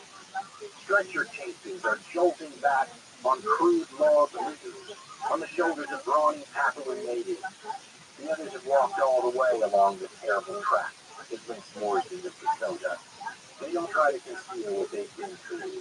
It's only by realizing the difficulties our troops are facing that we shall be able to overcome them. Now, quoting one of the troops, quote, up there we've been fighting on the worst battleground in the world, one man said. Before I was hit, I spent 46 hours without shutting an eye. There are mists creeping over the trees all day, and sometimes you can't see your hand in front of your face under the cover of the jungle. Most of our chaps haven't seen a Jap. You don't even see the Jap who gets you. That's fighting the invisible man. Those Japs are tough, hard fighters, and their camouflage is perfect. They can move through scrub or tall grass without making a sound, and without showing a sign, except, if your eyes are good, an occasional stirring into vegetation. My unit made 2 attacks on Japanese positions. We got to within 15 feet of them, but we still couldn't see them. When they were attacking, we could hear a voice shouting from some distance back. We soon learned that trick. The voice always comes from a long way back. But the real danger is the Japs force right up close to you. The Japs have amazing patience. They will lie on the ground or stand in a creek up to their necks in water all day without moving, just waiting to catch you off guard. They use the old trick of calling out false orders, and sometimes they begin jabbering at you from only a few yards away. If you stood up to cover them with your rifle, a sniper would take a crack at you from a different direction. At the moment, they're all over us, but they've got 5 times the number of men we have. Difficult. The false orders thing is wild. A lot of the Japanese troops have a person or two in the unit who spoke English, and they would yell out orders to see if they could get some of the enemy, usually absolutely exhausted and tired and on the edge of their, nerves, to see if they could get them to stand up or start moving and then open fire on them. It's vicious. That kind of fighting. The Australians run into the same trick the Japanese wounded that other Allied troops have run into. A story I recall has a Japanese wounded soldier calling out for help. An Australian officer goes over to try to help him, and the Japanese soldier throws a grenade at him from close range. Once again, that poisons the well for any other Japanese who might legitimately want to surrender and get medical treatment or anything like that. And the Australians start doing what the British and the Americans have already begun doing in their theaters, not taking any chances. I'm the real soldiers saying, we have never stopped watching Japanese dead. And then just run them through bayonets and shoot the corpses. It was a little like Academy vampires rise from the grave and just never knew what it was safe to consider, a corpse a corpse. For those who are scholars of the Dakota campaign, they know how many revisionist books over the years have been written about so many of the aspects of the fight. I mean, were they really outnumbered as bad as the old stories say and all that kind of stuff. And I just want to say that as an American, I find that somewhat distracting from the real situation here that makes it heroic. It's not being so outnumbered, it's literally what they went through. I mean, these accounts of these soldiers are dealing with. It's upsetting and horrifying in a way that, you just didn't run into, as I said many times already, in your theaters. And I should also, to be fair, as Osmar White said, my geography is impartial. This is happening to the Japanese theaters. They're going to get a lot more of this situation turns another way. There's a lot going on in this theater, as you said. On August 7th, there's going to be Marine landing about 850 miles to the what happened, right? Which one's being on Guadalcanal. We're going to talk a little bit about that. And then the Japanese will try to land at Milne Bay, another part of the same area of New Guinea, to capture an airfield, and the Australians will throw them back, becoming the biggest famous, although I've heard other people think it's not true, but I think it is, becoming the first of the Allied troops to sort of deny the Japanese something that they're trying to take in this war. The scale of the fighting reminds one of a very large Vietnam War campaign. So the Dakota fighting will have like 6,000, 7,000 Japanese troops against 2,000 or 3,000 Australians for a certain point. It seems like small potatoes compared to other fronts, but you can't have large potatoes on this front. You just cannot feed anybody. You want to put 4 or 5 divisions on these units, or you don't have the transport to do it, and they die after you drop them off there, right? So this is how you're going to take this area with about that many troops. And the Japanese are slowly but surely going to start to get pushed back over the mountains in the other direction, back down toward their bases on the north of the island. Part of the reason for this is because the Marines on Guadalcanal have made this entire theater something that the Japanese have to address. And sometimes when they're trying to reinforce Guadalcanal against the Marines, they can't reinforce New Guinea to the same degree. So they're starting to feed off of each other and put pressure off of each other. Also, the Milne Bay battle that we just discussed, well, that's when you start to see Americans on the ground fighting next to Australians and with them. This is not widely understood in the United States.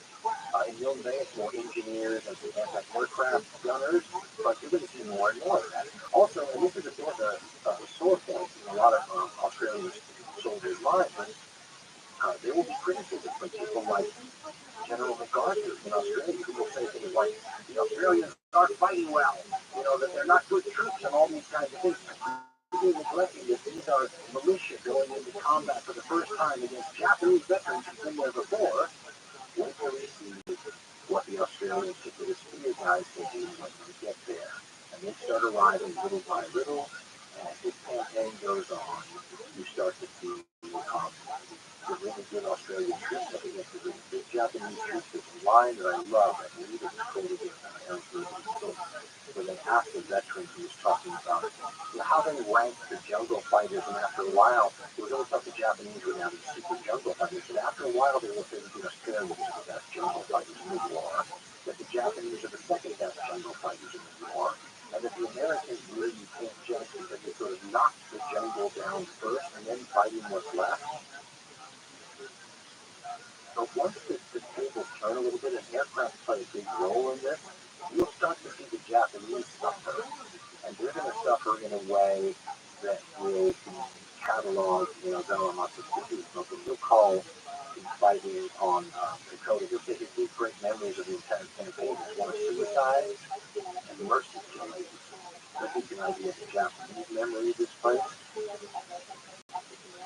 And as the fighting continues, the Japanese are not just fighting, the European allied troops, they're fighting the natives in the green armor. Osmar White has living blurb that just reminds you that these natives, they remind me a lot of the Polynesians, where a lot of the Polynesians are. the most friendliest, most open, the most welcoming, most hospitable kind of people you will ever want to be. But don't make them mad, right? When you make them mad, they can be just, well, here's what Osmar White talked about. He talked about one of the natives trying to the Australian trip. His name is Lick, and White says, quote, with him, meaning I was speaking the story, was a small, hot black native about 4 feet 9 inches tall named Lick, a cheerful-looking creature with a grin that spread right around his head. Paddles, the other person, said that Lick was being sent back in disgrace and told us about his offense. In a raid on Salamaua on July 1st, Lick begged to be allowed to carry ammunition for his boss. Eventually, permission was given. During the raid, he behaved with great steadiness and courage as number 2 to a Tommy gun. He killed 2 Japanese with a bush knife and disappeared. Our troops had withdrawn by 9 o'clock in the morning. Lick was missing at the rendezvous. Just before the last men moved off, he arrived in 13 Japanese heads. He then had the effrontery to ask for leave, so that he would take them back to his village in the hills and hang them on the pole of his clubhouse. When, in the course of his dressing down, it was pointed out to him that very little credit would devolve on him for cutting off the heads of men killed by other warriors, he replied simply, "But they were not dead, boss. They were only wounded." End quote. So Lick had gone out and killed them with cut off their heads. There were stories of maybe 20 Japanese heads so badly that they actually knives sometimes would carry them to a tree with a fork in the trunk, wedged their neck into the fork and spin the body around it so the head popped off. Old Japanese patrols would go missing, only be found later as rotting skeletons with the jungle vegetation growing all through them.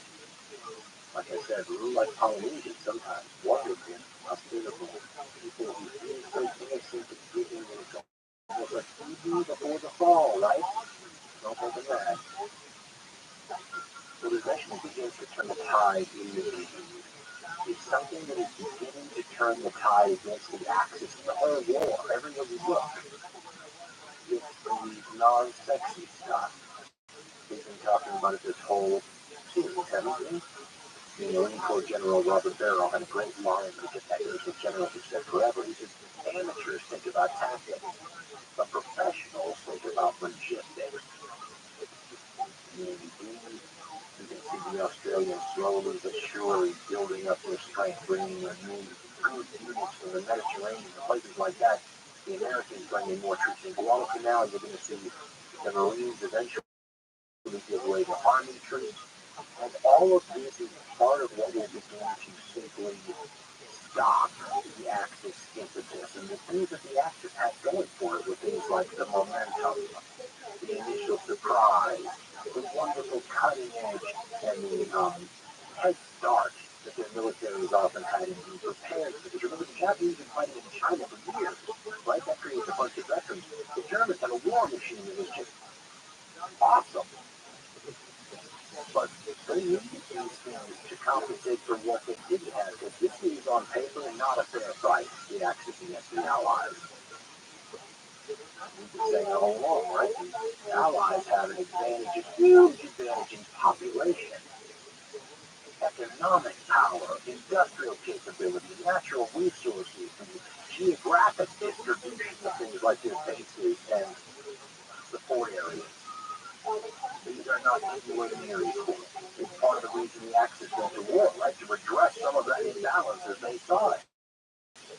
But in a war of attrition, Jerry Bergman specifically is going to do this.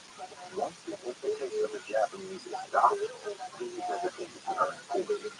And the Japanese begin to start the process of seeing what's being ground down. The Germans are getting the same experience with their Axis partners in Europe. As everyone who studied the European War knows, that they already failed to take Moscow at the 1941-42 winter, and a lot of people people look at that as the loss of their impetus.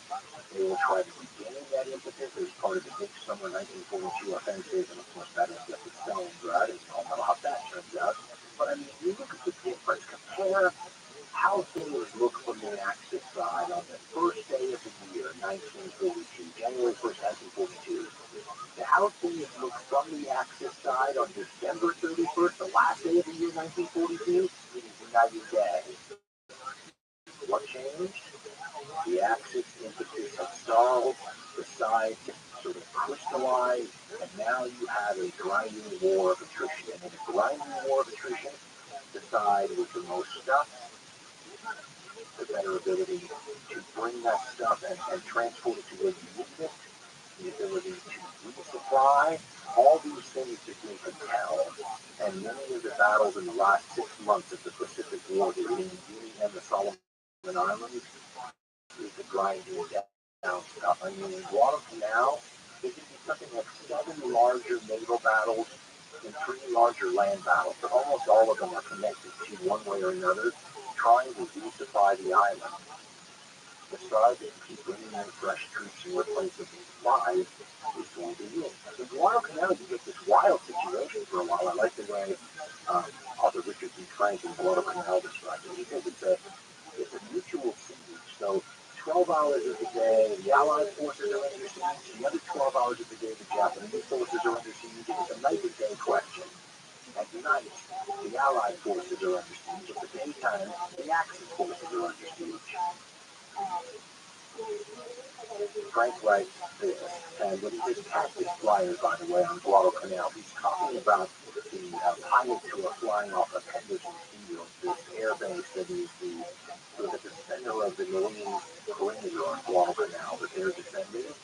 He writes, quote, because of the efforts of the tactics flyers and the lack of efforts by American admirals, a serious tactical situation arose in the waters around Guadalcanal. A change of sea command every 12 hours, creating a sort of mutual siege. By day, American ships plied the channel between Tulagi and Guadalcanal, and transports arrived to unload, keeping a wary eye cocked for Japanese aircraft.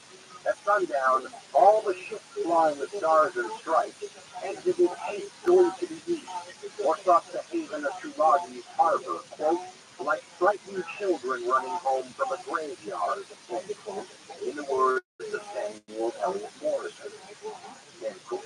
We're now going to talk about Iron Bottom Sound for a minute. A couple of ships. Iron Bottom Sound was the name given to an area where so many ships had something that had an iron bottom around these islands. You could quote.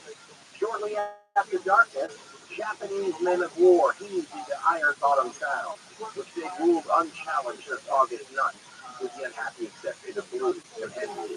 There they would favor their countrymen with rice, bullets, and soldiers, and the Americans with a bombardment. These operations achieved the regularity of a crack railroad run, and disgusted Marines labeled them the Cactus Express, soon better known as the Tokyo Express. In other words, both sides are trying to keep their troops resupplied and reinforced.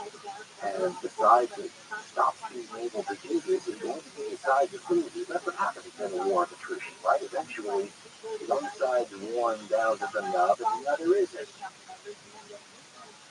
And similar, our description of this war is probably going to deviate from a lot of people, especially from TV or things from documentaries, because wars of attrition tend not to be all that interesting from the tactical and strategic standpoint. There's a workman-like way about them.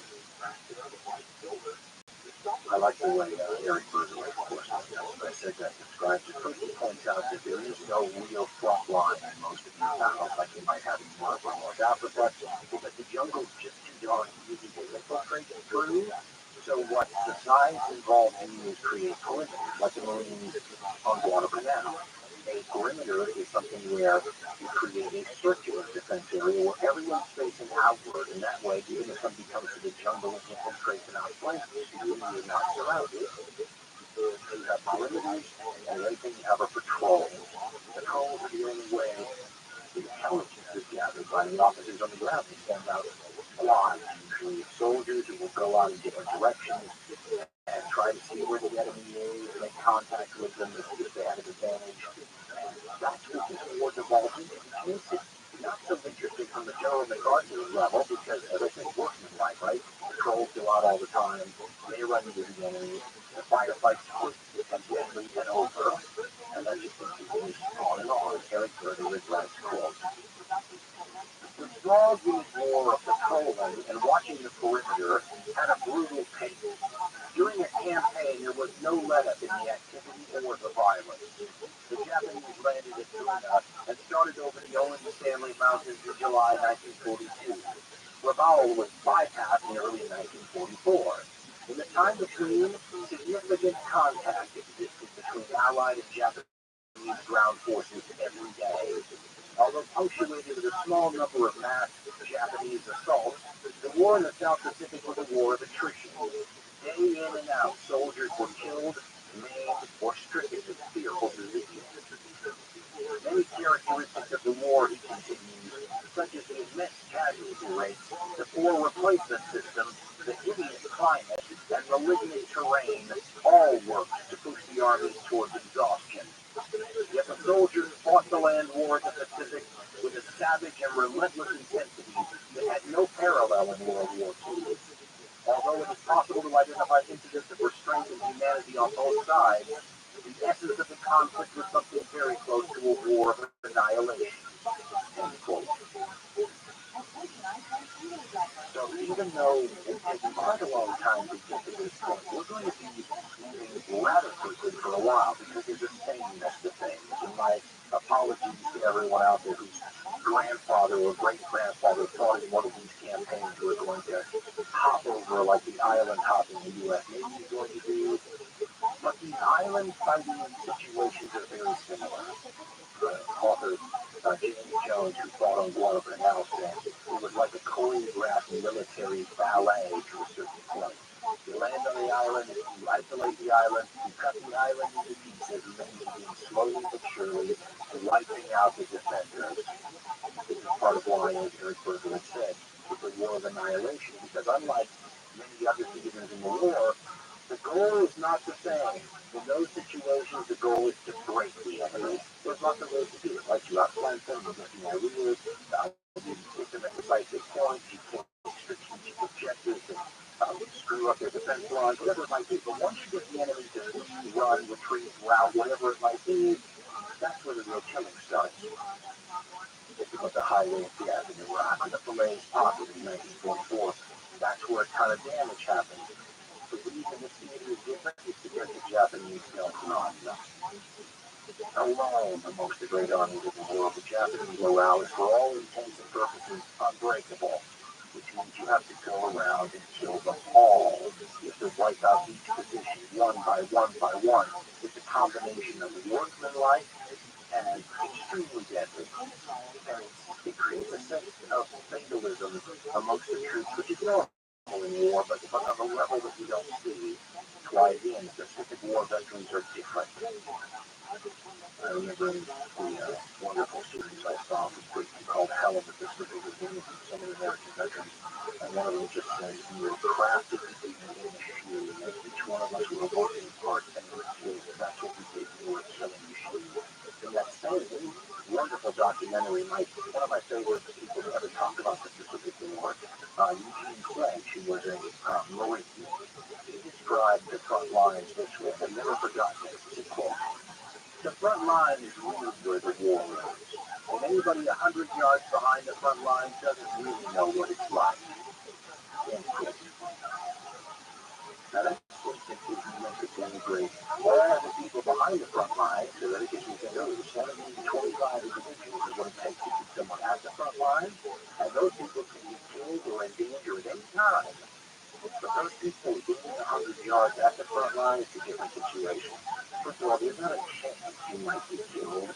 According to James Jones in his book, A Chronicle of Soldiering, and something he called the evolution of a soldier, it is part of the evolution of a frontline soldier is coming to the conclusion not that you might die, but that you will die.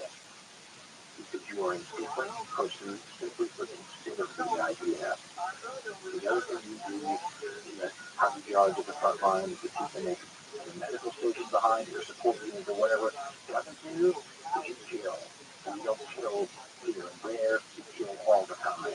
And that will change you too. I find it much more interesting to focus on the soldiers and the leapfrogging and the maps and the arrows in this case, because all these campaigns share similarity, and they all really revolve around finding the best way to marshal your forces at decisive points. And the way to get the killing machine, as that American veteran said, in place so that they can begin killing. The other thing that's important to point out is that the war looks very different when we read the actual accounts of the Pacific War veterans, especially if they're not clouded with all sorts of nostalgia. If you find the stuff that happened at the time, you find very little patriotism and all the things that glorify, especially the Second World War, which is often referred to as the Good War. You find a sort of deadly earnestness that is both sobering and invigorating. A scholar or a student who is just really interested in human behavior is a wonderful sort of test case for extreme kinds of things that you just don't encounter anywhere else. Jones writes in the Chronicle of Soldiers, quote, "Such are we humans, such is our nature, that we can look back on moments where we very nearly died and remember them with nostalgia and pleasure. The truth is, 35 years, which is how long it has been since the war was about this, 35 years has glossed it all over and given World War II a polish and glow that it did not have at the time. The process of history always makes me think of the way Navajos polish their turquoise. They put the raw chunks in a barrel, half filled with birdshot, and then turn the barrel, and keep turning it until the rough edges are all taken off and the nuggets come out smooth and shiny. Time, I think, does the same thing with history, and especially with wars."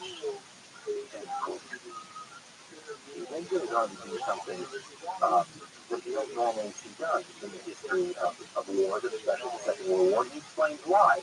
He goes on to make a distinction between the leaders and the soldiers. He talks about class differences. He doesn't mean it in a Marxist sense. He simply means it in the way Americans would say college boys and rural kids. I mean, the difference between the people who both write the history and who the history is really for. You know, the generals, the press, the media, the people back home who read this stuff, the people in the colleges. And he makes a distinction between the people on the ground that said you've been fighting a bunch of battles and we can see those battles later and not recognize the campaign you fought in at all. And by the way, doesn't this remind you of the Air Auxiliary Corps, the veterans? None of those people pushing papers were squad leaders. Well, James Jones says basically the same thing, right? Quote, "History is always written from the viewpoints of the leaders. And increasingly in our age, war leaders do not get shot at with any serious consistency. Leaders make momentous, world-encompassing, historical decisions. It is your average anonymous soldier or pilot or naval gunnery lady who has to carry them out on the ground, where there is often a vast difference between the grandiose logic and plans and what takes place on the terrain." And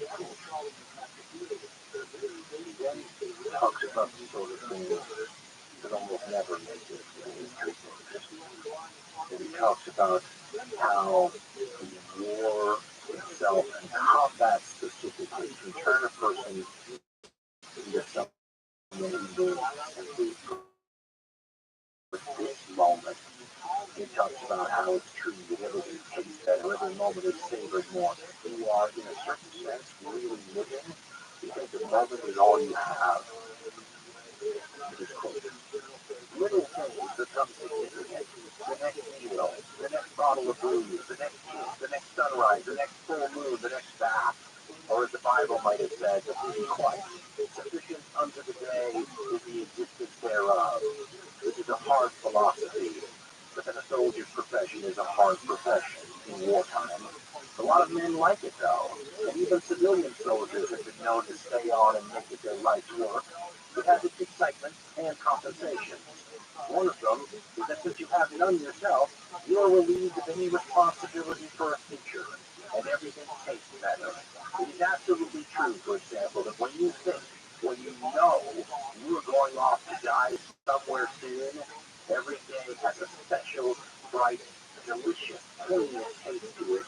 Normal days and normal times do not have another perversity of the human mechanism.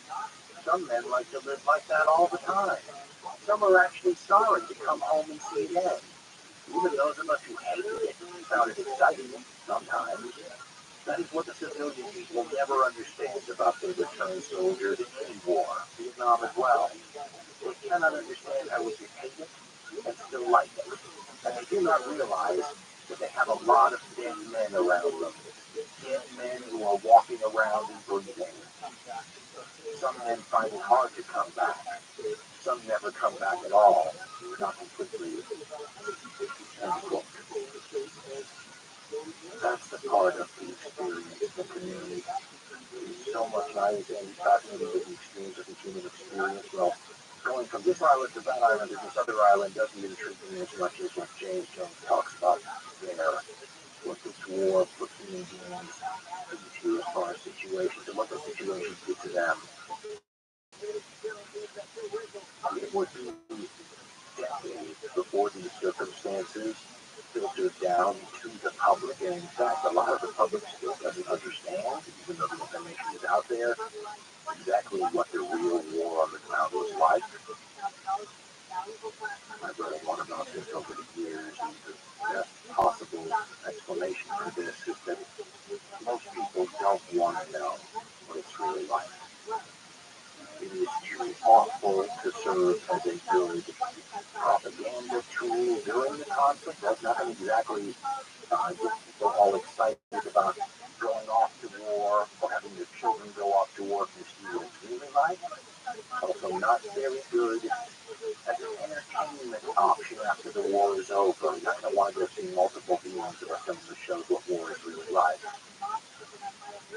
American poet and journalist Walt Whitman has said about the U.S. Civil War that the real war will never make it into the books. And that phrase is used as the title of a chapter in author Paul Fussell's book, Wartime. Fussell was an American officer in the Second World War and led troops badly wounded in Europe.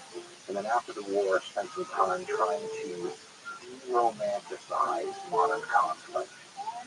And in the chapter where he talks about the way that the soldiers talk, vaguely subversive sort of tone in their voice, he then explains why this was. And it has to do with the difference between what they were experiencing and what the public back home were being treated to in terms of portrayals of their experience. And he writes, quote, "What was it about the war that moved the troops to constant verbal subversion and contempt? It was not just the danger and fear, the boredom and uncertainty and loneliness and deprivation. It was rather the conviction that optimistic publicity and euphemism had rendered their experience so paltry that it would never be readily communicable. They knew that in its representation to the ladies, meaning the public, what was happening to them was systematically sanitized and Norman Rockwellized, not to mention dignified." End quote. One of the ways in which this was done was in the decisions what you show the folks back home when you're showing the dead. How do you portray the dead? Fussell points out that most Americans got their history knowledge of the Second World War from books like the Time Life Goes to War book published in 1977. He points out that in that entire book of photographs, there are exactly 3 human heads, and they are all Asian. And then he goes on to show that all of the bodies that you see of American troops are intact. And these are all things that are done to the sensibilities of the readers. Because that's not what the soldiers on the ground saw. He says that a better comparison for what your average combat soldier would see in the Second World War would be what a plane crash of hundreds of people in a jet aircraft looks like if you're the first one that wanders up on the scene. And he then points out that most people don't know what that looks like either. He talks about how most of these soldiers would see all of the things that are normally on the inside of a human body on the outside. Again, You'll see no portrayals of American troops looking like that in the history books. And believe it or not, while the excuse that is often used is that we're trying to be respectful of the troops, according to themselves, they didn't like this because it made their experience all the more difficult to relate. I mean, I talked earlier about how hard it is to sometimes get these combat veterans to speak. It's because we who weren't there have no frame of reference. We can't possibly begin to understand. And he writes, quote, what annoyed the troops and augmented their sardonic, contemptuous attitude towards those who viewed them from afar was in large part this public innocence about the bizarre damage suffered by the human body in modern war.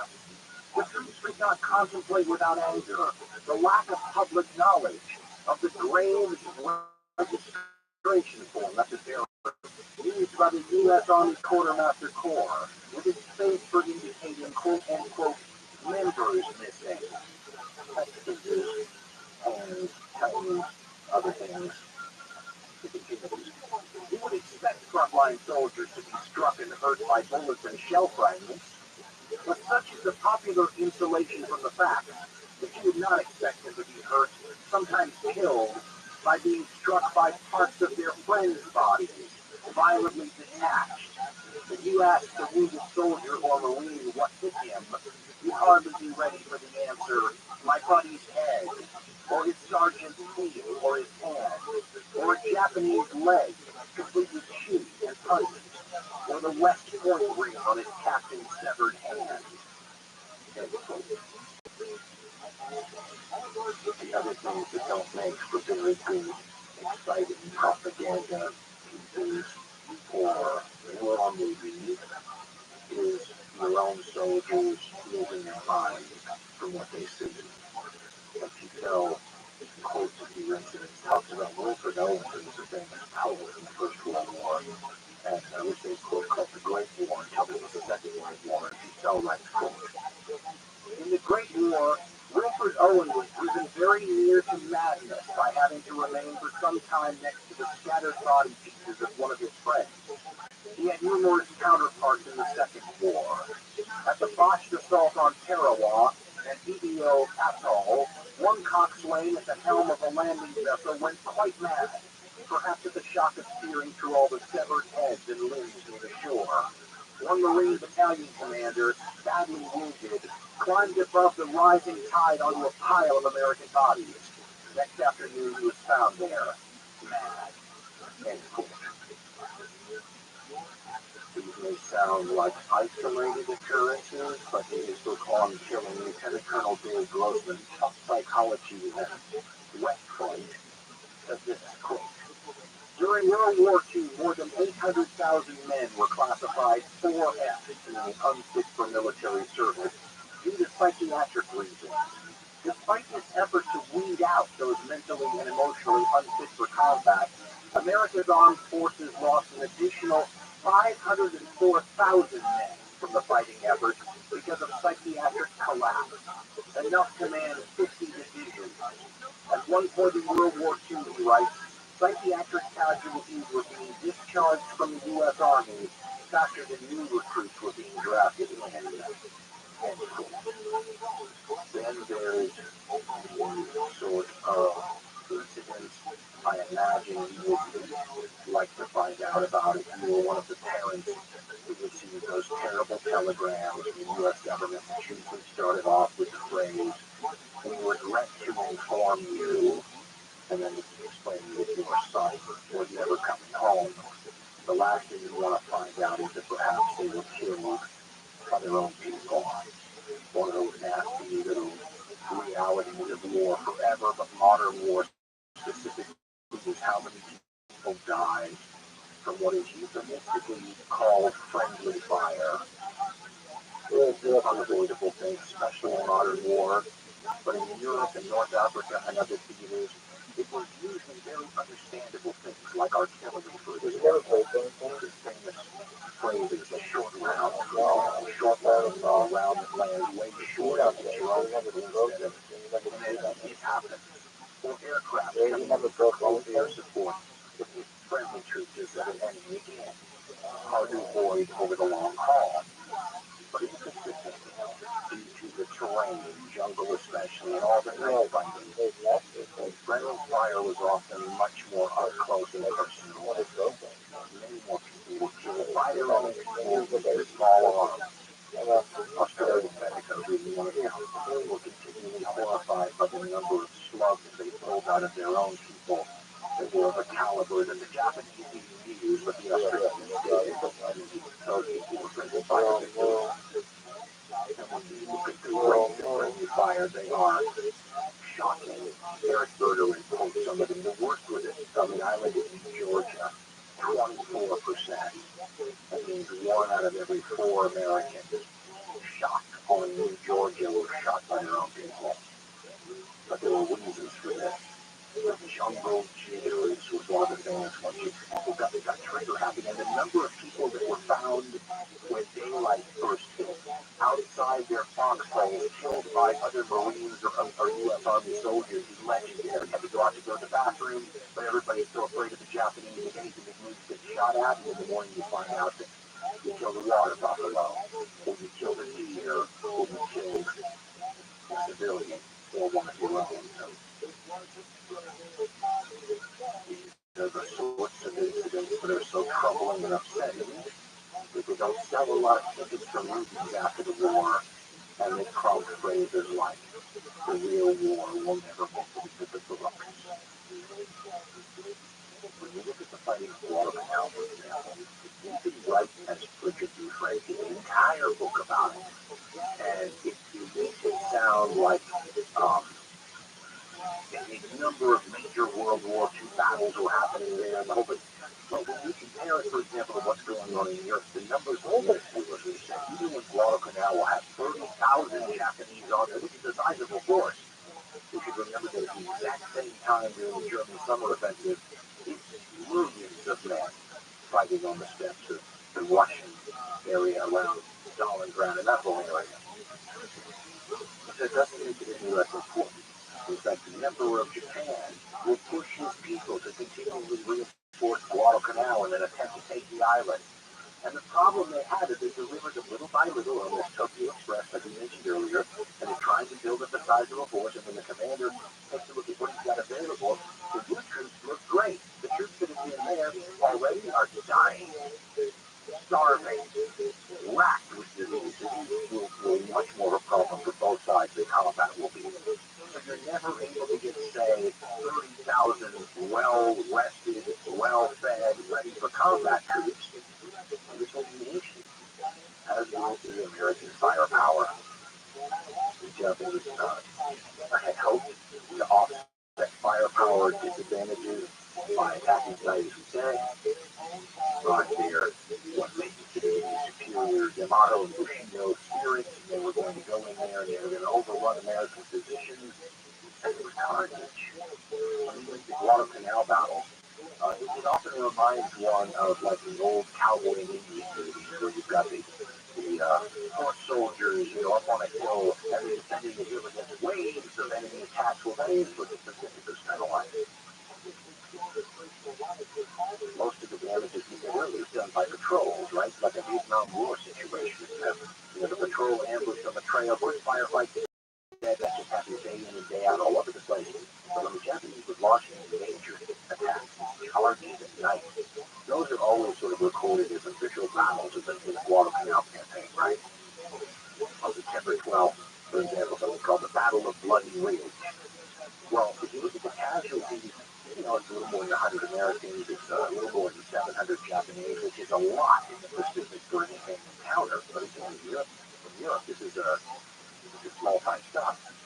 But it doesn't matter that it's small-time stuff if it's a question of taking and holding the island or conquering the island, right? The only thing that matters in a war effort point of view is who has the island at the end of the day. Actually, it's not casualties, it's deaths. So remember, casualties involve wounded people too, missing people too, captured people too. There's just over 100 on the American side, just over 700 on the Japanese side. That refers to the dead. KIA, killed in action. There'll be naval battles that are famous, but they really sort of just add to the attrition of August 24th, 1942, there was something called the Battle of Eastern Solomon. On September 15th, 1942, a Japanese submarine will sink the carrier Wasp. Those precious aircraft carriers that you're now looking for, ships in the world. The Americans use another one. On October 11th and 12th, there'll be another battle, naval battle, Battle of Cape Esperance off of Guadalcanal. Your attrition. On October 26th, 1942, this is the Battle of Santa Cruz. The U.S. will lead the carrier Hornet. But it's all part of the attrition process. By October 13th, 1942, speaking of attrition, and the side is able to supply their people with reinforcements and supply wings, the first U.S. Army troops land on Guadalcanal. I believe James Jones, the person who pulled it earlier, with some U.S. Marines, I believe I said this, they looked lean when they saw them.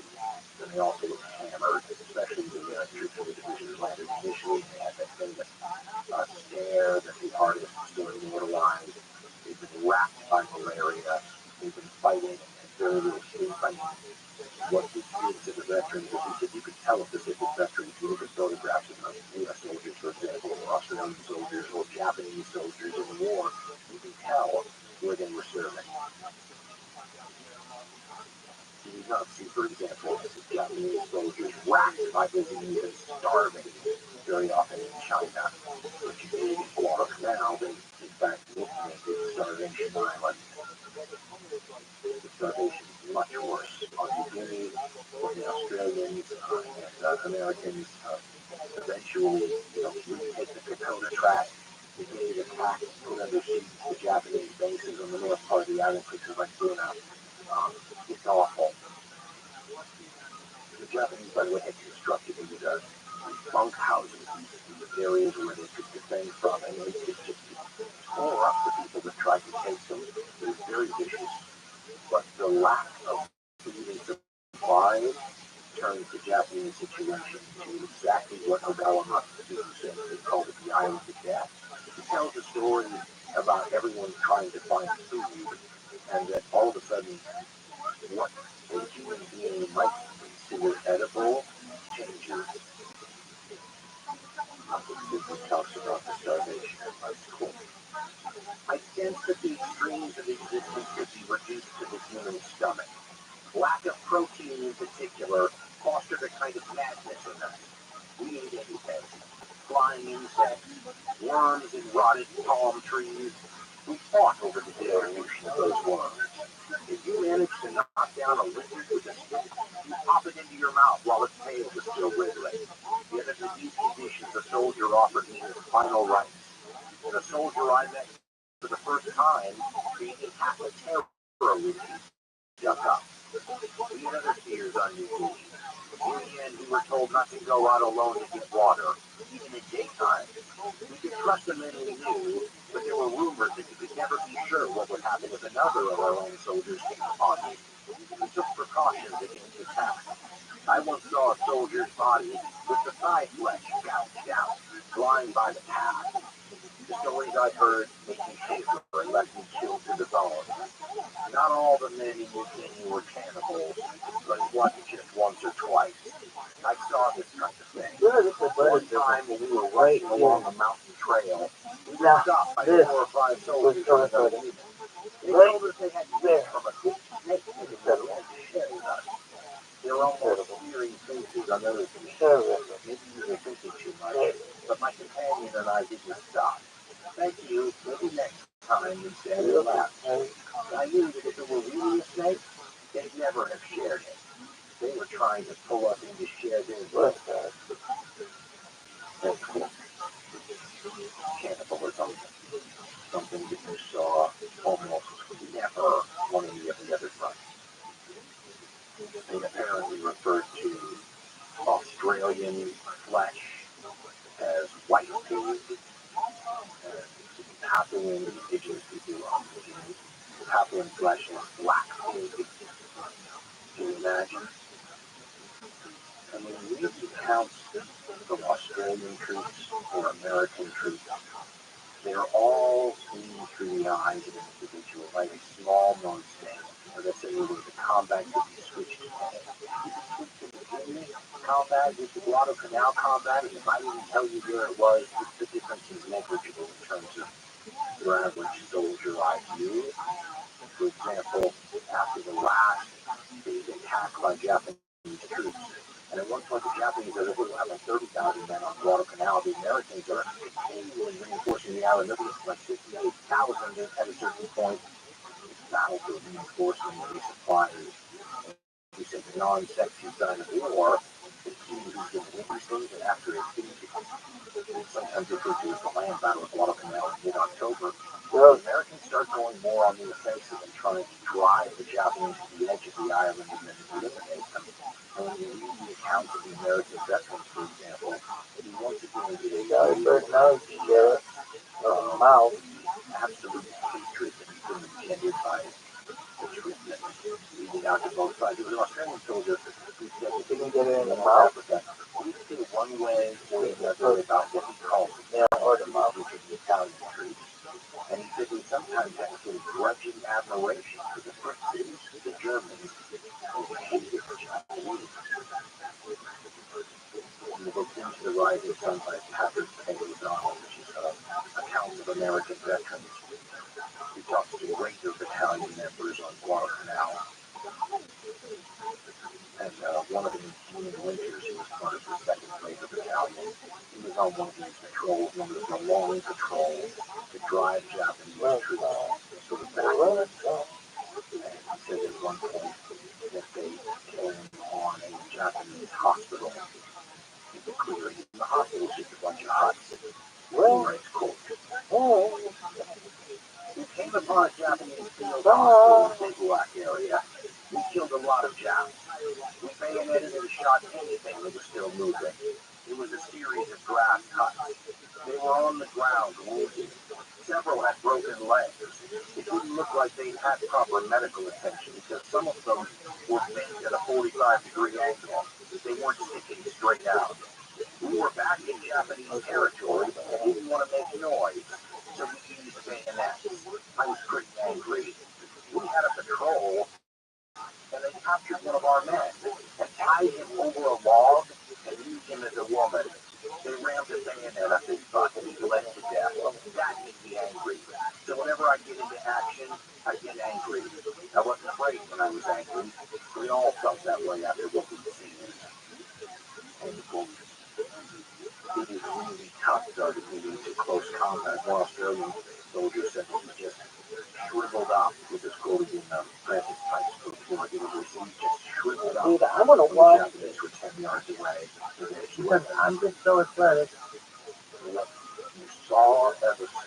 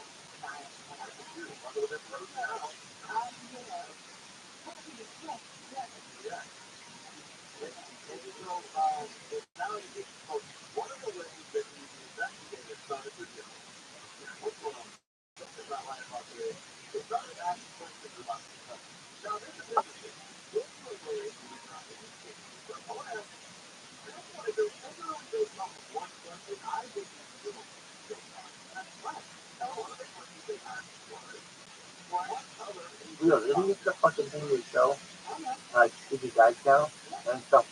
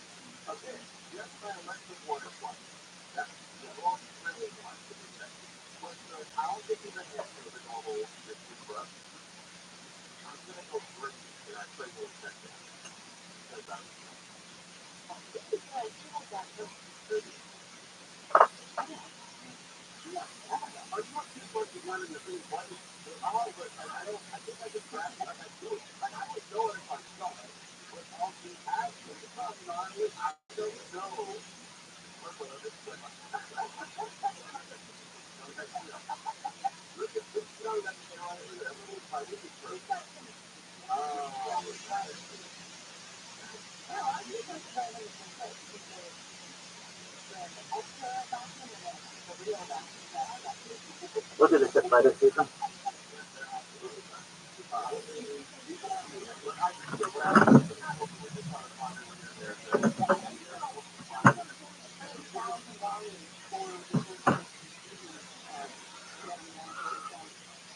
That was really athletic. Showing short Kelly was really athletic. Taking a piss in the piss virus was athletic.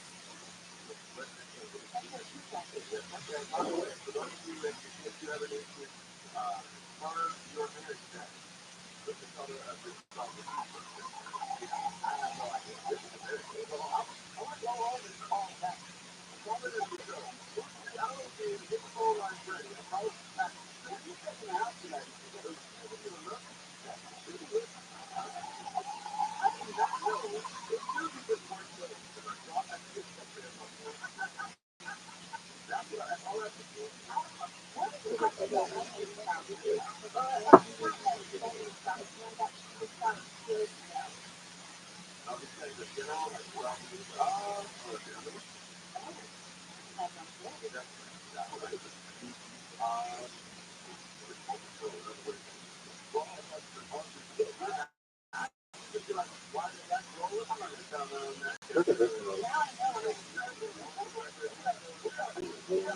terrible wars. Well, my stepfather had a friend who fought on one of these islands in America, and had me go up and see him once. He would talk to me to become an alcoholic. He stayed in his house all the time. This is 40 years after the war. But he was one of those guys, like Gene Sledge had said, who was within 100 yards of the front line all the time. He was one of those guys that James Jones had pointed out never came back from the war completely. But look at what they saw in the same book O'Donnell quotes second Raider Battalion veteran Ray Powell. He says, quote, I was about to go back and tell them that I couldn't find anything, and behind us our officer, and his runner must have walked up along the trail, come around, and crashed through like a herd of elephants. I almost shot him. I said, holy crap. He was pissed off. He said, where the hell is everyone? What's taking so long? I said, they're laying over here about 15 yards, I'm guessing. But I was going to step in front of them to lead them. But they trained the officers to go first. So I stepped right behind them. I was about a step behind them. We took 2 steps, and a Jap machine gun went off and almost blew his entire head off. All his teeth were knocked out, and his tongue was like strips of liver. His whole lower jaw was almost missing. I said, lay low. It's amazing how you react. And I said, lay low, Lieutenant. And of course, he later says, the officer who shot in the head died, and he suffocated in his own phlegm, and then pointed out the obvious, the blood is a pretty sight. Those are the kinds of experiences, like any experiences, that will have some people, understandably almost, drinking the rest of their life away, trying to not recall the terrible images that are stored in their memory banks. As terrible as the hatred may be between the combatants, I can't get out of my head something that makes sense. I see it because it reminds me of living at the Christmas truce in 1914 in the First World War, where the 2 sides jumped out of the trenches and came together and started exchanging materials and gifts with each other, to the horror of their commanding officers, by the way, because it sort of showed a humanness that defied the conflict itself. There's much less of that, as you might imagine, in the Pacific, which so many modern histories like to call a race war of annihilation. But until I think a war of this type of conflict, I never heard of before, based on the history of Japanese diaries. The result was starving Japanese soldiers on Guadalcanal at Christmas 1942, when the Americans had a special Christmas food treat. The Americans weren't particularly well either, and the Japanese nearby smell it. And I quote, while the Japanese were receiving their last supplies from Raval on Christmas Day, gifts of boiled lollies, I don't know what that is, by the way, tobacco and matches were being distributed to the Allied troops. Field kitchen served a special dinner of meatloaf and preserved peaches. The smell of American delicacies drove the Japanese to despair. Private Nishimura recorded a bizarre incident in which one of his colleagues, an English speaker, declared, I've had enough. He stripped to his underpants and, feigning drunkenness, staggered towards the American lines. Silence followed, only occasionally interrupted by laughter. A Japanese soldier returned several hours later bearing food, a gift from the American soldiers a few yards away. Few Japanese soldiers, he writes, were as fortunate. By Christmas 1942, the situation in Guadalcanal was almost over. By the end of the year, the Emperor gives permission for the Japanese troops to withdraw, and he launches a campaign to try and evacuate some troops from the island. And by February 1943, the Americans declared the area secure. The final casualties are, however, sobering. When you combine the land casualties with the casualties from pilots in the air, casualties of the naval soldiers on both sides, Richard B. Frank says the American forces lost 7,100 people, the Japanese forces at least 30,343 people. The casualty rates were very lopsided, and 75% of the Japanese killed died due to disease and starvation. This is an example of the cruelty, if you will, of the Japanese strategy during this war. The idea that they're going to take these islands and then they're going to force the Allies to take them back, and they're going to win over the Allies because their people are willing to suffer more. They may be right about that, but the suffering that they put their own people through is cruel to the extreme. It did create a sense of admiration, though, from their enemy, and Richard B. Frank writes, "We cannot leave the subject of the Japanese soldiers on Guadalcanal without honoring them for their one supreme virtue, a determination, a courage far above that of any of the other combatants in World War II. John B. George, a junior infantry officer who faced the Japanese at the Peace and later in Burma, wrote, quote, most of us who have fought in the Pacific are ready to admit here and now, away from all the convincing first-hand evidence we've seen, mass starvation, untold suffering, shell shock, cannibalism, mass suicide, that for sheer, bloody, hardened steel guts, the stocky and hard muscle for the Jap doughboy has it all over any of us." End quote. Frank continues, quote, "In thinking defeat," George went on, "the Japanese soldier, quote, took it like a man, like a hero, no surrender for him." End quote. The book The Rising Sun by John Pelham quotes a report from Lieutenant General George C. Kennedy, the half admiral, the head of the U.S. Army Air Forces, pointing out that the people back home, including the War Department, had no conception of the problems facing the troops in the Southwest Pacific, and says, quote, "The Jap is still being underrated. There is no question of our being able to defeat him, but the time, effort, blood, and money required to do the job may run to proportions beyond all conception, particularly if the devil is allowed to develop the resources he is now holding. Let us look at Buna," he writes. "There are hundreds of Bunas ahead for us. The Jap there has been in a hopeless position for 2 months. He's been outnumbered heavily throughout the show. His garrison has been whittled down to a handful by bombing and strafing. He's had no air support, and his own navy has not been able to get past our air blockade to help him. He has seen lots of Japs sunk off the shore a few miles away. He has been short on rations, and he's had to conserve his ammunition and his replenishment from submarines and small boats working down from Leh at night, and once, by parachute from airplanes, has been precarious to say the least. The Emperor told them to hold, and believe me, they have held. As to their morale, they still yell out to our troops," now quoting what they yell, "What's the matter, Yanks? Are you yellow? Why don't you come in and fight?" A few snipers, he continues, asked to surrender after they've been surrounded, called back, "If you bastards think you're good enough, come and get us." I'm afraid that a lot of people who think this Jap is a pushover as soon as Germany falls are due for a rude awakening. We will have to call on all of our patriotism, stamina, guts, and maybe some crusading spirit or religious fervor thrown in to beat them.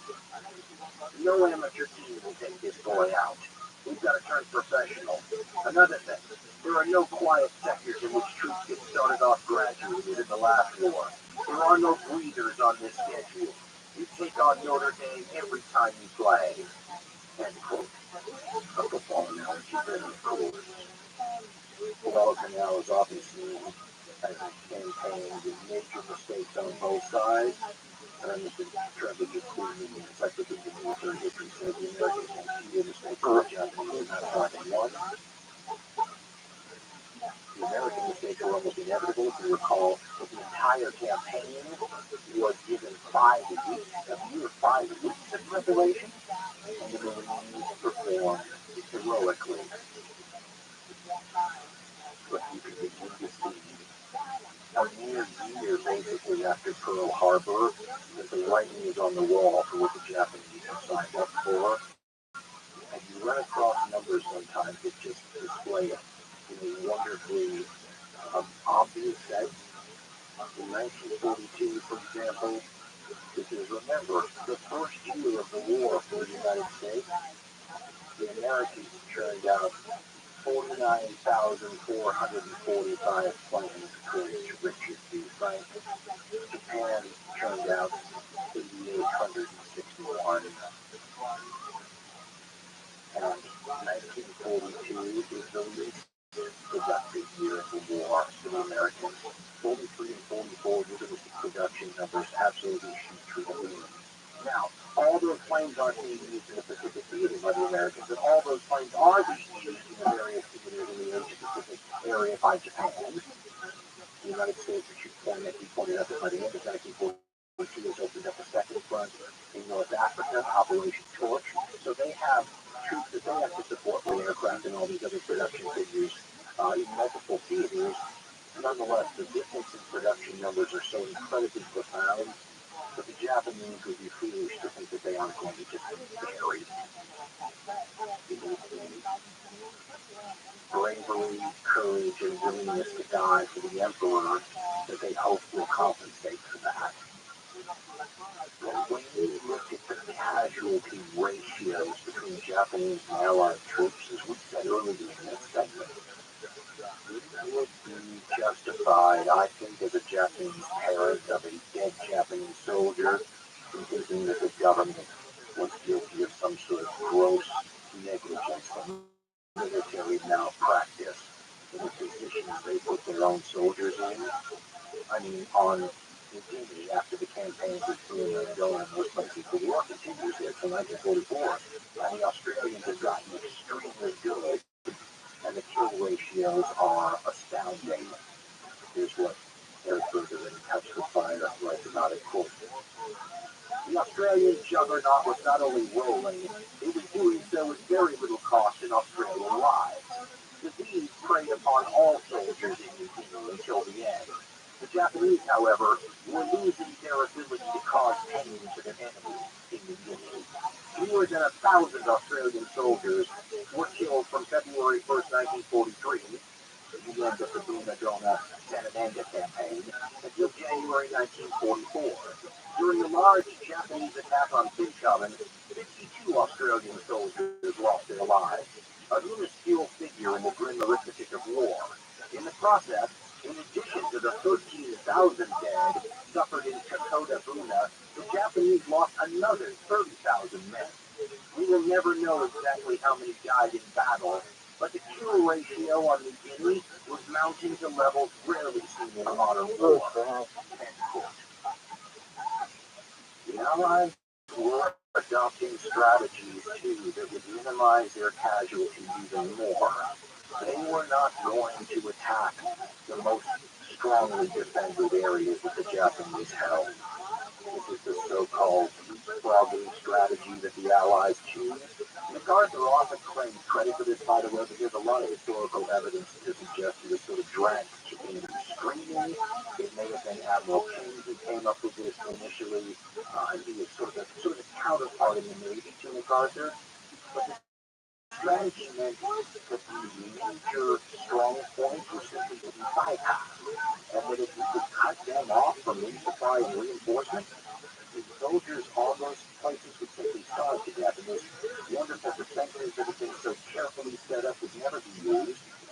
Berger compares them to giant POW camps, in effect, and the more the soldiers the Japanese take to these places to make them even harder to take, the more they were inadvertently inciting to captivity and starvation, and the less they had to send to areas that were actively going to be attacked. Author Dean W. Told his book The Conquering Tide explains the Japanese feelings about the Allied leapfrogging strategy and right quick. And by the way, what all of these said was on the island. It is a major Japanese-based region, and the Japanese assume the Allies are going to try to take it, so they're going to make it a death trap, and Paul writes quick. As an airbase, Rabbi had been very nearly neutered by unrelated air attacks. Though with units streaming into the lines from points west, Japanese troop strength approached 100,000. Surrender was the least consideration, of course, so the garrison began to prepare for a climactic fight to the last man. This might be inevitable, but it would be honorable. Heaven beckoned, and they would sell their lives dearly and take plenty of American soldiers and Marines with them. For almost 2 years, the Japanese have been building and improving their defensive fortifications.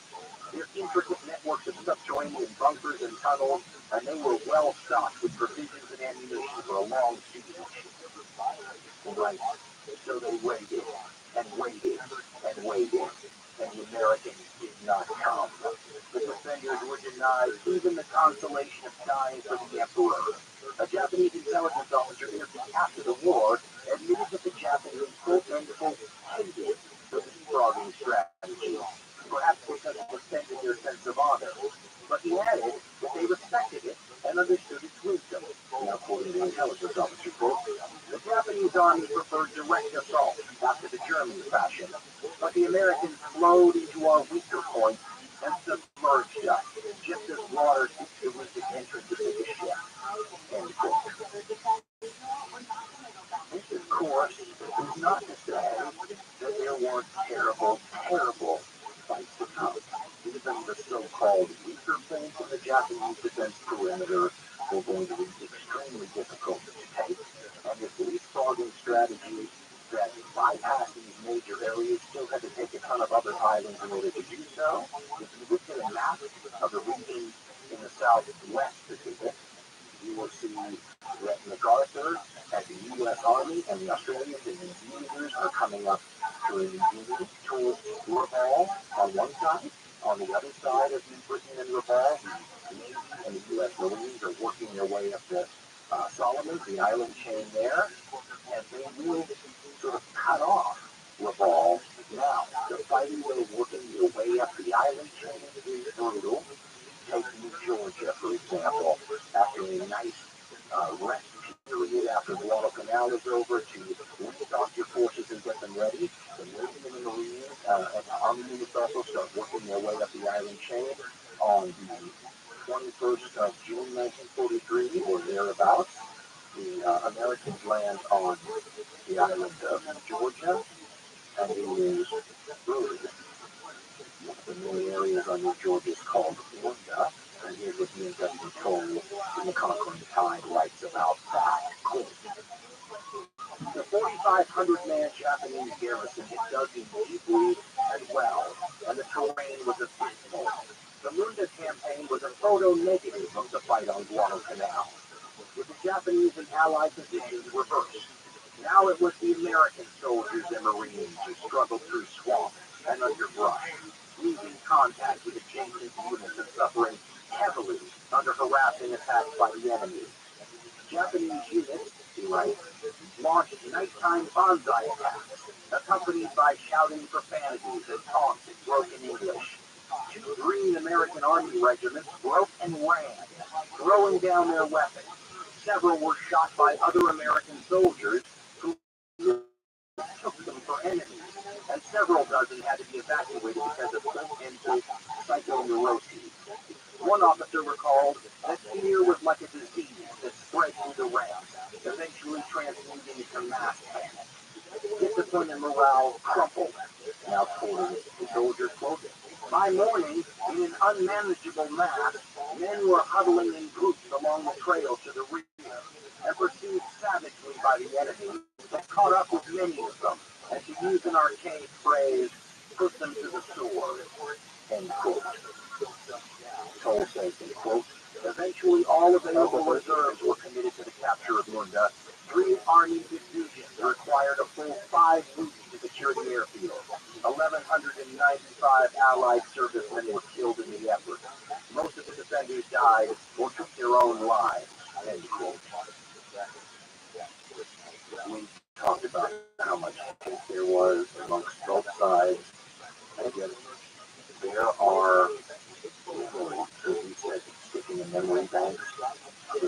the Marines who had to fight in these campaigns. Wonderful piece of recording already from Into the Rising Sun. Patrick K. O'Donnell talks to Terry Clark of the 4th Raider Battalion fighting on Georgia, and he remembers this.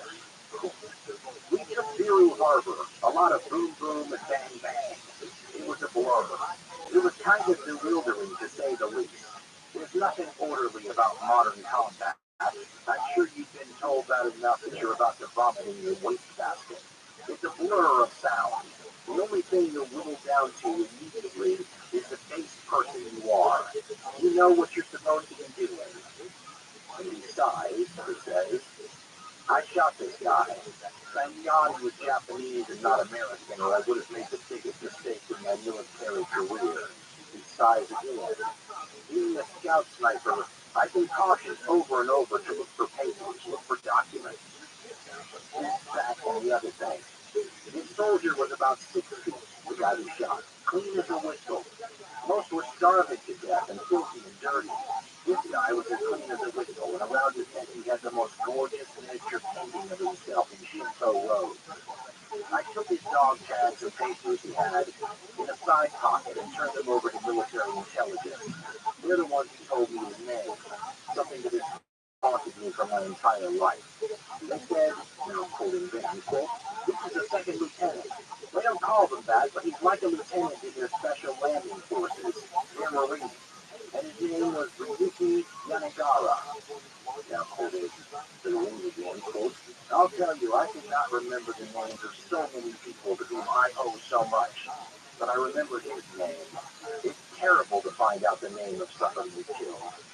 Later, I was in Japan with the Dow Chemical Company, and I ran an article in the newspaper, and the article said, quote, anybody interested in knowing about Ryuki Yanagara, Special Landing Forces in World War II, please contact Harry Clark at such and such a hotel.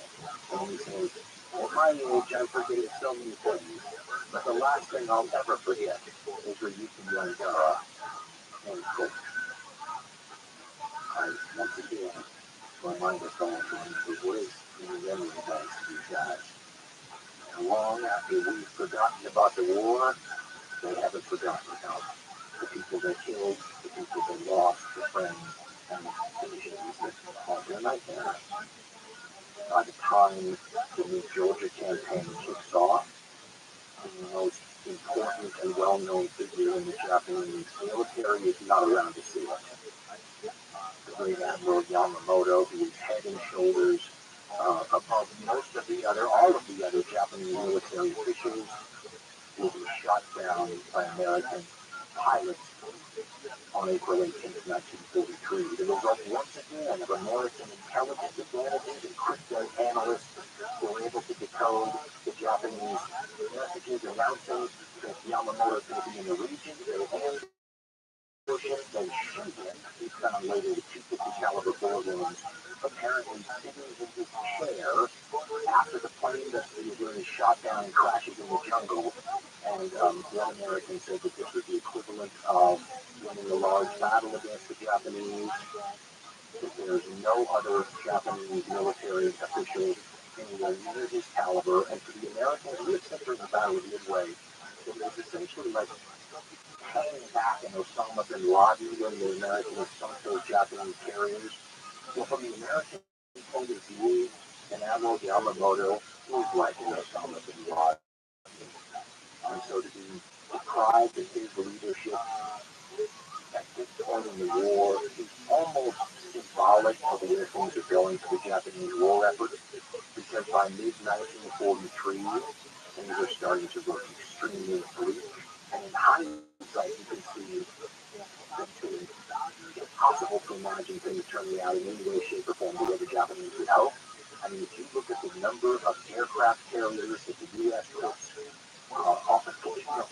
into operation from the late 1942 all through 1943, it's something like 7 foot carriers and a ton of escort and light carriers. The Japanese are commissioning very few ships.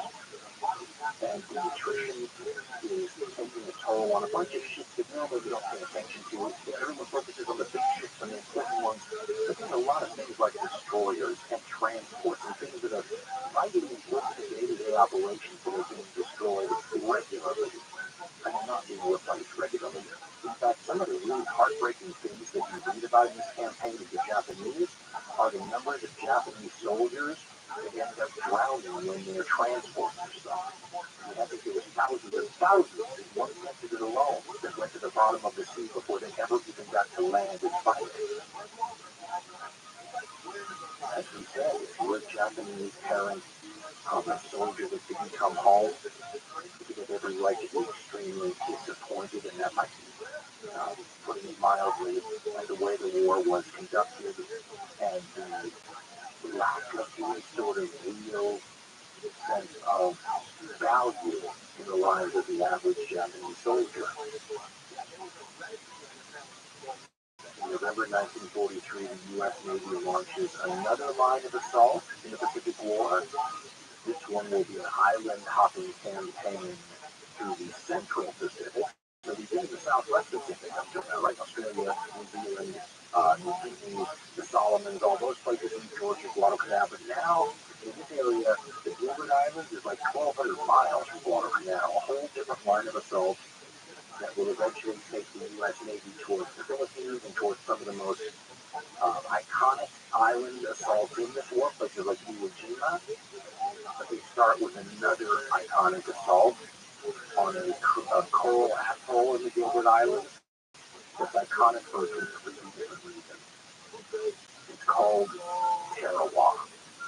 And Ian W. Toll in the Conquering Times says that it was the proudest and most terrible day in the history of the Marine Corps, where Murphy's Law, and I said Murphy's Law is never more applicable to the war, where everything that can go wrong does go wrong, and the only saving grace for the Marine Corps in the whole affair is that many important lessons will be learned, and that the price the Marines will pay at Tarawa will almost certainly save the lives of a lot of Marines later in the war, places like Iwo Jima, for example. But the lesson is so sobering that this is why, and I've mentioned this earlier in the series, this is why my naval from the Pacific War stepfather said don't ever join the Marines, because in the kind of situation they found themselves in, if he wanted his stepson to return home alive, all you have to do is look at the photographs, and they are shocking. Of Marines chest deep in water on coral reefs, waving with their rifles over their head towards the shore as Japanese machine guns, something like 100 of them, crisscross the water, shooting down the Marines when they're absolutely helpless trying to just get to the shore. Tarawa is nightmarish. The bombardment that starts on the 13th, 14th, 15th of November, they will shoot, drop, and lob something like 6 million pounds of ordnance onto this little teeny place. I mean, the fighting area is about half the size of New York Central Park. The island is heavily, though, fortified and protected. There's about 5,000 Japanese troops there. The admiral that is in charge of them says that the American troops could not take that island in 100 years. And the Encyclopedia of Military History, Ernest and Trevor, the Queen, describe the situation this way, quote, November 20th, 24th, 1943, Tarawa. Bayshore Island, citadel of the atoll, an area of only 300 acres, flat and sandy, has been honeycombed with underground shelters and some 400 concrete pillboxes, bunkers, and strong points. Defending artillery included 8-inch guns brought from Singapore. The island was ringed by a coral reef, its opening studded with submarine mines, and the beaches laced with barbed wire. Insufficient reconnaissance and faulty maps had not disclosed that the inner coral reef of Bayshore itself was too shallow for landing craft. Despite the heavy preliminary bombing and naval gunfire, 4,700 veteran combat troops under Rear Admiral Kiichi Shibasaki emerged from their underground shelters to man their defenses as the initial assault waves of the 2nd Marine Division approached.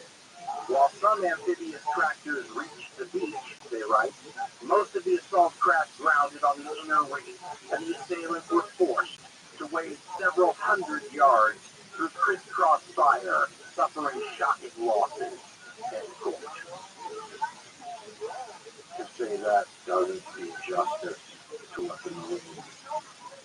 rendering some of the eyewitness assaults do a better job. I should point out these atolls are very different than Guadalcanal and New Guinea. They don't have giant mountains like Guadalcanal and New Guinea do. The high points on some of these atolls are like 10 feet above sea level. And they don't have this jungle to hide you either. It's pretty open. The good news is, not a lot of places where you're going to get terrible malaria, like you on the Solomons and whatnot. The bad news is, when the Japanese start shooting at you, there's no place to duck, cover, and get out of the way. The Marines will initially pile up on the beach behind a giant retaining wall that the Japanese made out of cut coconut trees. And the logs stacked up. You see these Marines who arrive in the first wave. They have the landing craft. There's a small number of landing craft that have tracks, and the tracks go right over the coral reef and land them on the beach, and they're stuck there waiting for the subsequent waves of troops to join them. Those are the waves. Different boats, a different kind of transport craft, that get caught up on the reef, while the Japanese are beginning to blow them up with accurate fire. And sometimes the drivers of these boats begin to panic. There will be quite a bit of animosity, I think you mentioned it very early on, between the Marines and Navy and Coast Guard drivers who will drive them from the ships to these beaches they storm, because sometimes those guys don't want to get anywhere near the beaches that the Marines have no choice but to assault. The eyewitness accounts are good. There's a Time Lifeboat series, a whole series on the Second World War, and they have one book called Iron Fighting with a lot of primary source accounts. They bring the chaotic and heartbreaking, God bless you, Japanese scenes to life.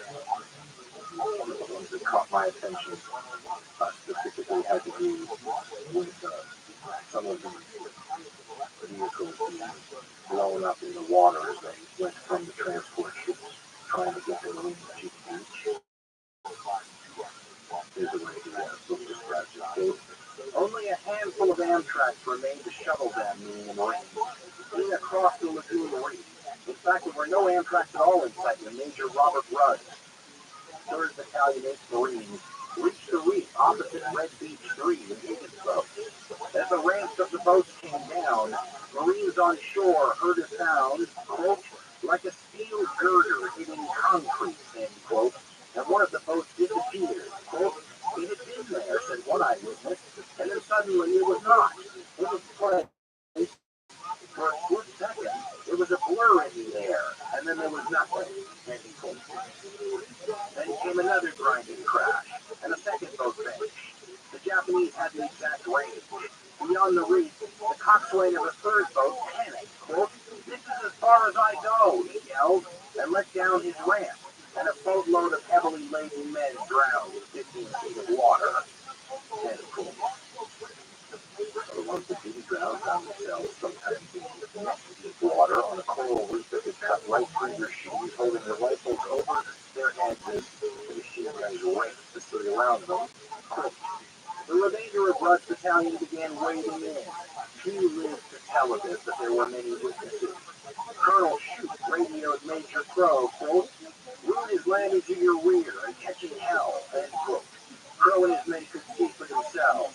So could a sailor on the dash shield in the lagoon, that's a destroyer, watching through binoculars. Later he recalled, and this is a recollection quote, it was like a war movie. Those poor guys plodding in chest-high water and getting shot down. I tried not to look, but I couldn't turn away. The horror of it hypnotized me.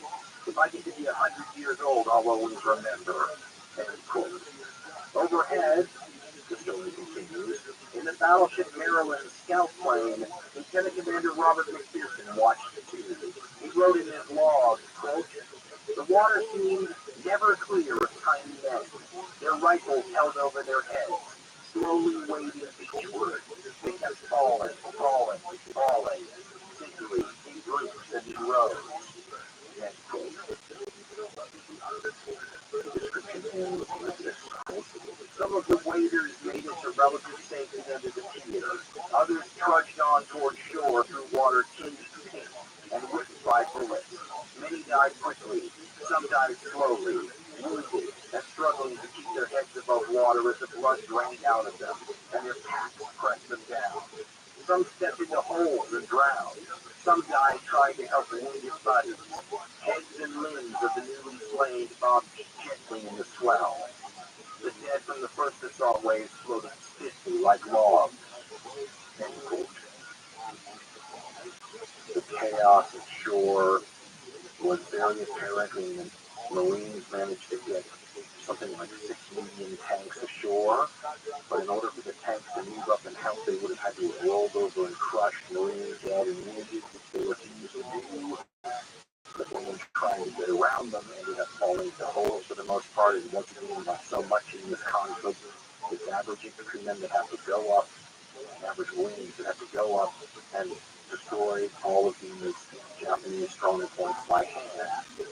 By the time it's over with, some of the Japanese, of the 4,700 Japanese defenders on the island, 17 prisoners are taken, and most of them previously wounded. A lot of Japanese will kill themselves by shooting themselves with their own rifles, pulling the triggers with their big toes, and the Marines, well, let me contribute to say this, quote, Tarawa, the ratio between casualties and troops engaged, ranks among the costliest battles in American military history.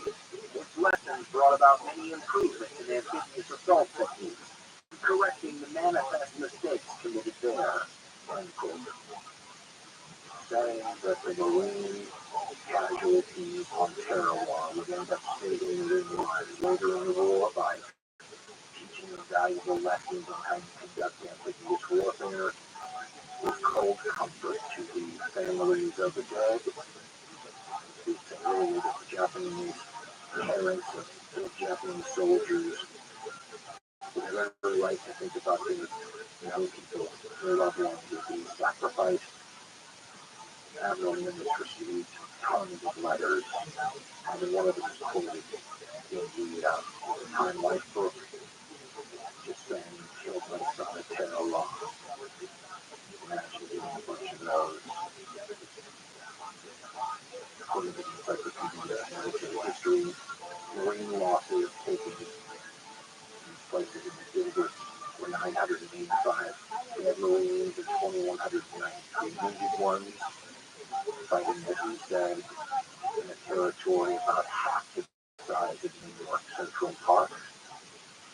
The American public were shocked by the result, and doubly so because Franklin Roosevelt made the executive decision to do something that was rare and allowed footage of American corpses floating off the beach to be shown in theaters. Some of the American public needed a jolt. The fabulous documentary I mentioned earlier, Hell in the Pacific, said that the shock in the result in an increased number of marathons being sold, but it also resulted in Marine Corps recruitment dropping. This is one that my stepdad probably didn't want me in. He called it the suicide squad. And he saw those elite Marines wading 700 yards in chest-deep water from the machine gun fire. Well, if you're a parent, you probably don't want your son doing that. The Marines didn't want their people doing that either. But they're willing to pay a high price for learning at Tarawa will be employed later, as we said. Reminding Douglas Hayes on the Western Front, the British commander there that took so much flack for being a butcher, but fans of Douglas Hayes say that what he learned in those terrible battles that got him that nickname assured that there would be less loss of life later in the war. Only the places like Iwo Jima later will benefit from the sacrifice of millions of Tarawa now. Douglas Hayes, of course, is a First World War general. There's a big difference between tactics, strategy, and equipment.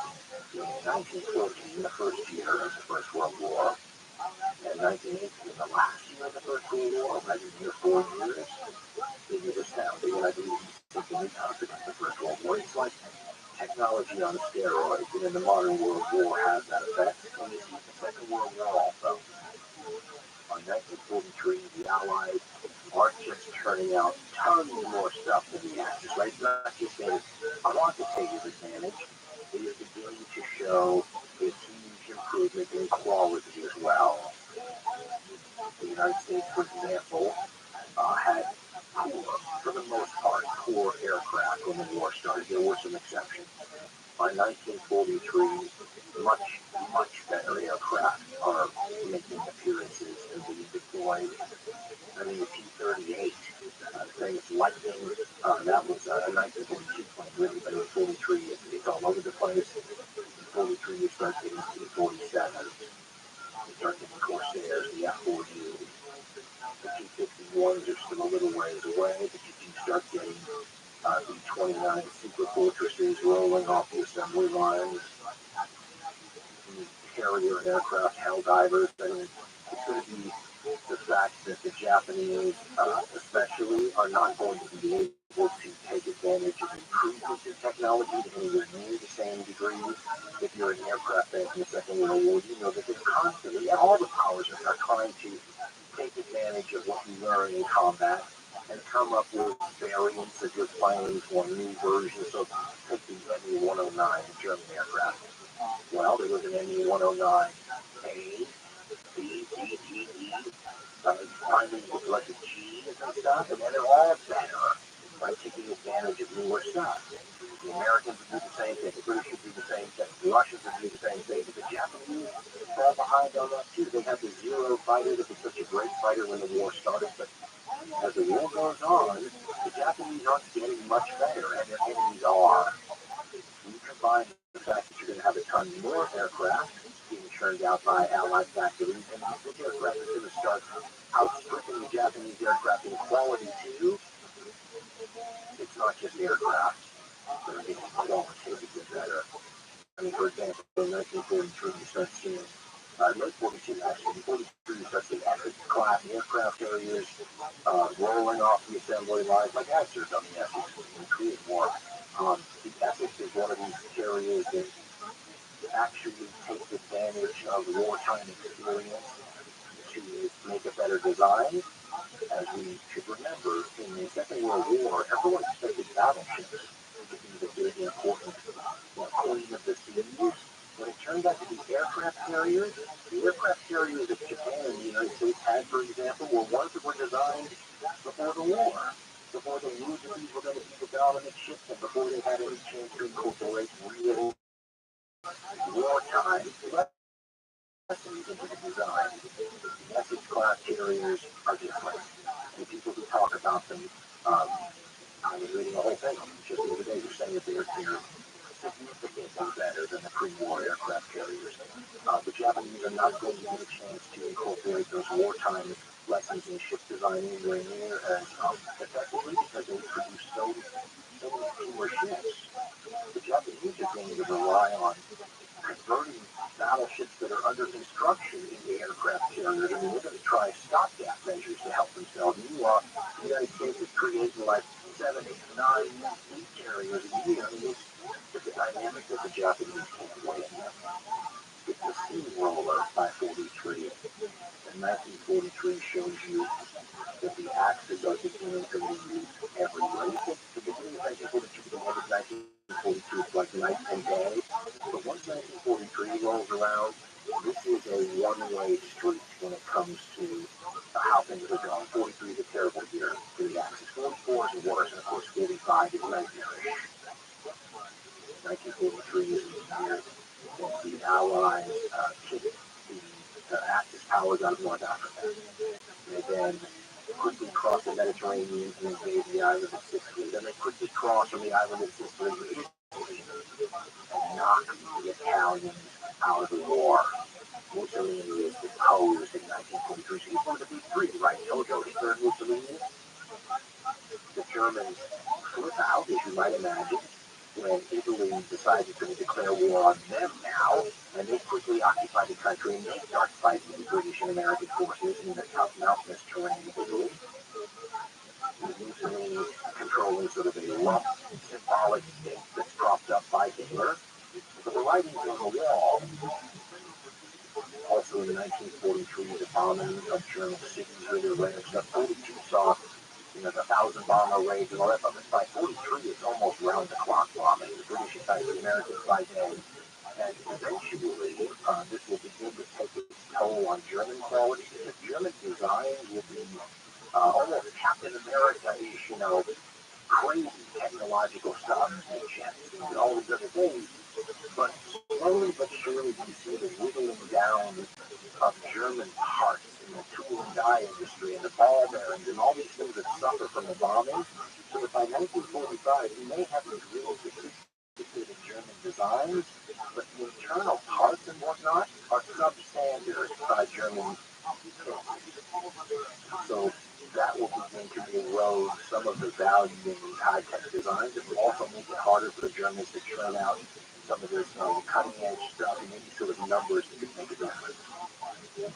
On the Eastern Front, the Soviets are now, by the end of 1943, pushing the Axis forces irrevocably and irreversibly back toward the frontiers of Germany. All the conquered territory that the Germans had taken in 1941 and 1942 is being won back at huge cost by the Soviets.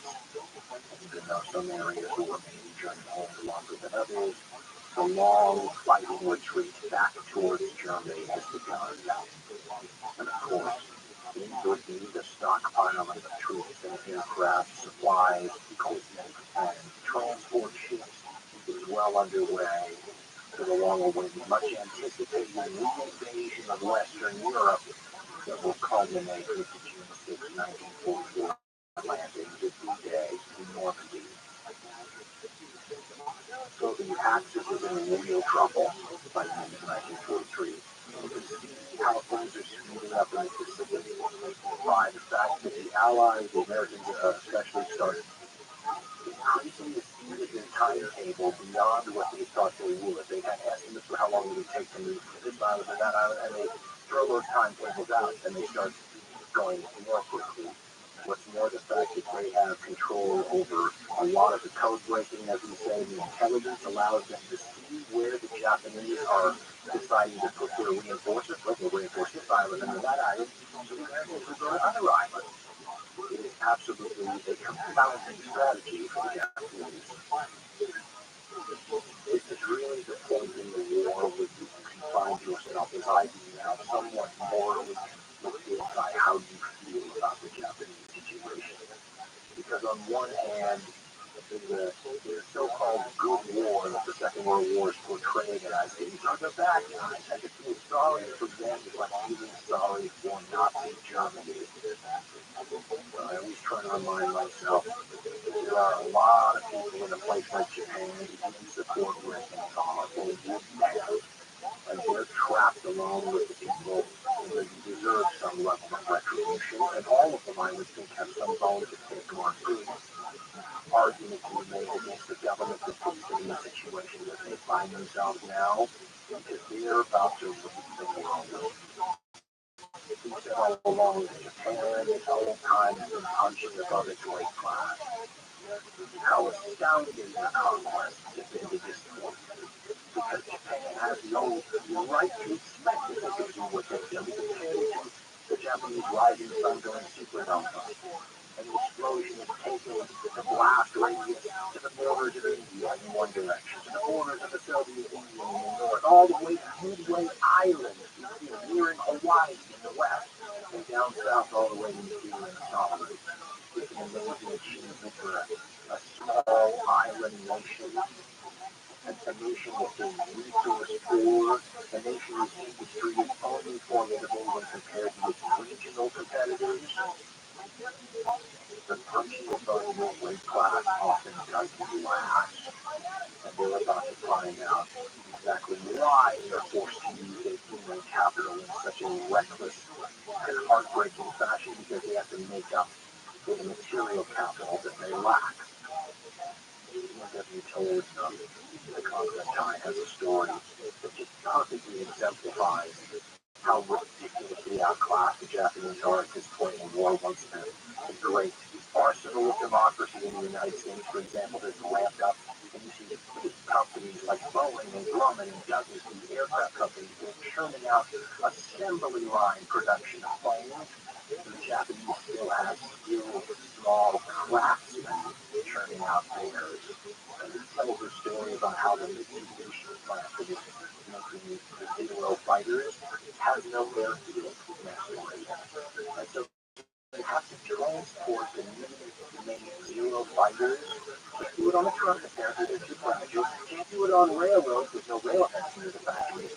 So they use beasts of burden, oxen, towing these fighter planes for 25 miles that they need to go. And by the time in the war, they can't get feed for the oxen except on the black market. And when that starts to fail, Toll says, the oxen start to die. And so they can't get the planes the 25 miles they need to get them so that they can be used. Think about how much of a disadvantage that puts the Japanese in. And think about how symbolic it is that this country who has to use oxen to move 20th century aircraft, the situation they find themselves in, and they're facing the United States at this point in the war. In 1944, the United States begins to turn the very strategy that had been part of the defense plans of Japan against them. We have said for a long time now, haven't we, the Japanese plan here was to have a chain of island outposts, a defense perimeter made up of islands that had airfields that could throw up an interconnected web of air cover over the entire region, shutting down sea lanes for their adversaries, sinking Allied fleets, destroying Allied bases on other islands. This is just what the Americans start to do. It's turnabout its day of playtime. And if you look at a day-to-day rundown of events in the Pacific War, you'll notice a growing number of air attacks over a wide range of territory almost all the time. Some of them are moderate in size, but some of them are very large. I mean, for example, on February 18, 1944, American carrier planes, hundreds of them, strike the Japanese naval base at TRUMAN in the Carolinas. Now, TRUMAN is the main naval base for the Japanese Pacific. It's been called the Gibraltar of the Pacific. It's been called the Japanese Pearl Harbor. But the Gardner's Southwest Pacific advances and the Solomon Island advances have already been cutting those areas off, making them less valuable. The Japanese have had to rely on it less and less. They used a bunch of big ships out. So when the Americans struck on February 18th, they destroyed almost 300 Japanese planes, most of them on the ground. Something like 200,000 tons of shipping, much of it crucial and vital, and in a short supply merchant ships. They have the submarines that are helping in their pursuit. The American submarines are beginning to assert their dominance in a way that has only recently been acknowledged. And they're cutting off the ability of the Japanese to resupply any of these islands. And the American aircraft wreck whole parts of the truck naval base. The Japanese are in no position to repair facilities like this. They've got to pick and choose where they can operate and where to put precious fuel and where to risk things like merchant ships. So there's going to be several major events where whole merchant ship fleets will go down, taking hundreds or thousands of Japanese fresh troops on the way to somewhere or being evacuated from somewhere else to the bottom of the sea. It's becoming hard for the Japanese to move. Unfortunately for them, the Americans are doing a darn good job of it. Against all odds, the logistical challenges, I mean, you also just kind of the non-sexual side of wars, which is saying, you know, look at the actual things the Americans have to do to supply their people over thousands and thousands and thousands of miles of ocean. It is a triumph of modern industrial skill of logistics. As we said, the Americans have been starting the Central Pacific Campaign, and that's the Tarawa and the Gilbert Islands was part of. But in February 1944, we get the next jump. Look at your map, right? From the Gilberts all the way to the Marshalls. So in the first week of February, the Americans take Kwajalein. In the third week of February, they take the Niuetak. Now, these islands are fought over, and they're deadly, but they're nothing like Tarawa. And that's probably because of what was learned at Tarawa. Now, the problem for the Japanese, though, is the next jump from the Marshall Islands Marianas. And the Marianas are part of what Japan is now called the absolute national defense zone. So this isn't an area that's on a perimeter that you're hoping to conquer out to in defense. This is part of an area that the Japanese consider to be like home island stuff. Places like Saipan and Tinian and the former American possessions of the Japanese took into Guam. With the Marianas fall into Allied hands, the Japanese got mad and realized that the brand new American heavy bomber, the B-29 Super Fortress, is now rolling off the assembly line. Yeah, they're taking off from their bases in the Marianas, which are closer to Japan and Hawaii than to California. They'll be able to make the round trip to Tokyo on that. Bomb the Emperor's Palace if they want to, at will. The B-29 tapping into the reach Japan and bases in China, but that's small-time stuff compared to the round-the-clock nastiness that the Japanese would expect if the Americans captured the Marianas, which is why they're part of the absolute national defense zone. Everyone realizes how big of a deal this is. No one's quite sure when and where the Americans are going to attack them because their timetables keep catching the Japanese off guard, and the Japanese are not reading American codes, but the British and Americans are reading Japanese codes. And around the same time that June 6, 1944, D-Day landings at Normandy are about to happen, great preparations for landings in the Marianas are taking place. And the challenges are, everyone knows about D-Day at Normandy. That gets a lot of press. But as a military historian, naval historian, Craig Alexander, in his book, World War II specific, the challenges are not even comparable between the Marianas landings and Normandy. He writes, quote, the American build-up to the invasion of Saipan, codenamed Operation Forager, occurred simultaneously with preparations for Overlord. Overlord, of course, the codename for D-Day. Measured by firepower, he writes, the Saipan invasion fleet was even larger than the one devoted to Normandy. Raymond Spruance, the admiral, commanded the overall invasion force that included Chief Mitchener's powerful Task Force 58, which by now consisted of 15 aircraft carriers, 7 battleships, 11 cruisers, and 86 destroyers. It would provide cover for an invasion force that included 56 attack transports and 84 LFCs, or their landing craft, carrying 127 571 soldiers and marines. For comparison purposes, 15 aircraft carriers, and some of these are light carriers that still make a huge contribution.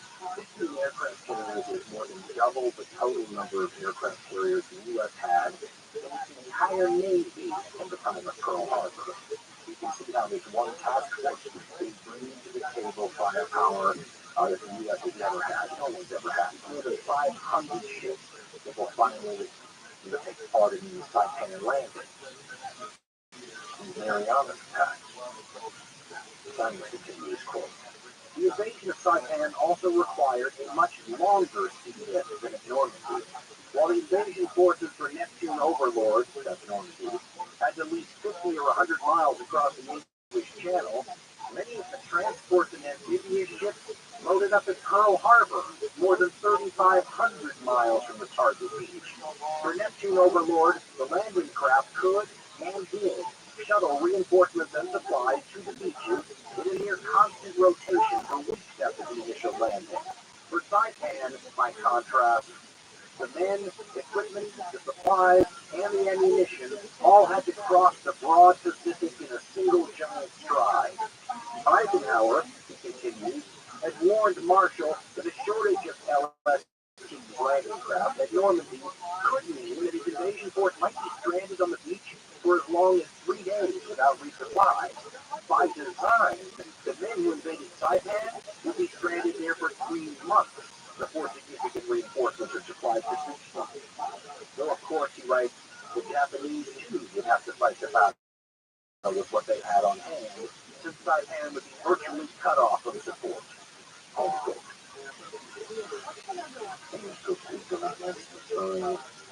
A lot of expect to describe how the Marianas are going to be a different animal than Taiwan, Coral Atoll was. It would be more like those battles in the Solomons and maybe even New Guinea. He writes, quote, The Marianas were much different from the tiny low-lying atolls which the Marines had captured in the Gilbert and Marshall. Saipan, Tinian, and Guam were large and varied land masses, with everything from swamps and sugarcane fields to high, jungle-covered peaks as steep ravines. We combined all the hazards which American soldiers and Marines had learned to dread in their earlier island campaigns. A fringing coral reef, protecting a shallow lagoon, rugged jungle terrain, and lots of limestone and coral caves for bunkers and artillery positions. End quote. American intelligence has been very good, as we said. They have a huge jump on the Japanese because they and the British were learning Japanese codes. But they don't know that the Japanese have about twice as many defenders on the island as the Americans think they have. That's a lucky surprise. The good news is that because the Marianas are inside of the Japanese defense perimeter, the Japanese don't have the defenses up to par yet, and they wouldn't expect the Americans to be there that soon. So both sides are going to be caught really off guard when the American attacks on the island start. Air attacks followed by big fleets. The American fleet is over 500 ships. This may be the largest fleet so far in the war, and it rolls into the area and starts pounding these islands.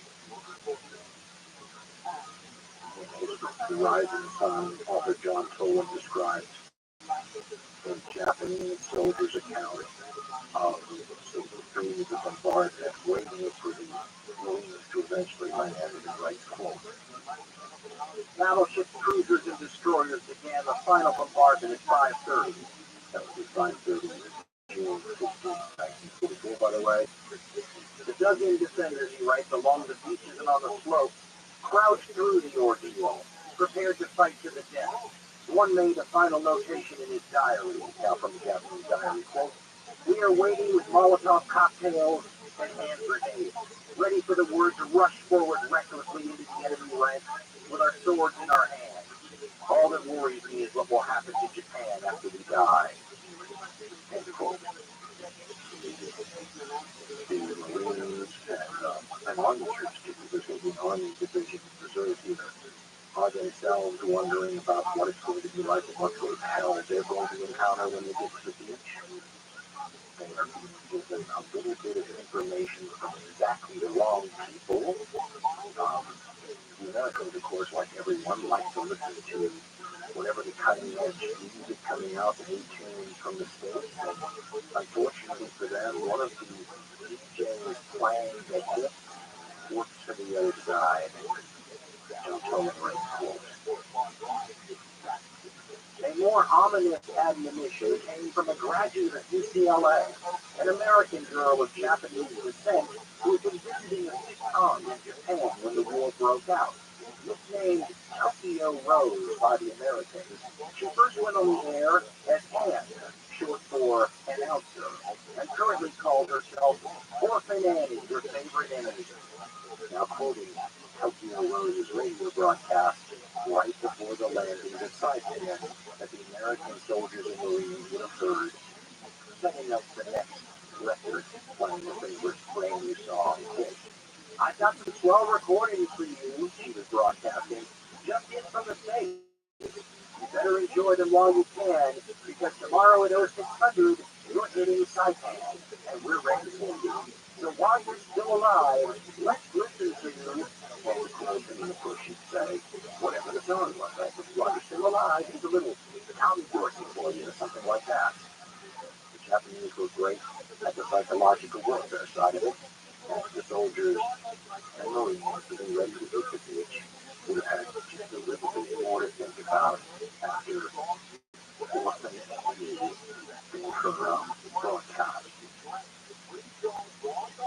When the actual landing starts again, you can see the advantages of the lessons learned at places like Tarawa, because they have enough of the landing craft so that the Marines don't have to go wading through the water with their rifles over their heads being shot with machine guns. The landing craft, and then almost, if you think of how the landing craft hit the beach almost simultaneously, now I should point out that despite a massive naval bombardment and aircraft everywhere, the Japanese were, they and ready. So the American Amtrak and everything is coming into the beach was working better. Unfortunately, the Japanese were also ready for the attack. So we want to respect their rights, quote. The result was that the Amtrak and armored amphibians turning toward the beach on the morning of June 15 encountered fierce resistance. As the first waves left the line of departure, tractor drivers could see large splashes thrown up by Japanese artillery shells falling directly behind them. When the landing craft crossed the reef and entered the lagoon, the enemy unleashed a barrage of artillery, mortar, and machine gun fire. Marines crouched low in the bobbing Amtrak, listening to the whistle of heavy shells and feeling the sickening thud and jerk produced by near misses. The Amtraks and armored amphibians answered with their 75mm guns and automatic weapons, while planes from nearby escort carriers swooped down on the beaches like angry hawks, firing rockets and machine guns and bombing targets just beyond the beach. Within the first 20 minutes, 700 of these vehicles and 8,000 troops came ashore. Think about that. To have 8,000 Marines landed in 20 minutes, that is coordination. Some of these Marines, though, are going to hold onto a foothold that's as small as 12 yards off of the water.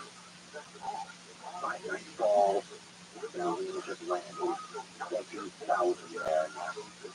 This is showing exactly how much of a science they've gotten this down to. The problem is, it's not going to be easy even now. At night, the Japanese will counterattack. The beachhead, they use tanks. They will fail, but it's the beginning of the kind of battle that the Japanese are going to fight for the rest of the war, when they're fighting essentially for the homeland. They're also willing to risk much more now that the stakes are so high, including their painstakingly rebuilt battle fleet. There hasn't been a big naval battle in a while now. The Japanese haven't wanted to risk something like this without a good chance of winning or achieving something worth the potential downsides. Saving the absolute national defense zone from conquest is deemed to be something that important. And Ronald H. Fletcher in Eagle Against the Sun picked up the story, quote, while the Marines were digging in for the night, Lieutenant Commander Robert Richter, captain of the submarine Flying Fish, was peering through his periscope at a parade of Japanese battleships and carriers, silhouetted against the coastline of San Bernardino Strait in the central Philippines, about 900 miles from Saipan. It was the biggest group of targets Richter had ever seen, but he knew that the first priority had to be getting word of this fleet to screw up some Pacific Command.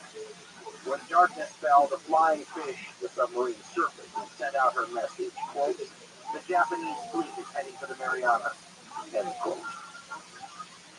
Admiral Struens will tell his commanders that the Japs are coming after us. It is the largest fleet they've ever used also. And it should be pointed out that on a historic standard, these fleets aren't just the largest fleets in this war up till this time. These are the most powerful fleets that have ever come in contact with each other in world history, even up until this day. In the Europeans' war, frankly, I put it in perspective. We think that the largest aircraft carrier battle before this time period, with aircraft carriers on both sides, is the Battle of England, where both sides put together must be 7 aircraft carriers. This battle that's about to happen can have 24. It's almost 350% more than the second most battle. Because if you take just the aircraft involved, this is the largest air battle in American history. Because if you just count the aircraft, this is the 4th largest air battle in all history anywhere.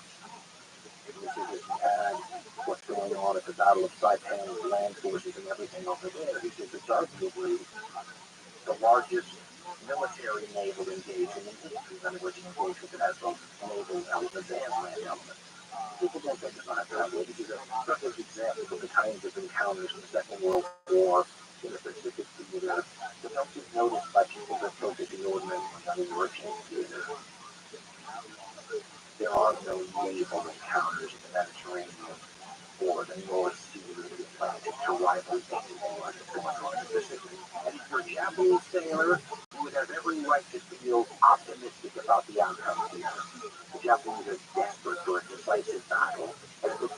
scrape together the proper forces to get one.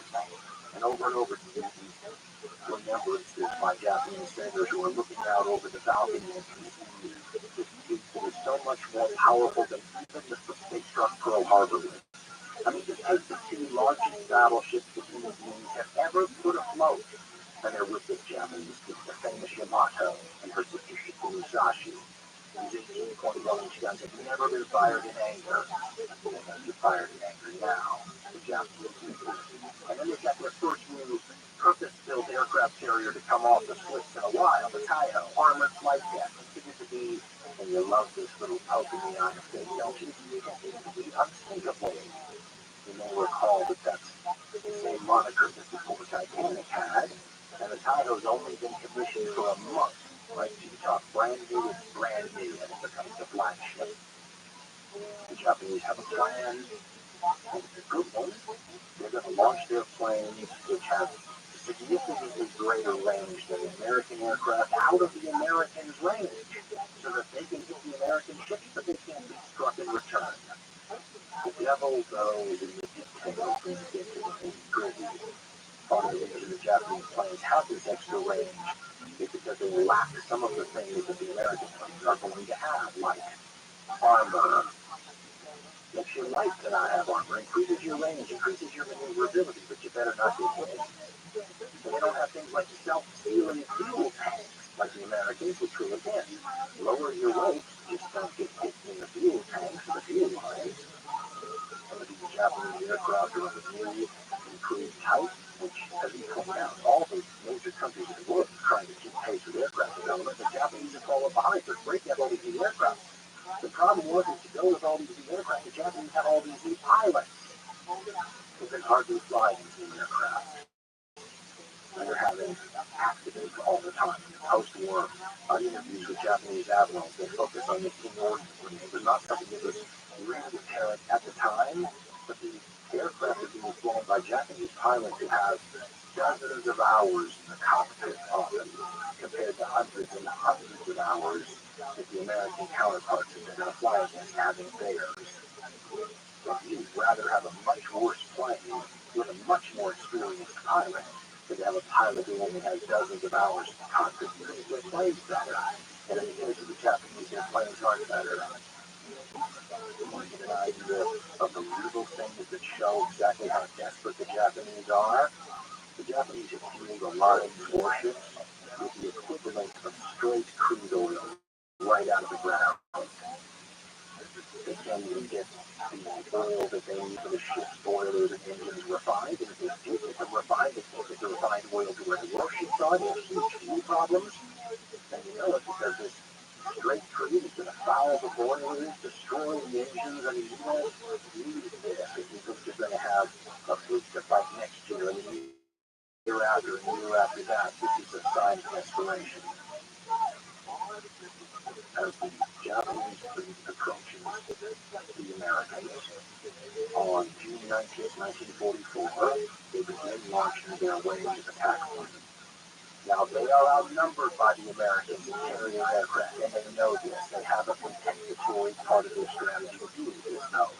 They know there's got airfields on these islands around Saipan, and they all have land-based aircraft. So they're going to add the land-based aircraft. And the carrier-based aircraft that they have, they may even outnumber the Americans. And what they don't know is that for the previous days leading up to this, the Americans have been pounding on these airfields, pounding them, whittling down all this strength the Japanese admirals are counting on, cratering these airfields and making them next to useless.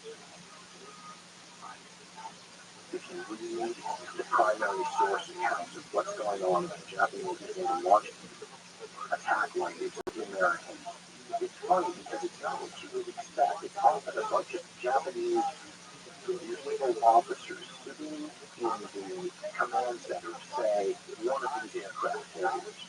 And after they launch the plane, they start looking at their watches because they know how long it should take those planes to get to the Americans. And they're expecting to hear all this chatter over the radio and start to hear reports about what's happening and what's being sunk and all those kinds of things. And they look at their watches and they're not getting anything back. So then they figure, okay, this must have happened, that must have happened, and then they look at their watches again a little while later, they're still nothing. And you can sense the unease growing.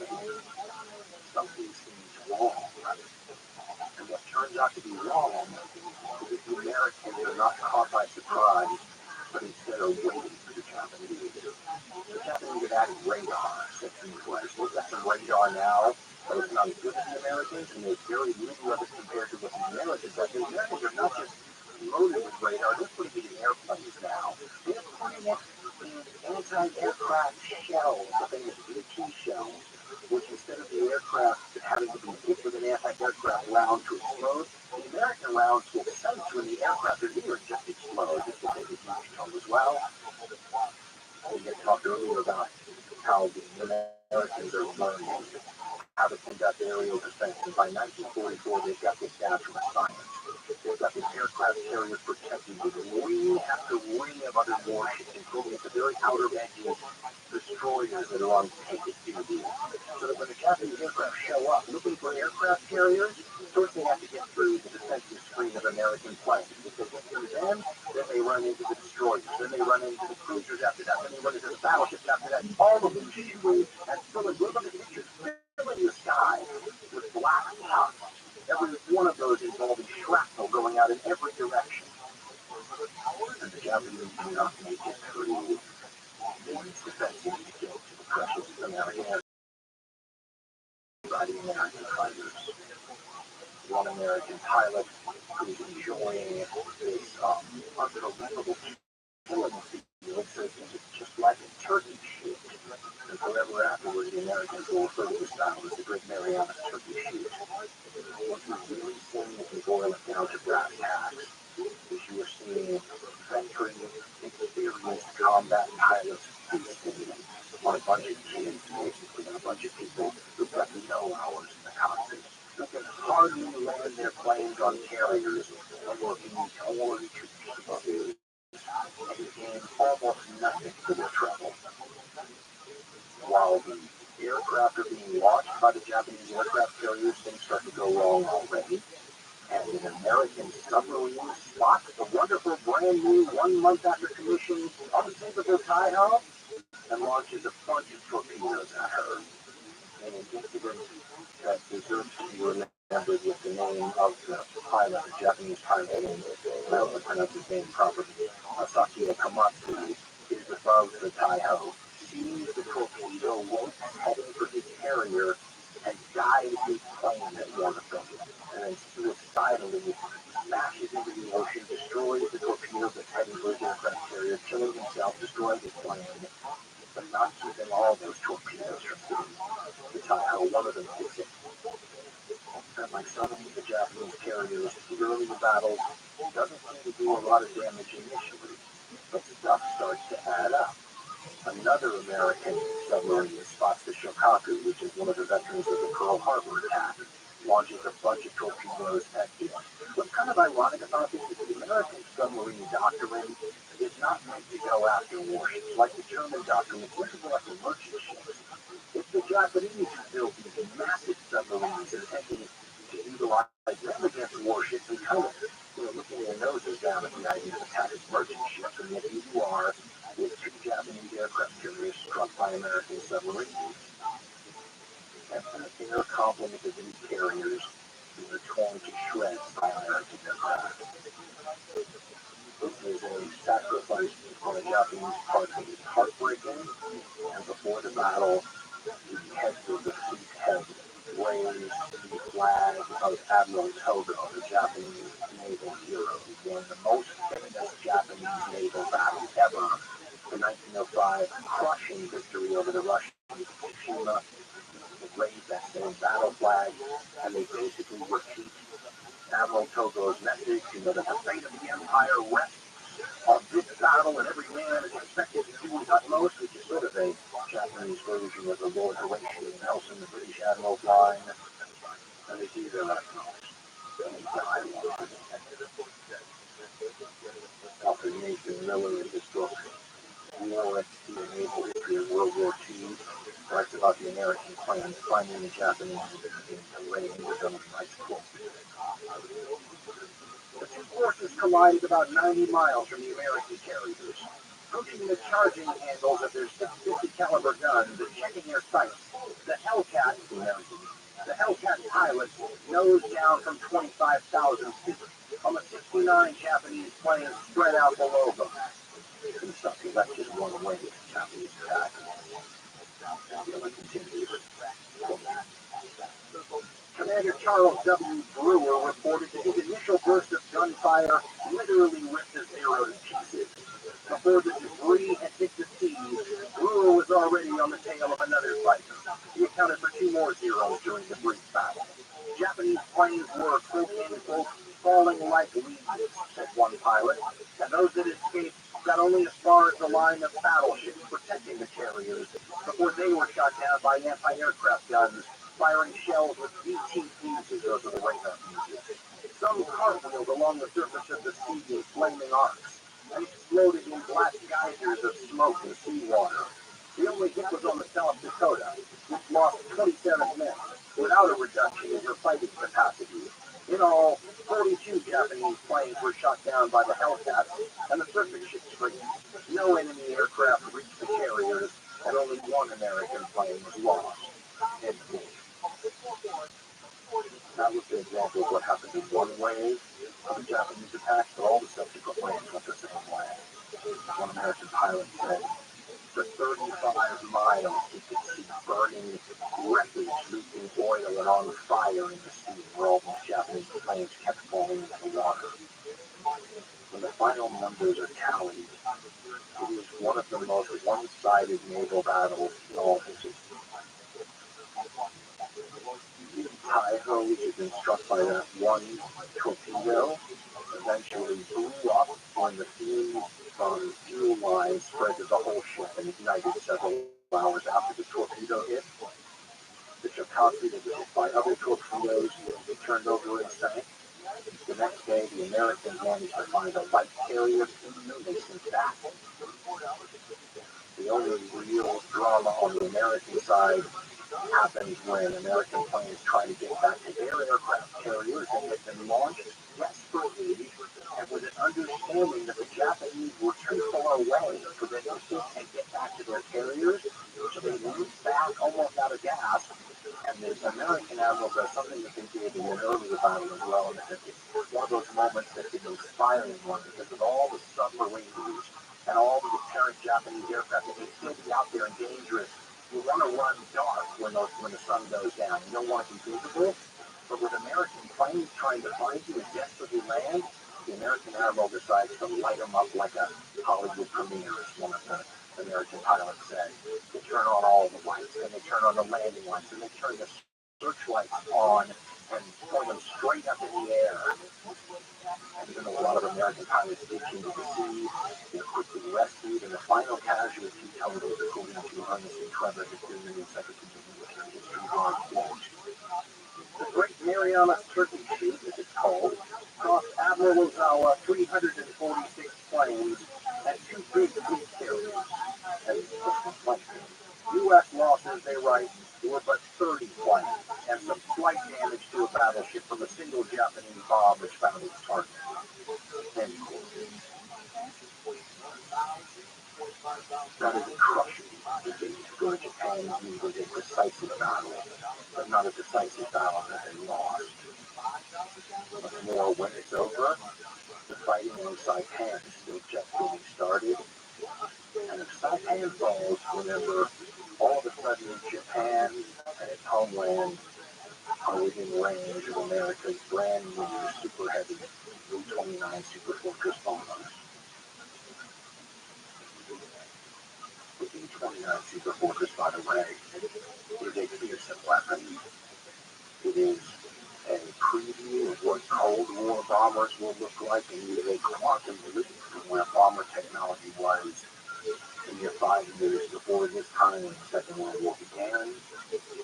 And the Japanese don't have to try to imagine what it might be like to have their city come under attack by this weapon, because they need only look at their active partner, Germany, and see German cities being converted from full-fledged functioning cities into rubble nightly and daily by Allied bombing attacks by bomber planes which are nowhere near as sophisticated as the B-29. And when U.S. Army Air Corps personnel begins launching B-29 bomber attacks from southern China, which are just able to hit the Japanese name, but they can't hit most of the islands, they can't hit Tokyo, but it's a warning that as they inch closer And as the airfields get closer to Japan, and as the range of these bombers increases, it's only a matter of time. In April 1944, the Japanese will launch their largest offensive of the entire war, and it is little known in the West, which I've always found interesting. I didn't know about it until about 35 years ago. It's called Operation Ichigo. 500,000 Japanese soldiers, more than 100,000 horses, something like 15,000 vehicles. And we've already explained the Japanese lack of resources, and they can hardly get their food enough fuel to even move. So something like this is a major endeavor. So one would think, well, this must be for high stakes, right? The Japanese lead for this operation to go against the Chinese, it should be decisive. Unfortunately and tragically, if you look at this from the Japanese point of view, it's not. I mean, they're really trying to create a land bridge between two areas they control, and they're trying to overrun these American air bases so that the B-29 can't hit them from China. By the time it's over, the Japanese lose another 100,000 of their soldiers. They put something like north of 300,000 more casualties than the Chinese. Tremendous decisive gain. This is becoming a pattern in 1944 where the apocalyptic side of this war from the Japanese perspective just picks up speed. And in the same time period, the Japanese launch another attack in the TRUMAN theater, which ends up going nowhere. It cost them another 72,000 dead. The fighting in the Union has never stopped. In fact, the Japanese are still inflicting casualties on Americans and Australians there. And the disease, which we really have not done justice to, is killing and incapacitating more Japanese, more Australians, and more Americans than the combat. Many times more casualties than the combat. The malaria, the dysentery, the many other infections and stuff that are taking a toll of allied and actual soldiery is brutal. But he said this is a theater where people starve to death and disease killed or incapacitates far more people than combat. This is not how it is on most of the other fronts. It makes the Asia Pacific theater different. And at this time period, the peace campaign, the island of death, is really living up to the height as far as the Japanese post-war reputation of that place is concerned. And after MacArthur's promises, no more boomers for the Boomer campaign this year. When the Australians managed to sort of bypass most of the Japanese, cut them off from supplies, and leave more than 100,000 Japanese soldiers on the unit starving to death and dying of disease. And then, as we said, you have the Battle of the Philippine Sea, which just ended in Great Mariana Turkey shoot for the Japanese street carriers, hundreds of trying to barely scratch the Americans. It's a sign that the war is beginning to enter a new phase, a phase where, just like Europe actually, the Axis have lost the war, but they're going to continue fighting. The last year of the war was the most horrible, but it's also a time when there is no doubt as to who's going to win it.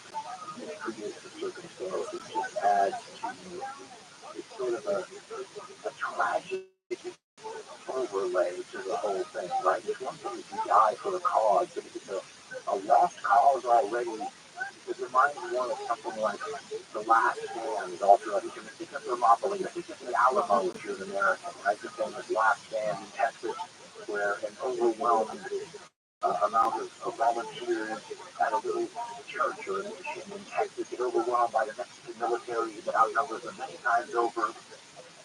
But something like Thermopylae or the Alamo is redeemed somewhat, because eventually the people that were able to overwhelm the last stand are paid back, many times over. Right? The Americans come in and defeat the Mexicans in a war, the Greeks defeat the Persians eventually. In this part of the conflict, the Japanese are going to fight the equivalent of Alamo after Alamo after Alamo, and Thermopylae after Thermopylae after Thermopylae. This is never going to be an avenging angel moment.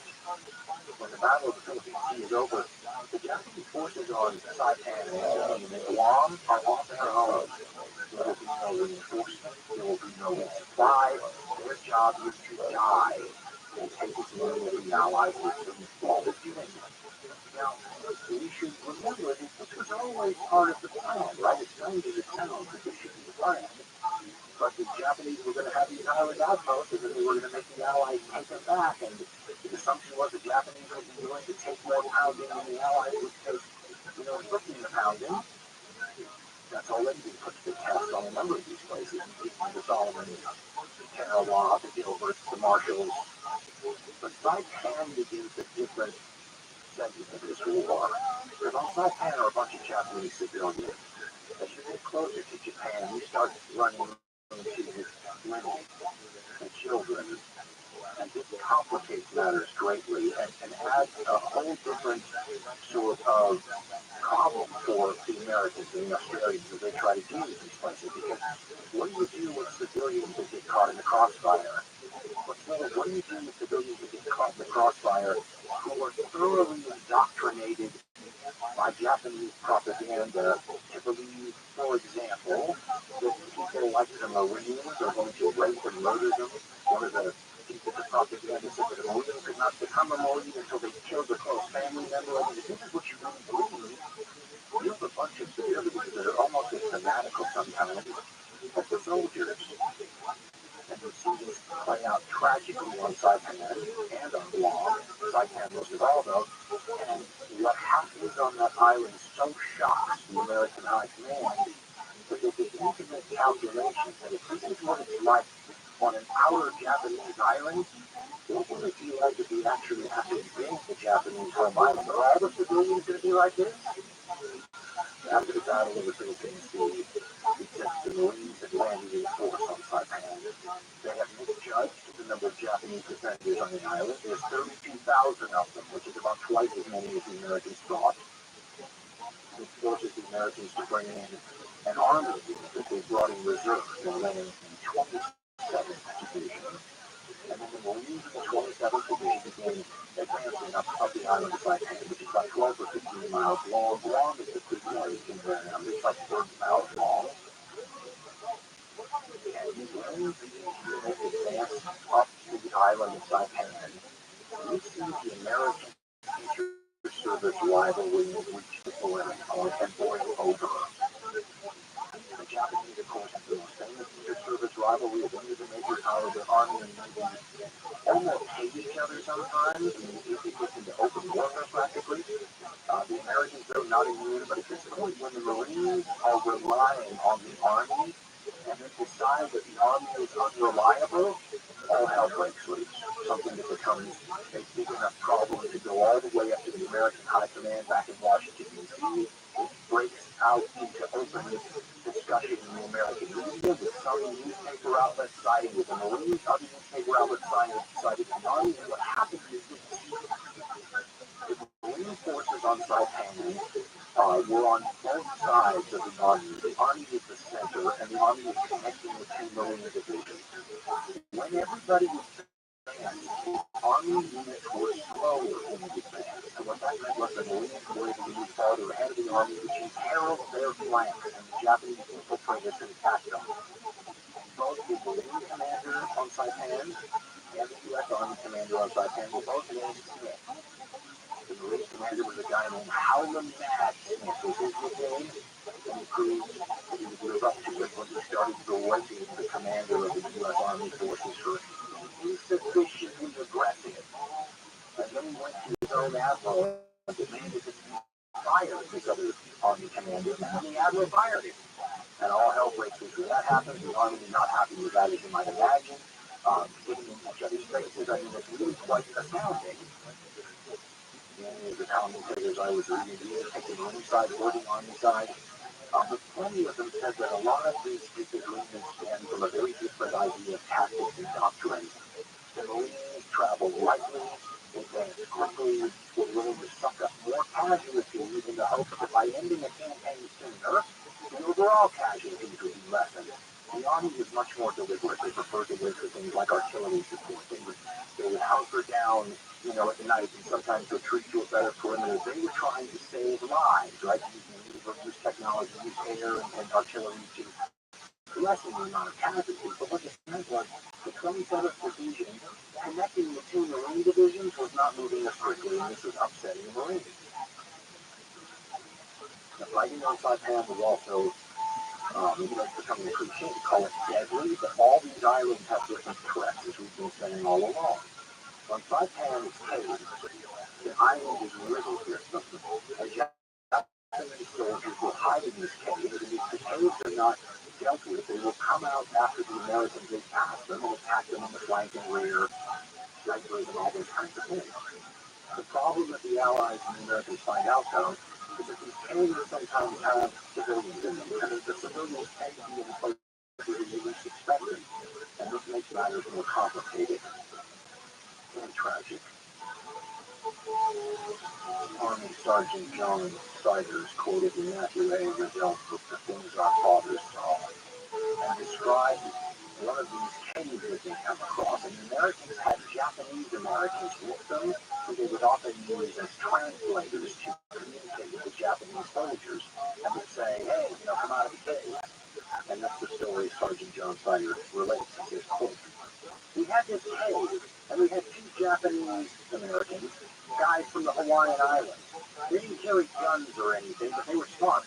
They walked right into the cave and talked to the Japanese soldiers. They weren't going to give up. Our two came out and told us, and then they went back in. I told them they had 5 minutes before we were going to shell them. Then they went back in and told them they had 3 minutes. All of a sudden, we heard the screaming of women and children. We told them to let the civilians out. The Japanese wouldn't let them out. That was their protection. So it came down to ... They blew the cave up. How many people were killed, we don't know. But that cave was closed. They exploded it with dynamite. In Japan at War and Oral History, Haruko Taya-Cook and Theodore F. Cook interviewed a Japanese veteran on Saipan who has a truly Reader's Digest type adventurer, maybe that's not the right way to describe it, trying to survive an American assault on Saipan, and eventually he finds himself in a cave like the one the Americans just described that they had to blow up. The veteran, his name is Yamauchi Takeo, and he described finding this cave and running into the body for protection, but there were already people in the cave, including civilians. You begin to see the tragedy and perhaps the preview of what a war against the Japanese home islands might turn out to be like. And the veteran says, quote, that sailor and I fled to the very northern tip of the island where we found a cave to crawl into. Inside were a Japanese non-com, a non-commissioned officer. I thought he must be a master sergeant. That's the way he spoke. Several soldiers and some Japanese women with babies, maybe 20 of them all together. It was pitch dark at night. I could hear their voices, babies crying. The sailor and I sat in the corner in the darkness without talking to anyone else there. Immediately above that cave ran a road. American forces were all over the place. The sergeant insisted that the babies' cries would alert the Americans. Kill them yourself, or I'll order my men to do it. That's the sergeant speaking. Several mothers killed their own children, the veteran said. Now, he talks about the Americans' attempt to get them to come out. Quote, now the Americans began to broadcast surrender advice over loudspeakers. From the sea, Japanese forces, throw down your arms. We will protect the honor of those who fought hard and who give themselves up. We have water. We have food. The Japanese, he says, was a little shaky. They said that they would resume firing after a fixed interval. That was the first time I heard an American call to surrender. But I feared that if I surrendered within sight of our own men during daylight, I might be shot in the back. End quote. He then tells a heart-wrenching story of a civilian teenager. Many of the civilians had cyanide and they were killing themselves. And he says that this teenager's whole family took the cyanide and killed themselves. But seemingly, gave her something that was fake so that she would survive and live. And he says that he had to tell her, you can't kill yourself. Your parents tried to spare your life. These things like war and any big historical story, with thousands of little individual stories added together like a mosaic. This is truly tragic, and yet at the same time, especially in the years after the war, one would hear a story like this and say, well, they asked for it, they started the war, and all those kinds of things, which is understandable. And at the same time, I was tempted to suggest that there are a lot of innocent animals or just pawns on all sides trapped in this kind of matrix, if you will. If you can't spare some sympathy for Japanese civilians, at least spare some for the tomorrow. People inside who were there before the Japanese even arrived after the First World War. Thousands upon thousands, maybe tens of thousands of those people will die and suffer terribly, caught in the cage while the Americans and the Japanese fought it out. In a book called Saipan, Oral History of the Pacific War by Bruce and Teddy, who recounts story after story told by tomorrow people who survived this affair and the loved ones that they lost along the way and the family tragedies that unfolded in front of them. It's gritty stuff. As the Americans fight their way up the island, the Japanese can see the writing on the wall. This book combined with decoded. Father John Covers quotes another Japanese diary, this one by a soldier named Nagana Kazumi, and he's writing this in thought on July 4th, and his diary entry is a testament to what most Japanese by this time are clearly aware of, that the end game is in sight in the last quote. The decision to make a final stand has at last been announced. Only Japanese officers and men will fight under such hopeless conditions. The spirit of Yamato, however, is rendered powerless by the overwhelming strength and the heavy weapons of the enemy. The island of Saipan is too small. It is even difficult for me to hide myself, and I'm only 5 feet tall. Our last day will be here, my recruiter. Nothing to regret, nothing more to do. It's a fate. The head is this way. On July 6th, the general in charge, so there's his name, will climb onto a rock, have a laugh, according to some anyway, hand-crabbing sake, and then slit his belly with a knife or a sword, while an adjutant behind him waits for the proper moment to shoot him in the head. This is followed by Admiral Nagumo's suicide.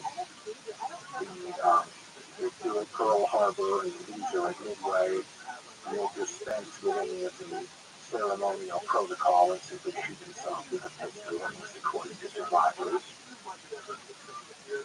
The day after these two commanders end their lives, the turn of the rank and file to do so. And you've been calling these charges basically suicidal charges by the Japanese bombsite charges, which is what the Americans call them, because the Japanese soldiers would often yell bombsite as one of the things that they would scream on the way into the pack. But the Japanese, especially here in Saipan, are taking part in what the Japanese term is a yokozai, and that means the breaking of the jewel. And they will drink a lot of liquor, get to a point where they're actually seeing before thousands of them will explode onto the American line. This is not totally unexpected. I mean, that's the A result of the things our father saw. U.S. soldier Nick Rinaldo says, quote, I remember it rained like hell that night, and the water was running down the slope into our foxhole. I had to use my helmet to keep bailing out, you know? The night before the bonsai, I woke up that morning, and oh, Jesus Christ, they, the Japanese, got above us, and they were giving us plunging fire, shooting right down into the foxhole, because they were high enough to look down. Lieutenant Gower, he was my platoon leader. He was regular Army. He was a good man. He called us together, the squad leaders. He said, I think we're getting hit with a bonsai. We're going to have to pull back. End quote. Let me point out that this happens like so many of these major Japanese attacks at night. Ronaldo continues, quote, Holy Jesus, there was howling and screaming. naked women with spears start naked. They took bayonets and strapped them on the end of a pole, and they came screaming at us, figuring, hey, the good-hearted Americans aren't going to shoot a woman, you know? Horseshit. There were so many of them, like cockroaches coming out of the woodwork. We had to pull back. End quote. I have a book on Saipan, and it spends something like 30 or 40 pages covering this event with 3,000 to 4,000 Japanese fighters swarming over the American front lines, forcing the Americans to pull back.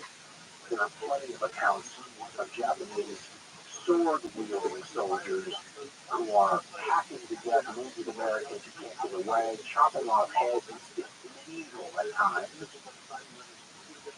But it's also the football nobility of failure, tragic heroes in the history of Japan.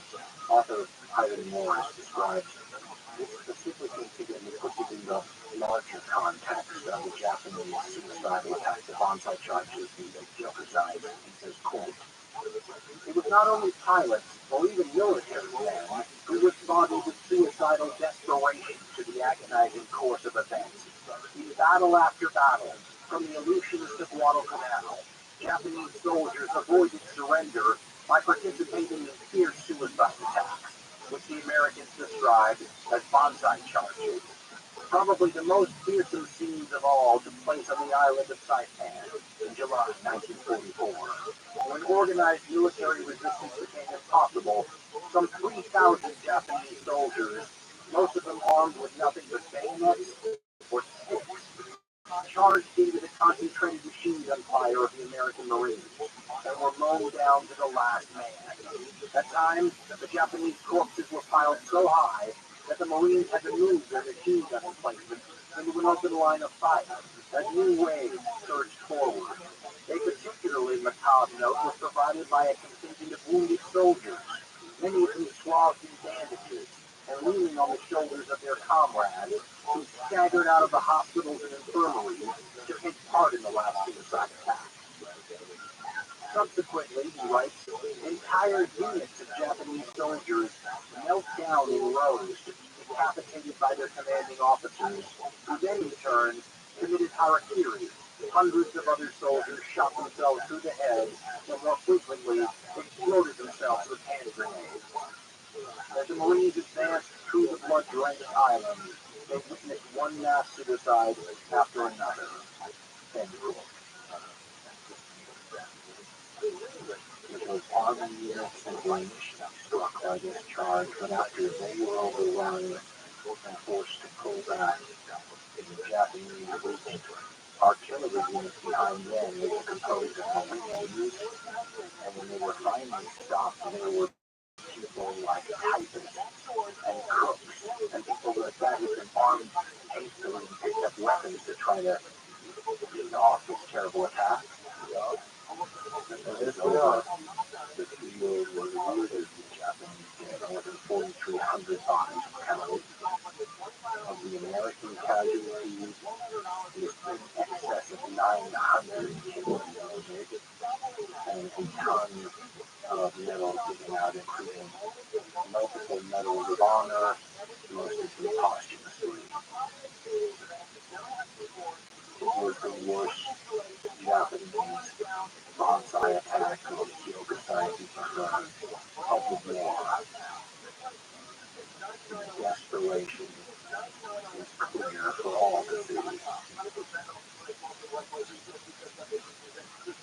After the bonsai charge, the Americans continued to move up the island, compressing the Japanese into the northern tip of the island. There was a more than 800-foot-tall cliff with jagged rocks in the sea below, and that's where the final tragedy of Saipan occurred.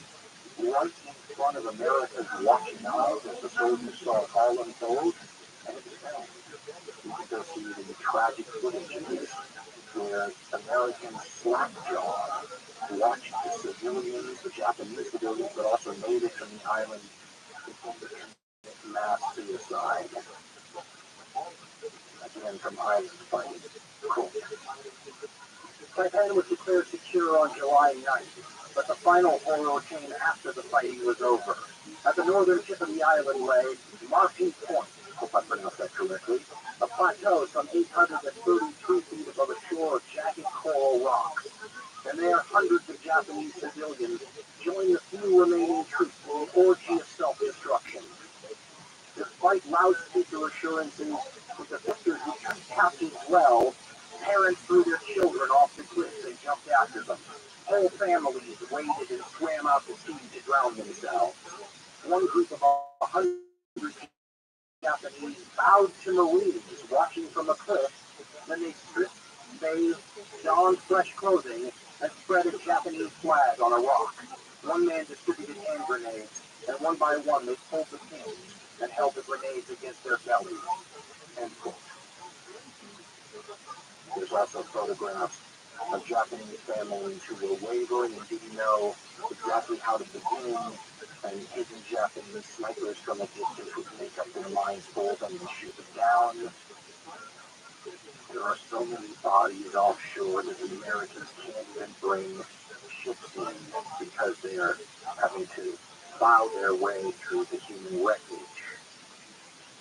News with the Rising Sun author John Tolan actually has descriptions that are too upsetting to even talk about, of the ordeal that the survivors who didn't die in the suicide attempts lived through. I mean, what's it like to be in a cave with your father, your mother, your siblings, including some as young as toddlers, and they have to have a discussion about what's about to happen. I mean, one of his stories related by a survivor who did not die. The father and the mother had the conversation about how they're going to go to a happy place and all these things. I mean, it is a human tragedy this large. And it's clear from all of the accounts that it melts the hearts of even the adversaries. Or even calling this a race war, a war of annihilation, a war of hatred. But the Marines and the Army personnel who witnessed this, they know they're looking at a tragedy. And Tolan tells the story of one American officer watching this with tears streaming down his face, saying, "Why do the Japanese kill themselves like this?" No one knows exactly how many civilians on site ended up dying either through suicide or getting caught in war. Casualty figures for the entire Pacific campaign wildly different from one source to another. Part of the reason why is so many people disappeared, caves get blown up with people inside, Japanese soldiers turn up years later, suicides happen in remote places, and the jungle tends to conceal a lot. But I've seen civilian death totals between 20 to 25,000 people. Japanese ancient world. Those are devastating casualties for an island this size. 12, 15 miles long, 20 to 25,000 dead civilians. It's a nightmare scenario as the war goes on, and you're going to run into more and more populated islands every step of the way towards the Japanese homeland. As far as Japanese casualties, those vary too. On Saipan, between 27 and 29,000 Japanese dead are usually the numbers you see. Americans dead and missing, well, Saipan's about 3,500, a little bit more than 3,500 maybe American dead, a couple hundred missing, between 13 and 16,000 million dead.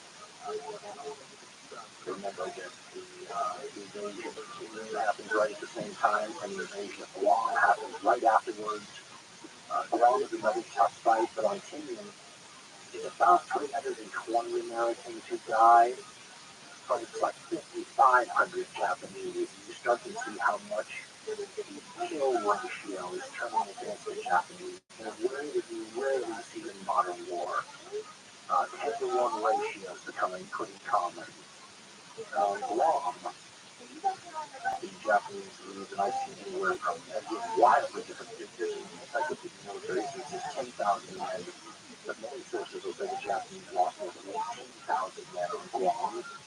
The Americans lose about 3,000 men, about 7,000 wounded. entire Operation Forager, totaled up the Japanese losing about 67,000 men out of 71,000 originally. These numbers represent almost total destruction of Japanese forces.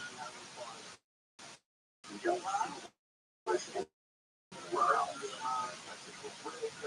It's a sign of how committed they are to the cause and how unlikely it is that you can break their morale and get them to surrender. They're going to be a fight to the death. And after Saipan and Guam in Korea, the Japanese know that at least they more insightful amongst their leadership that the war is decided, but it's not over yet. One of the naval chiefs of staff says after Saipan falls that hell is about to descend upon us. They know that the B-29s are coming, and before the islands are even free of Japanese defenders, Navy engineers, the Seabees, come in and start building the airfields that the B-29s will use to attack the Japanese homeland. On July 18th, the military leader Tojo resigned. He was forced to by the emperor and the other elements of the government. 2 days later, a bomb goes off in the German Empire. Is that a good way to call it? The Nazi state. And officers under Adolf Hitler had tried to blow him up in the July 20th plot. So by July 20th, Hitler's wounded in the bombing attack. Mussolini, as he said, is already in the shadow of his former self and fallen. Tojo's gone now, so of the big three, only Hitler's left. The successors to Tojo in Japan begin to try to figure out a way to cobble some sort of peace together so the worst can be avoided. But they have a lot of headwinds working against them, including the emperor himself, who in Herbert P. Victor's Hirohito suggests that he's going to die fighting. And Japan begins to prepare for the so-called last-ditch stand on the home islands. They will make use of every man, woman, and child in Dick's right quote. On August 4th, the new cabinet decided to arm virtually the entire nation and have all subjects begin military training with bamboo spears in workplaces and schools throughout the country. Hirohito, the emperor, formally confirmed the new preparations for defense against the forthcoming enemy offensive at his imperial conference 2 weeks later. Emphasis was to be placed on air defense, fighting the enemy in the interior rather than at the water's edge, and the rapid development of, quote, sure victory weapons, end quote, which meant the large-scale production of so-called body smashing, or special attack weapons designed to, quote, end quote, exchange the life of the crew or the pilot for a specific military achievement, end quote. Suicide weapons. That's where we are by this time in the war. We have been saying all through this series that the Japanese are like everyone else, only more so. Well, in June 1940, when Winston Churchill was afraid that the Germans were about to invade another island nation, just like Japan, but in this case Britain, he gave a famous speech. A speech that, well, I get to be listened by the Japanese emperor himself. He said, quote, "We shall defend our island whatever the cost may be. We shall fight on the beaches. We shall fight on the landing grounds. We shall fight in the fields and in the streets. We shall fight in the hills. We shall never surrender." End quote. He also had put, "Remember, you can always take one with you." Every British civilian would take a German soldier with them, and that would beat up the whole German army because there were so many civilians. So it sounds like the Japanese were taking an inspiration from Churchill's playbook here, because in this final year of the war, that's their plan. And civilians are training with bamboo spears to make it a reality.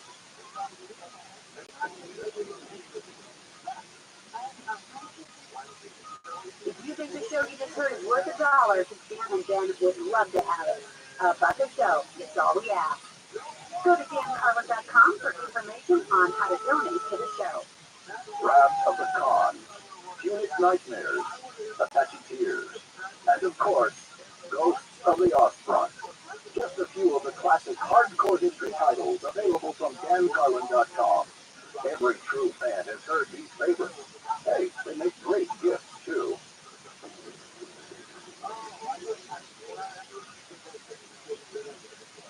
Coming up in part 6, the final installment of this series, Peleliu, Iwo Jima, Okinawa, MacArthur's return to the Philippines, kamikazes, and atomic war, an Armageddon of the sort that has rarely been seen in modern warfare. All this and more in part 6 of Supernova News.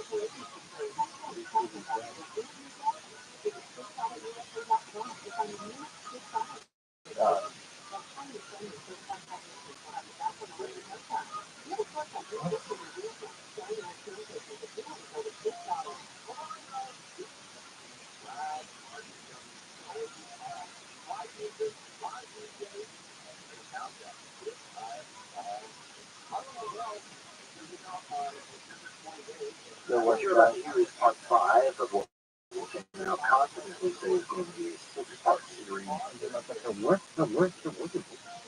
you're about to hear is part 6 of 6-part series. We're going to Second World War.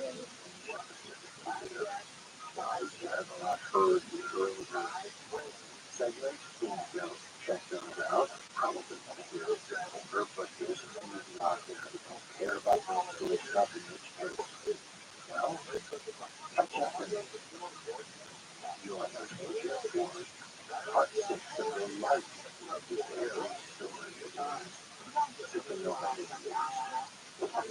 Number 73, 1941. A date which will live in infamy. Hardcore history. People who are knowledgeable of the Second World War, and many people are, it's one of those subjects that fascinates the world over, understandably so.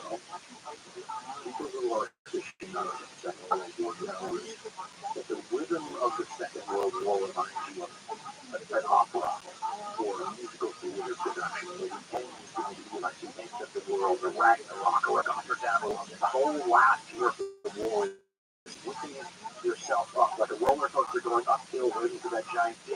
when you're building up to that horrific ending, the last year of the Second World War, the worst year of the Second World War, and the kind of numbers that demonstrate that are, for example, casualties, killings. Look at the German deaths, for example, in January 1945. That's a month with mine.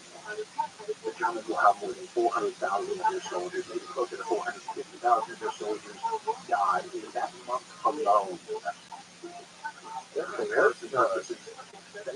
More military deaths than the United States suffered, all branches of service, all cause of mortality for the whole war.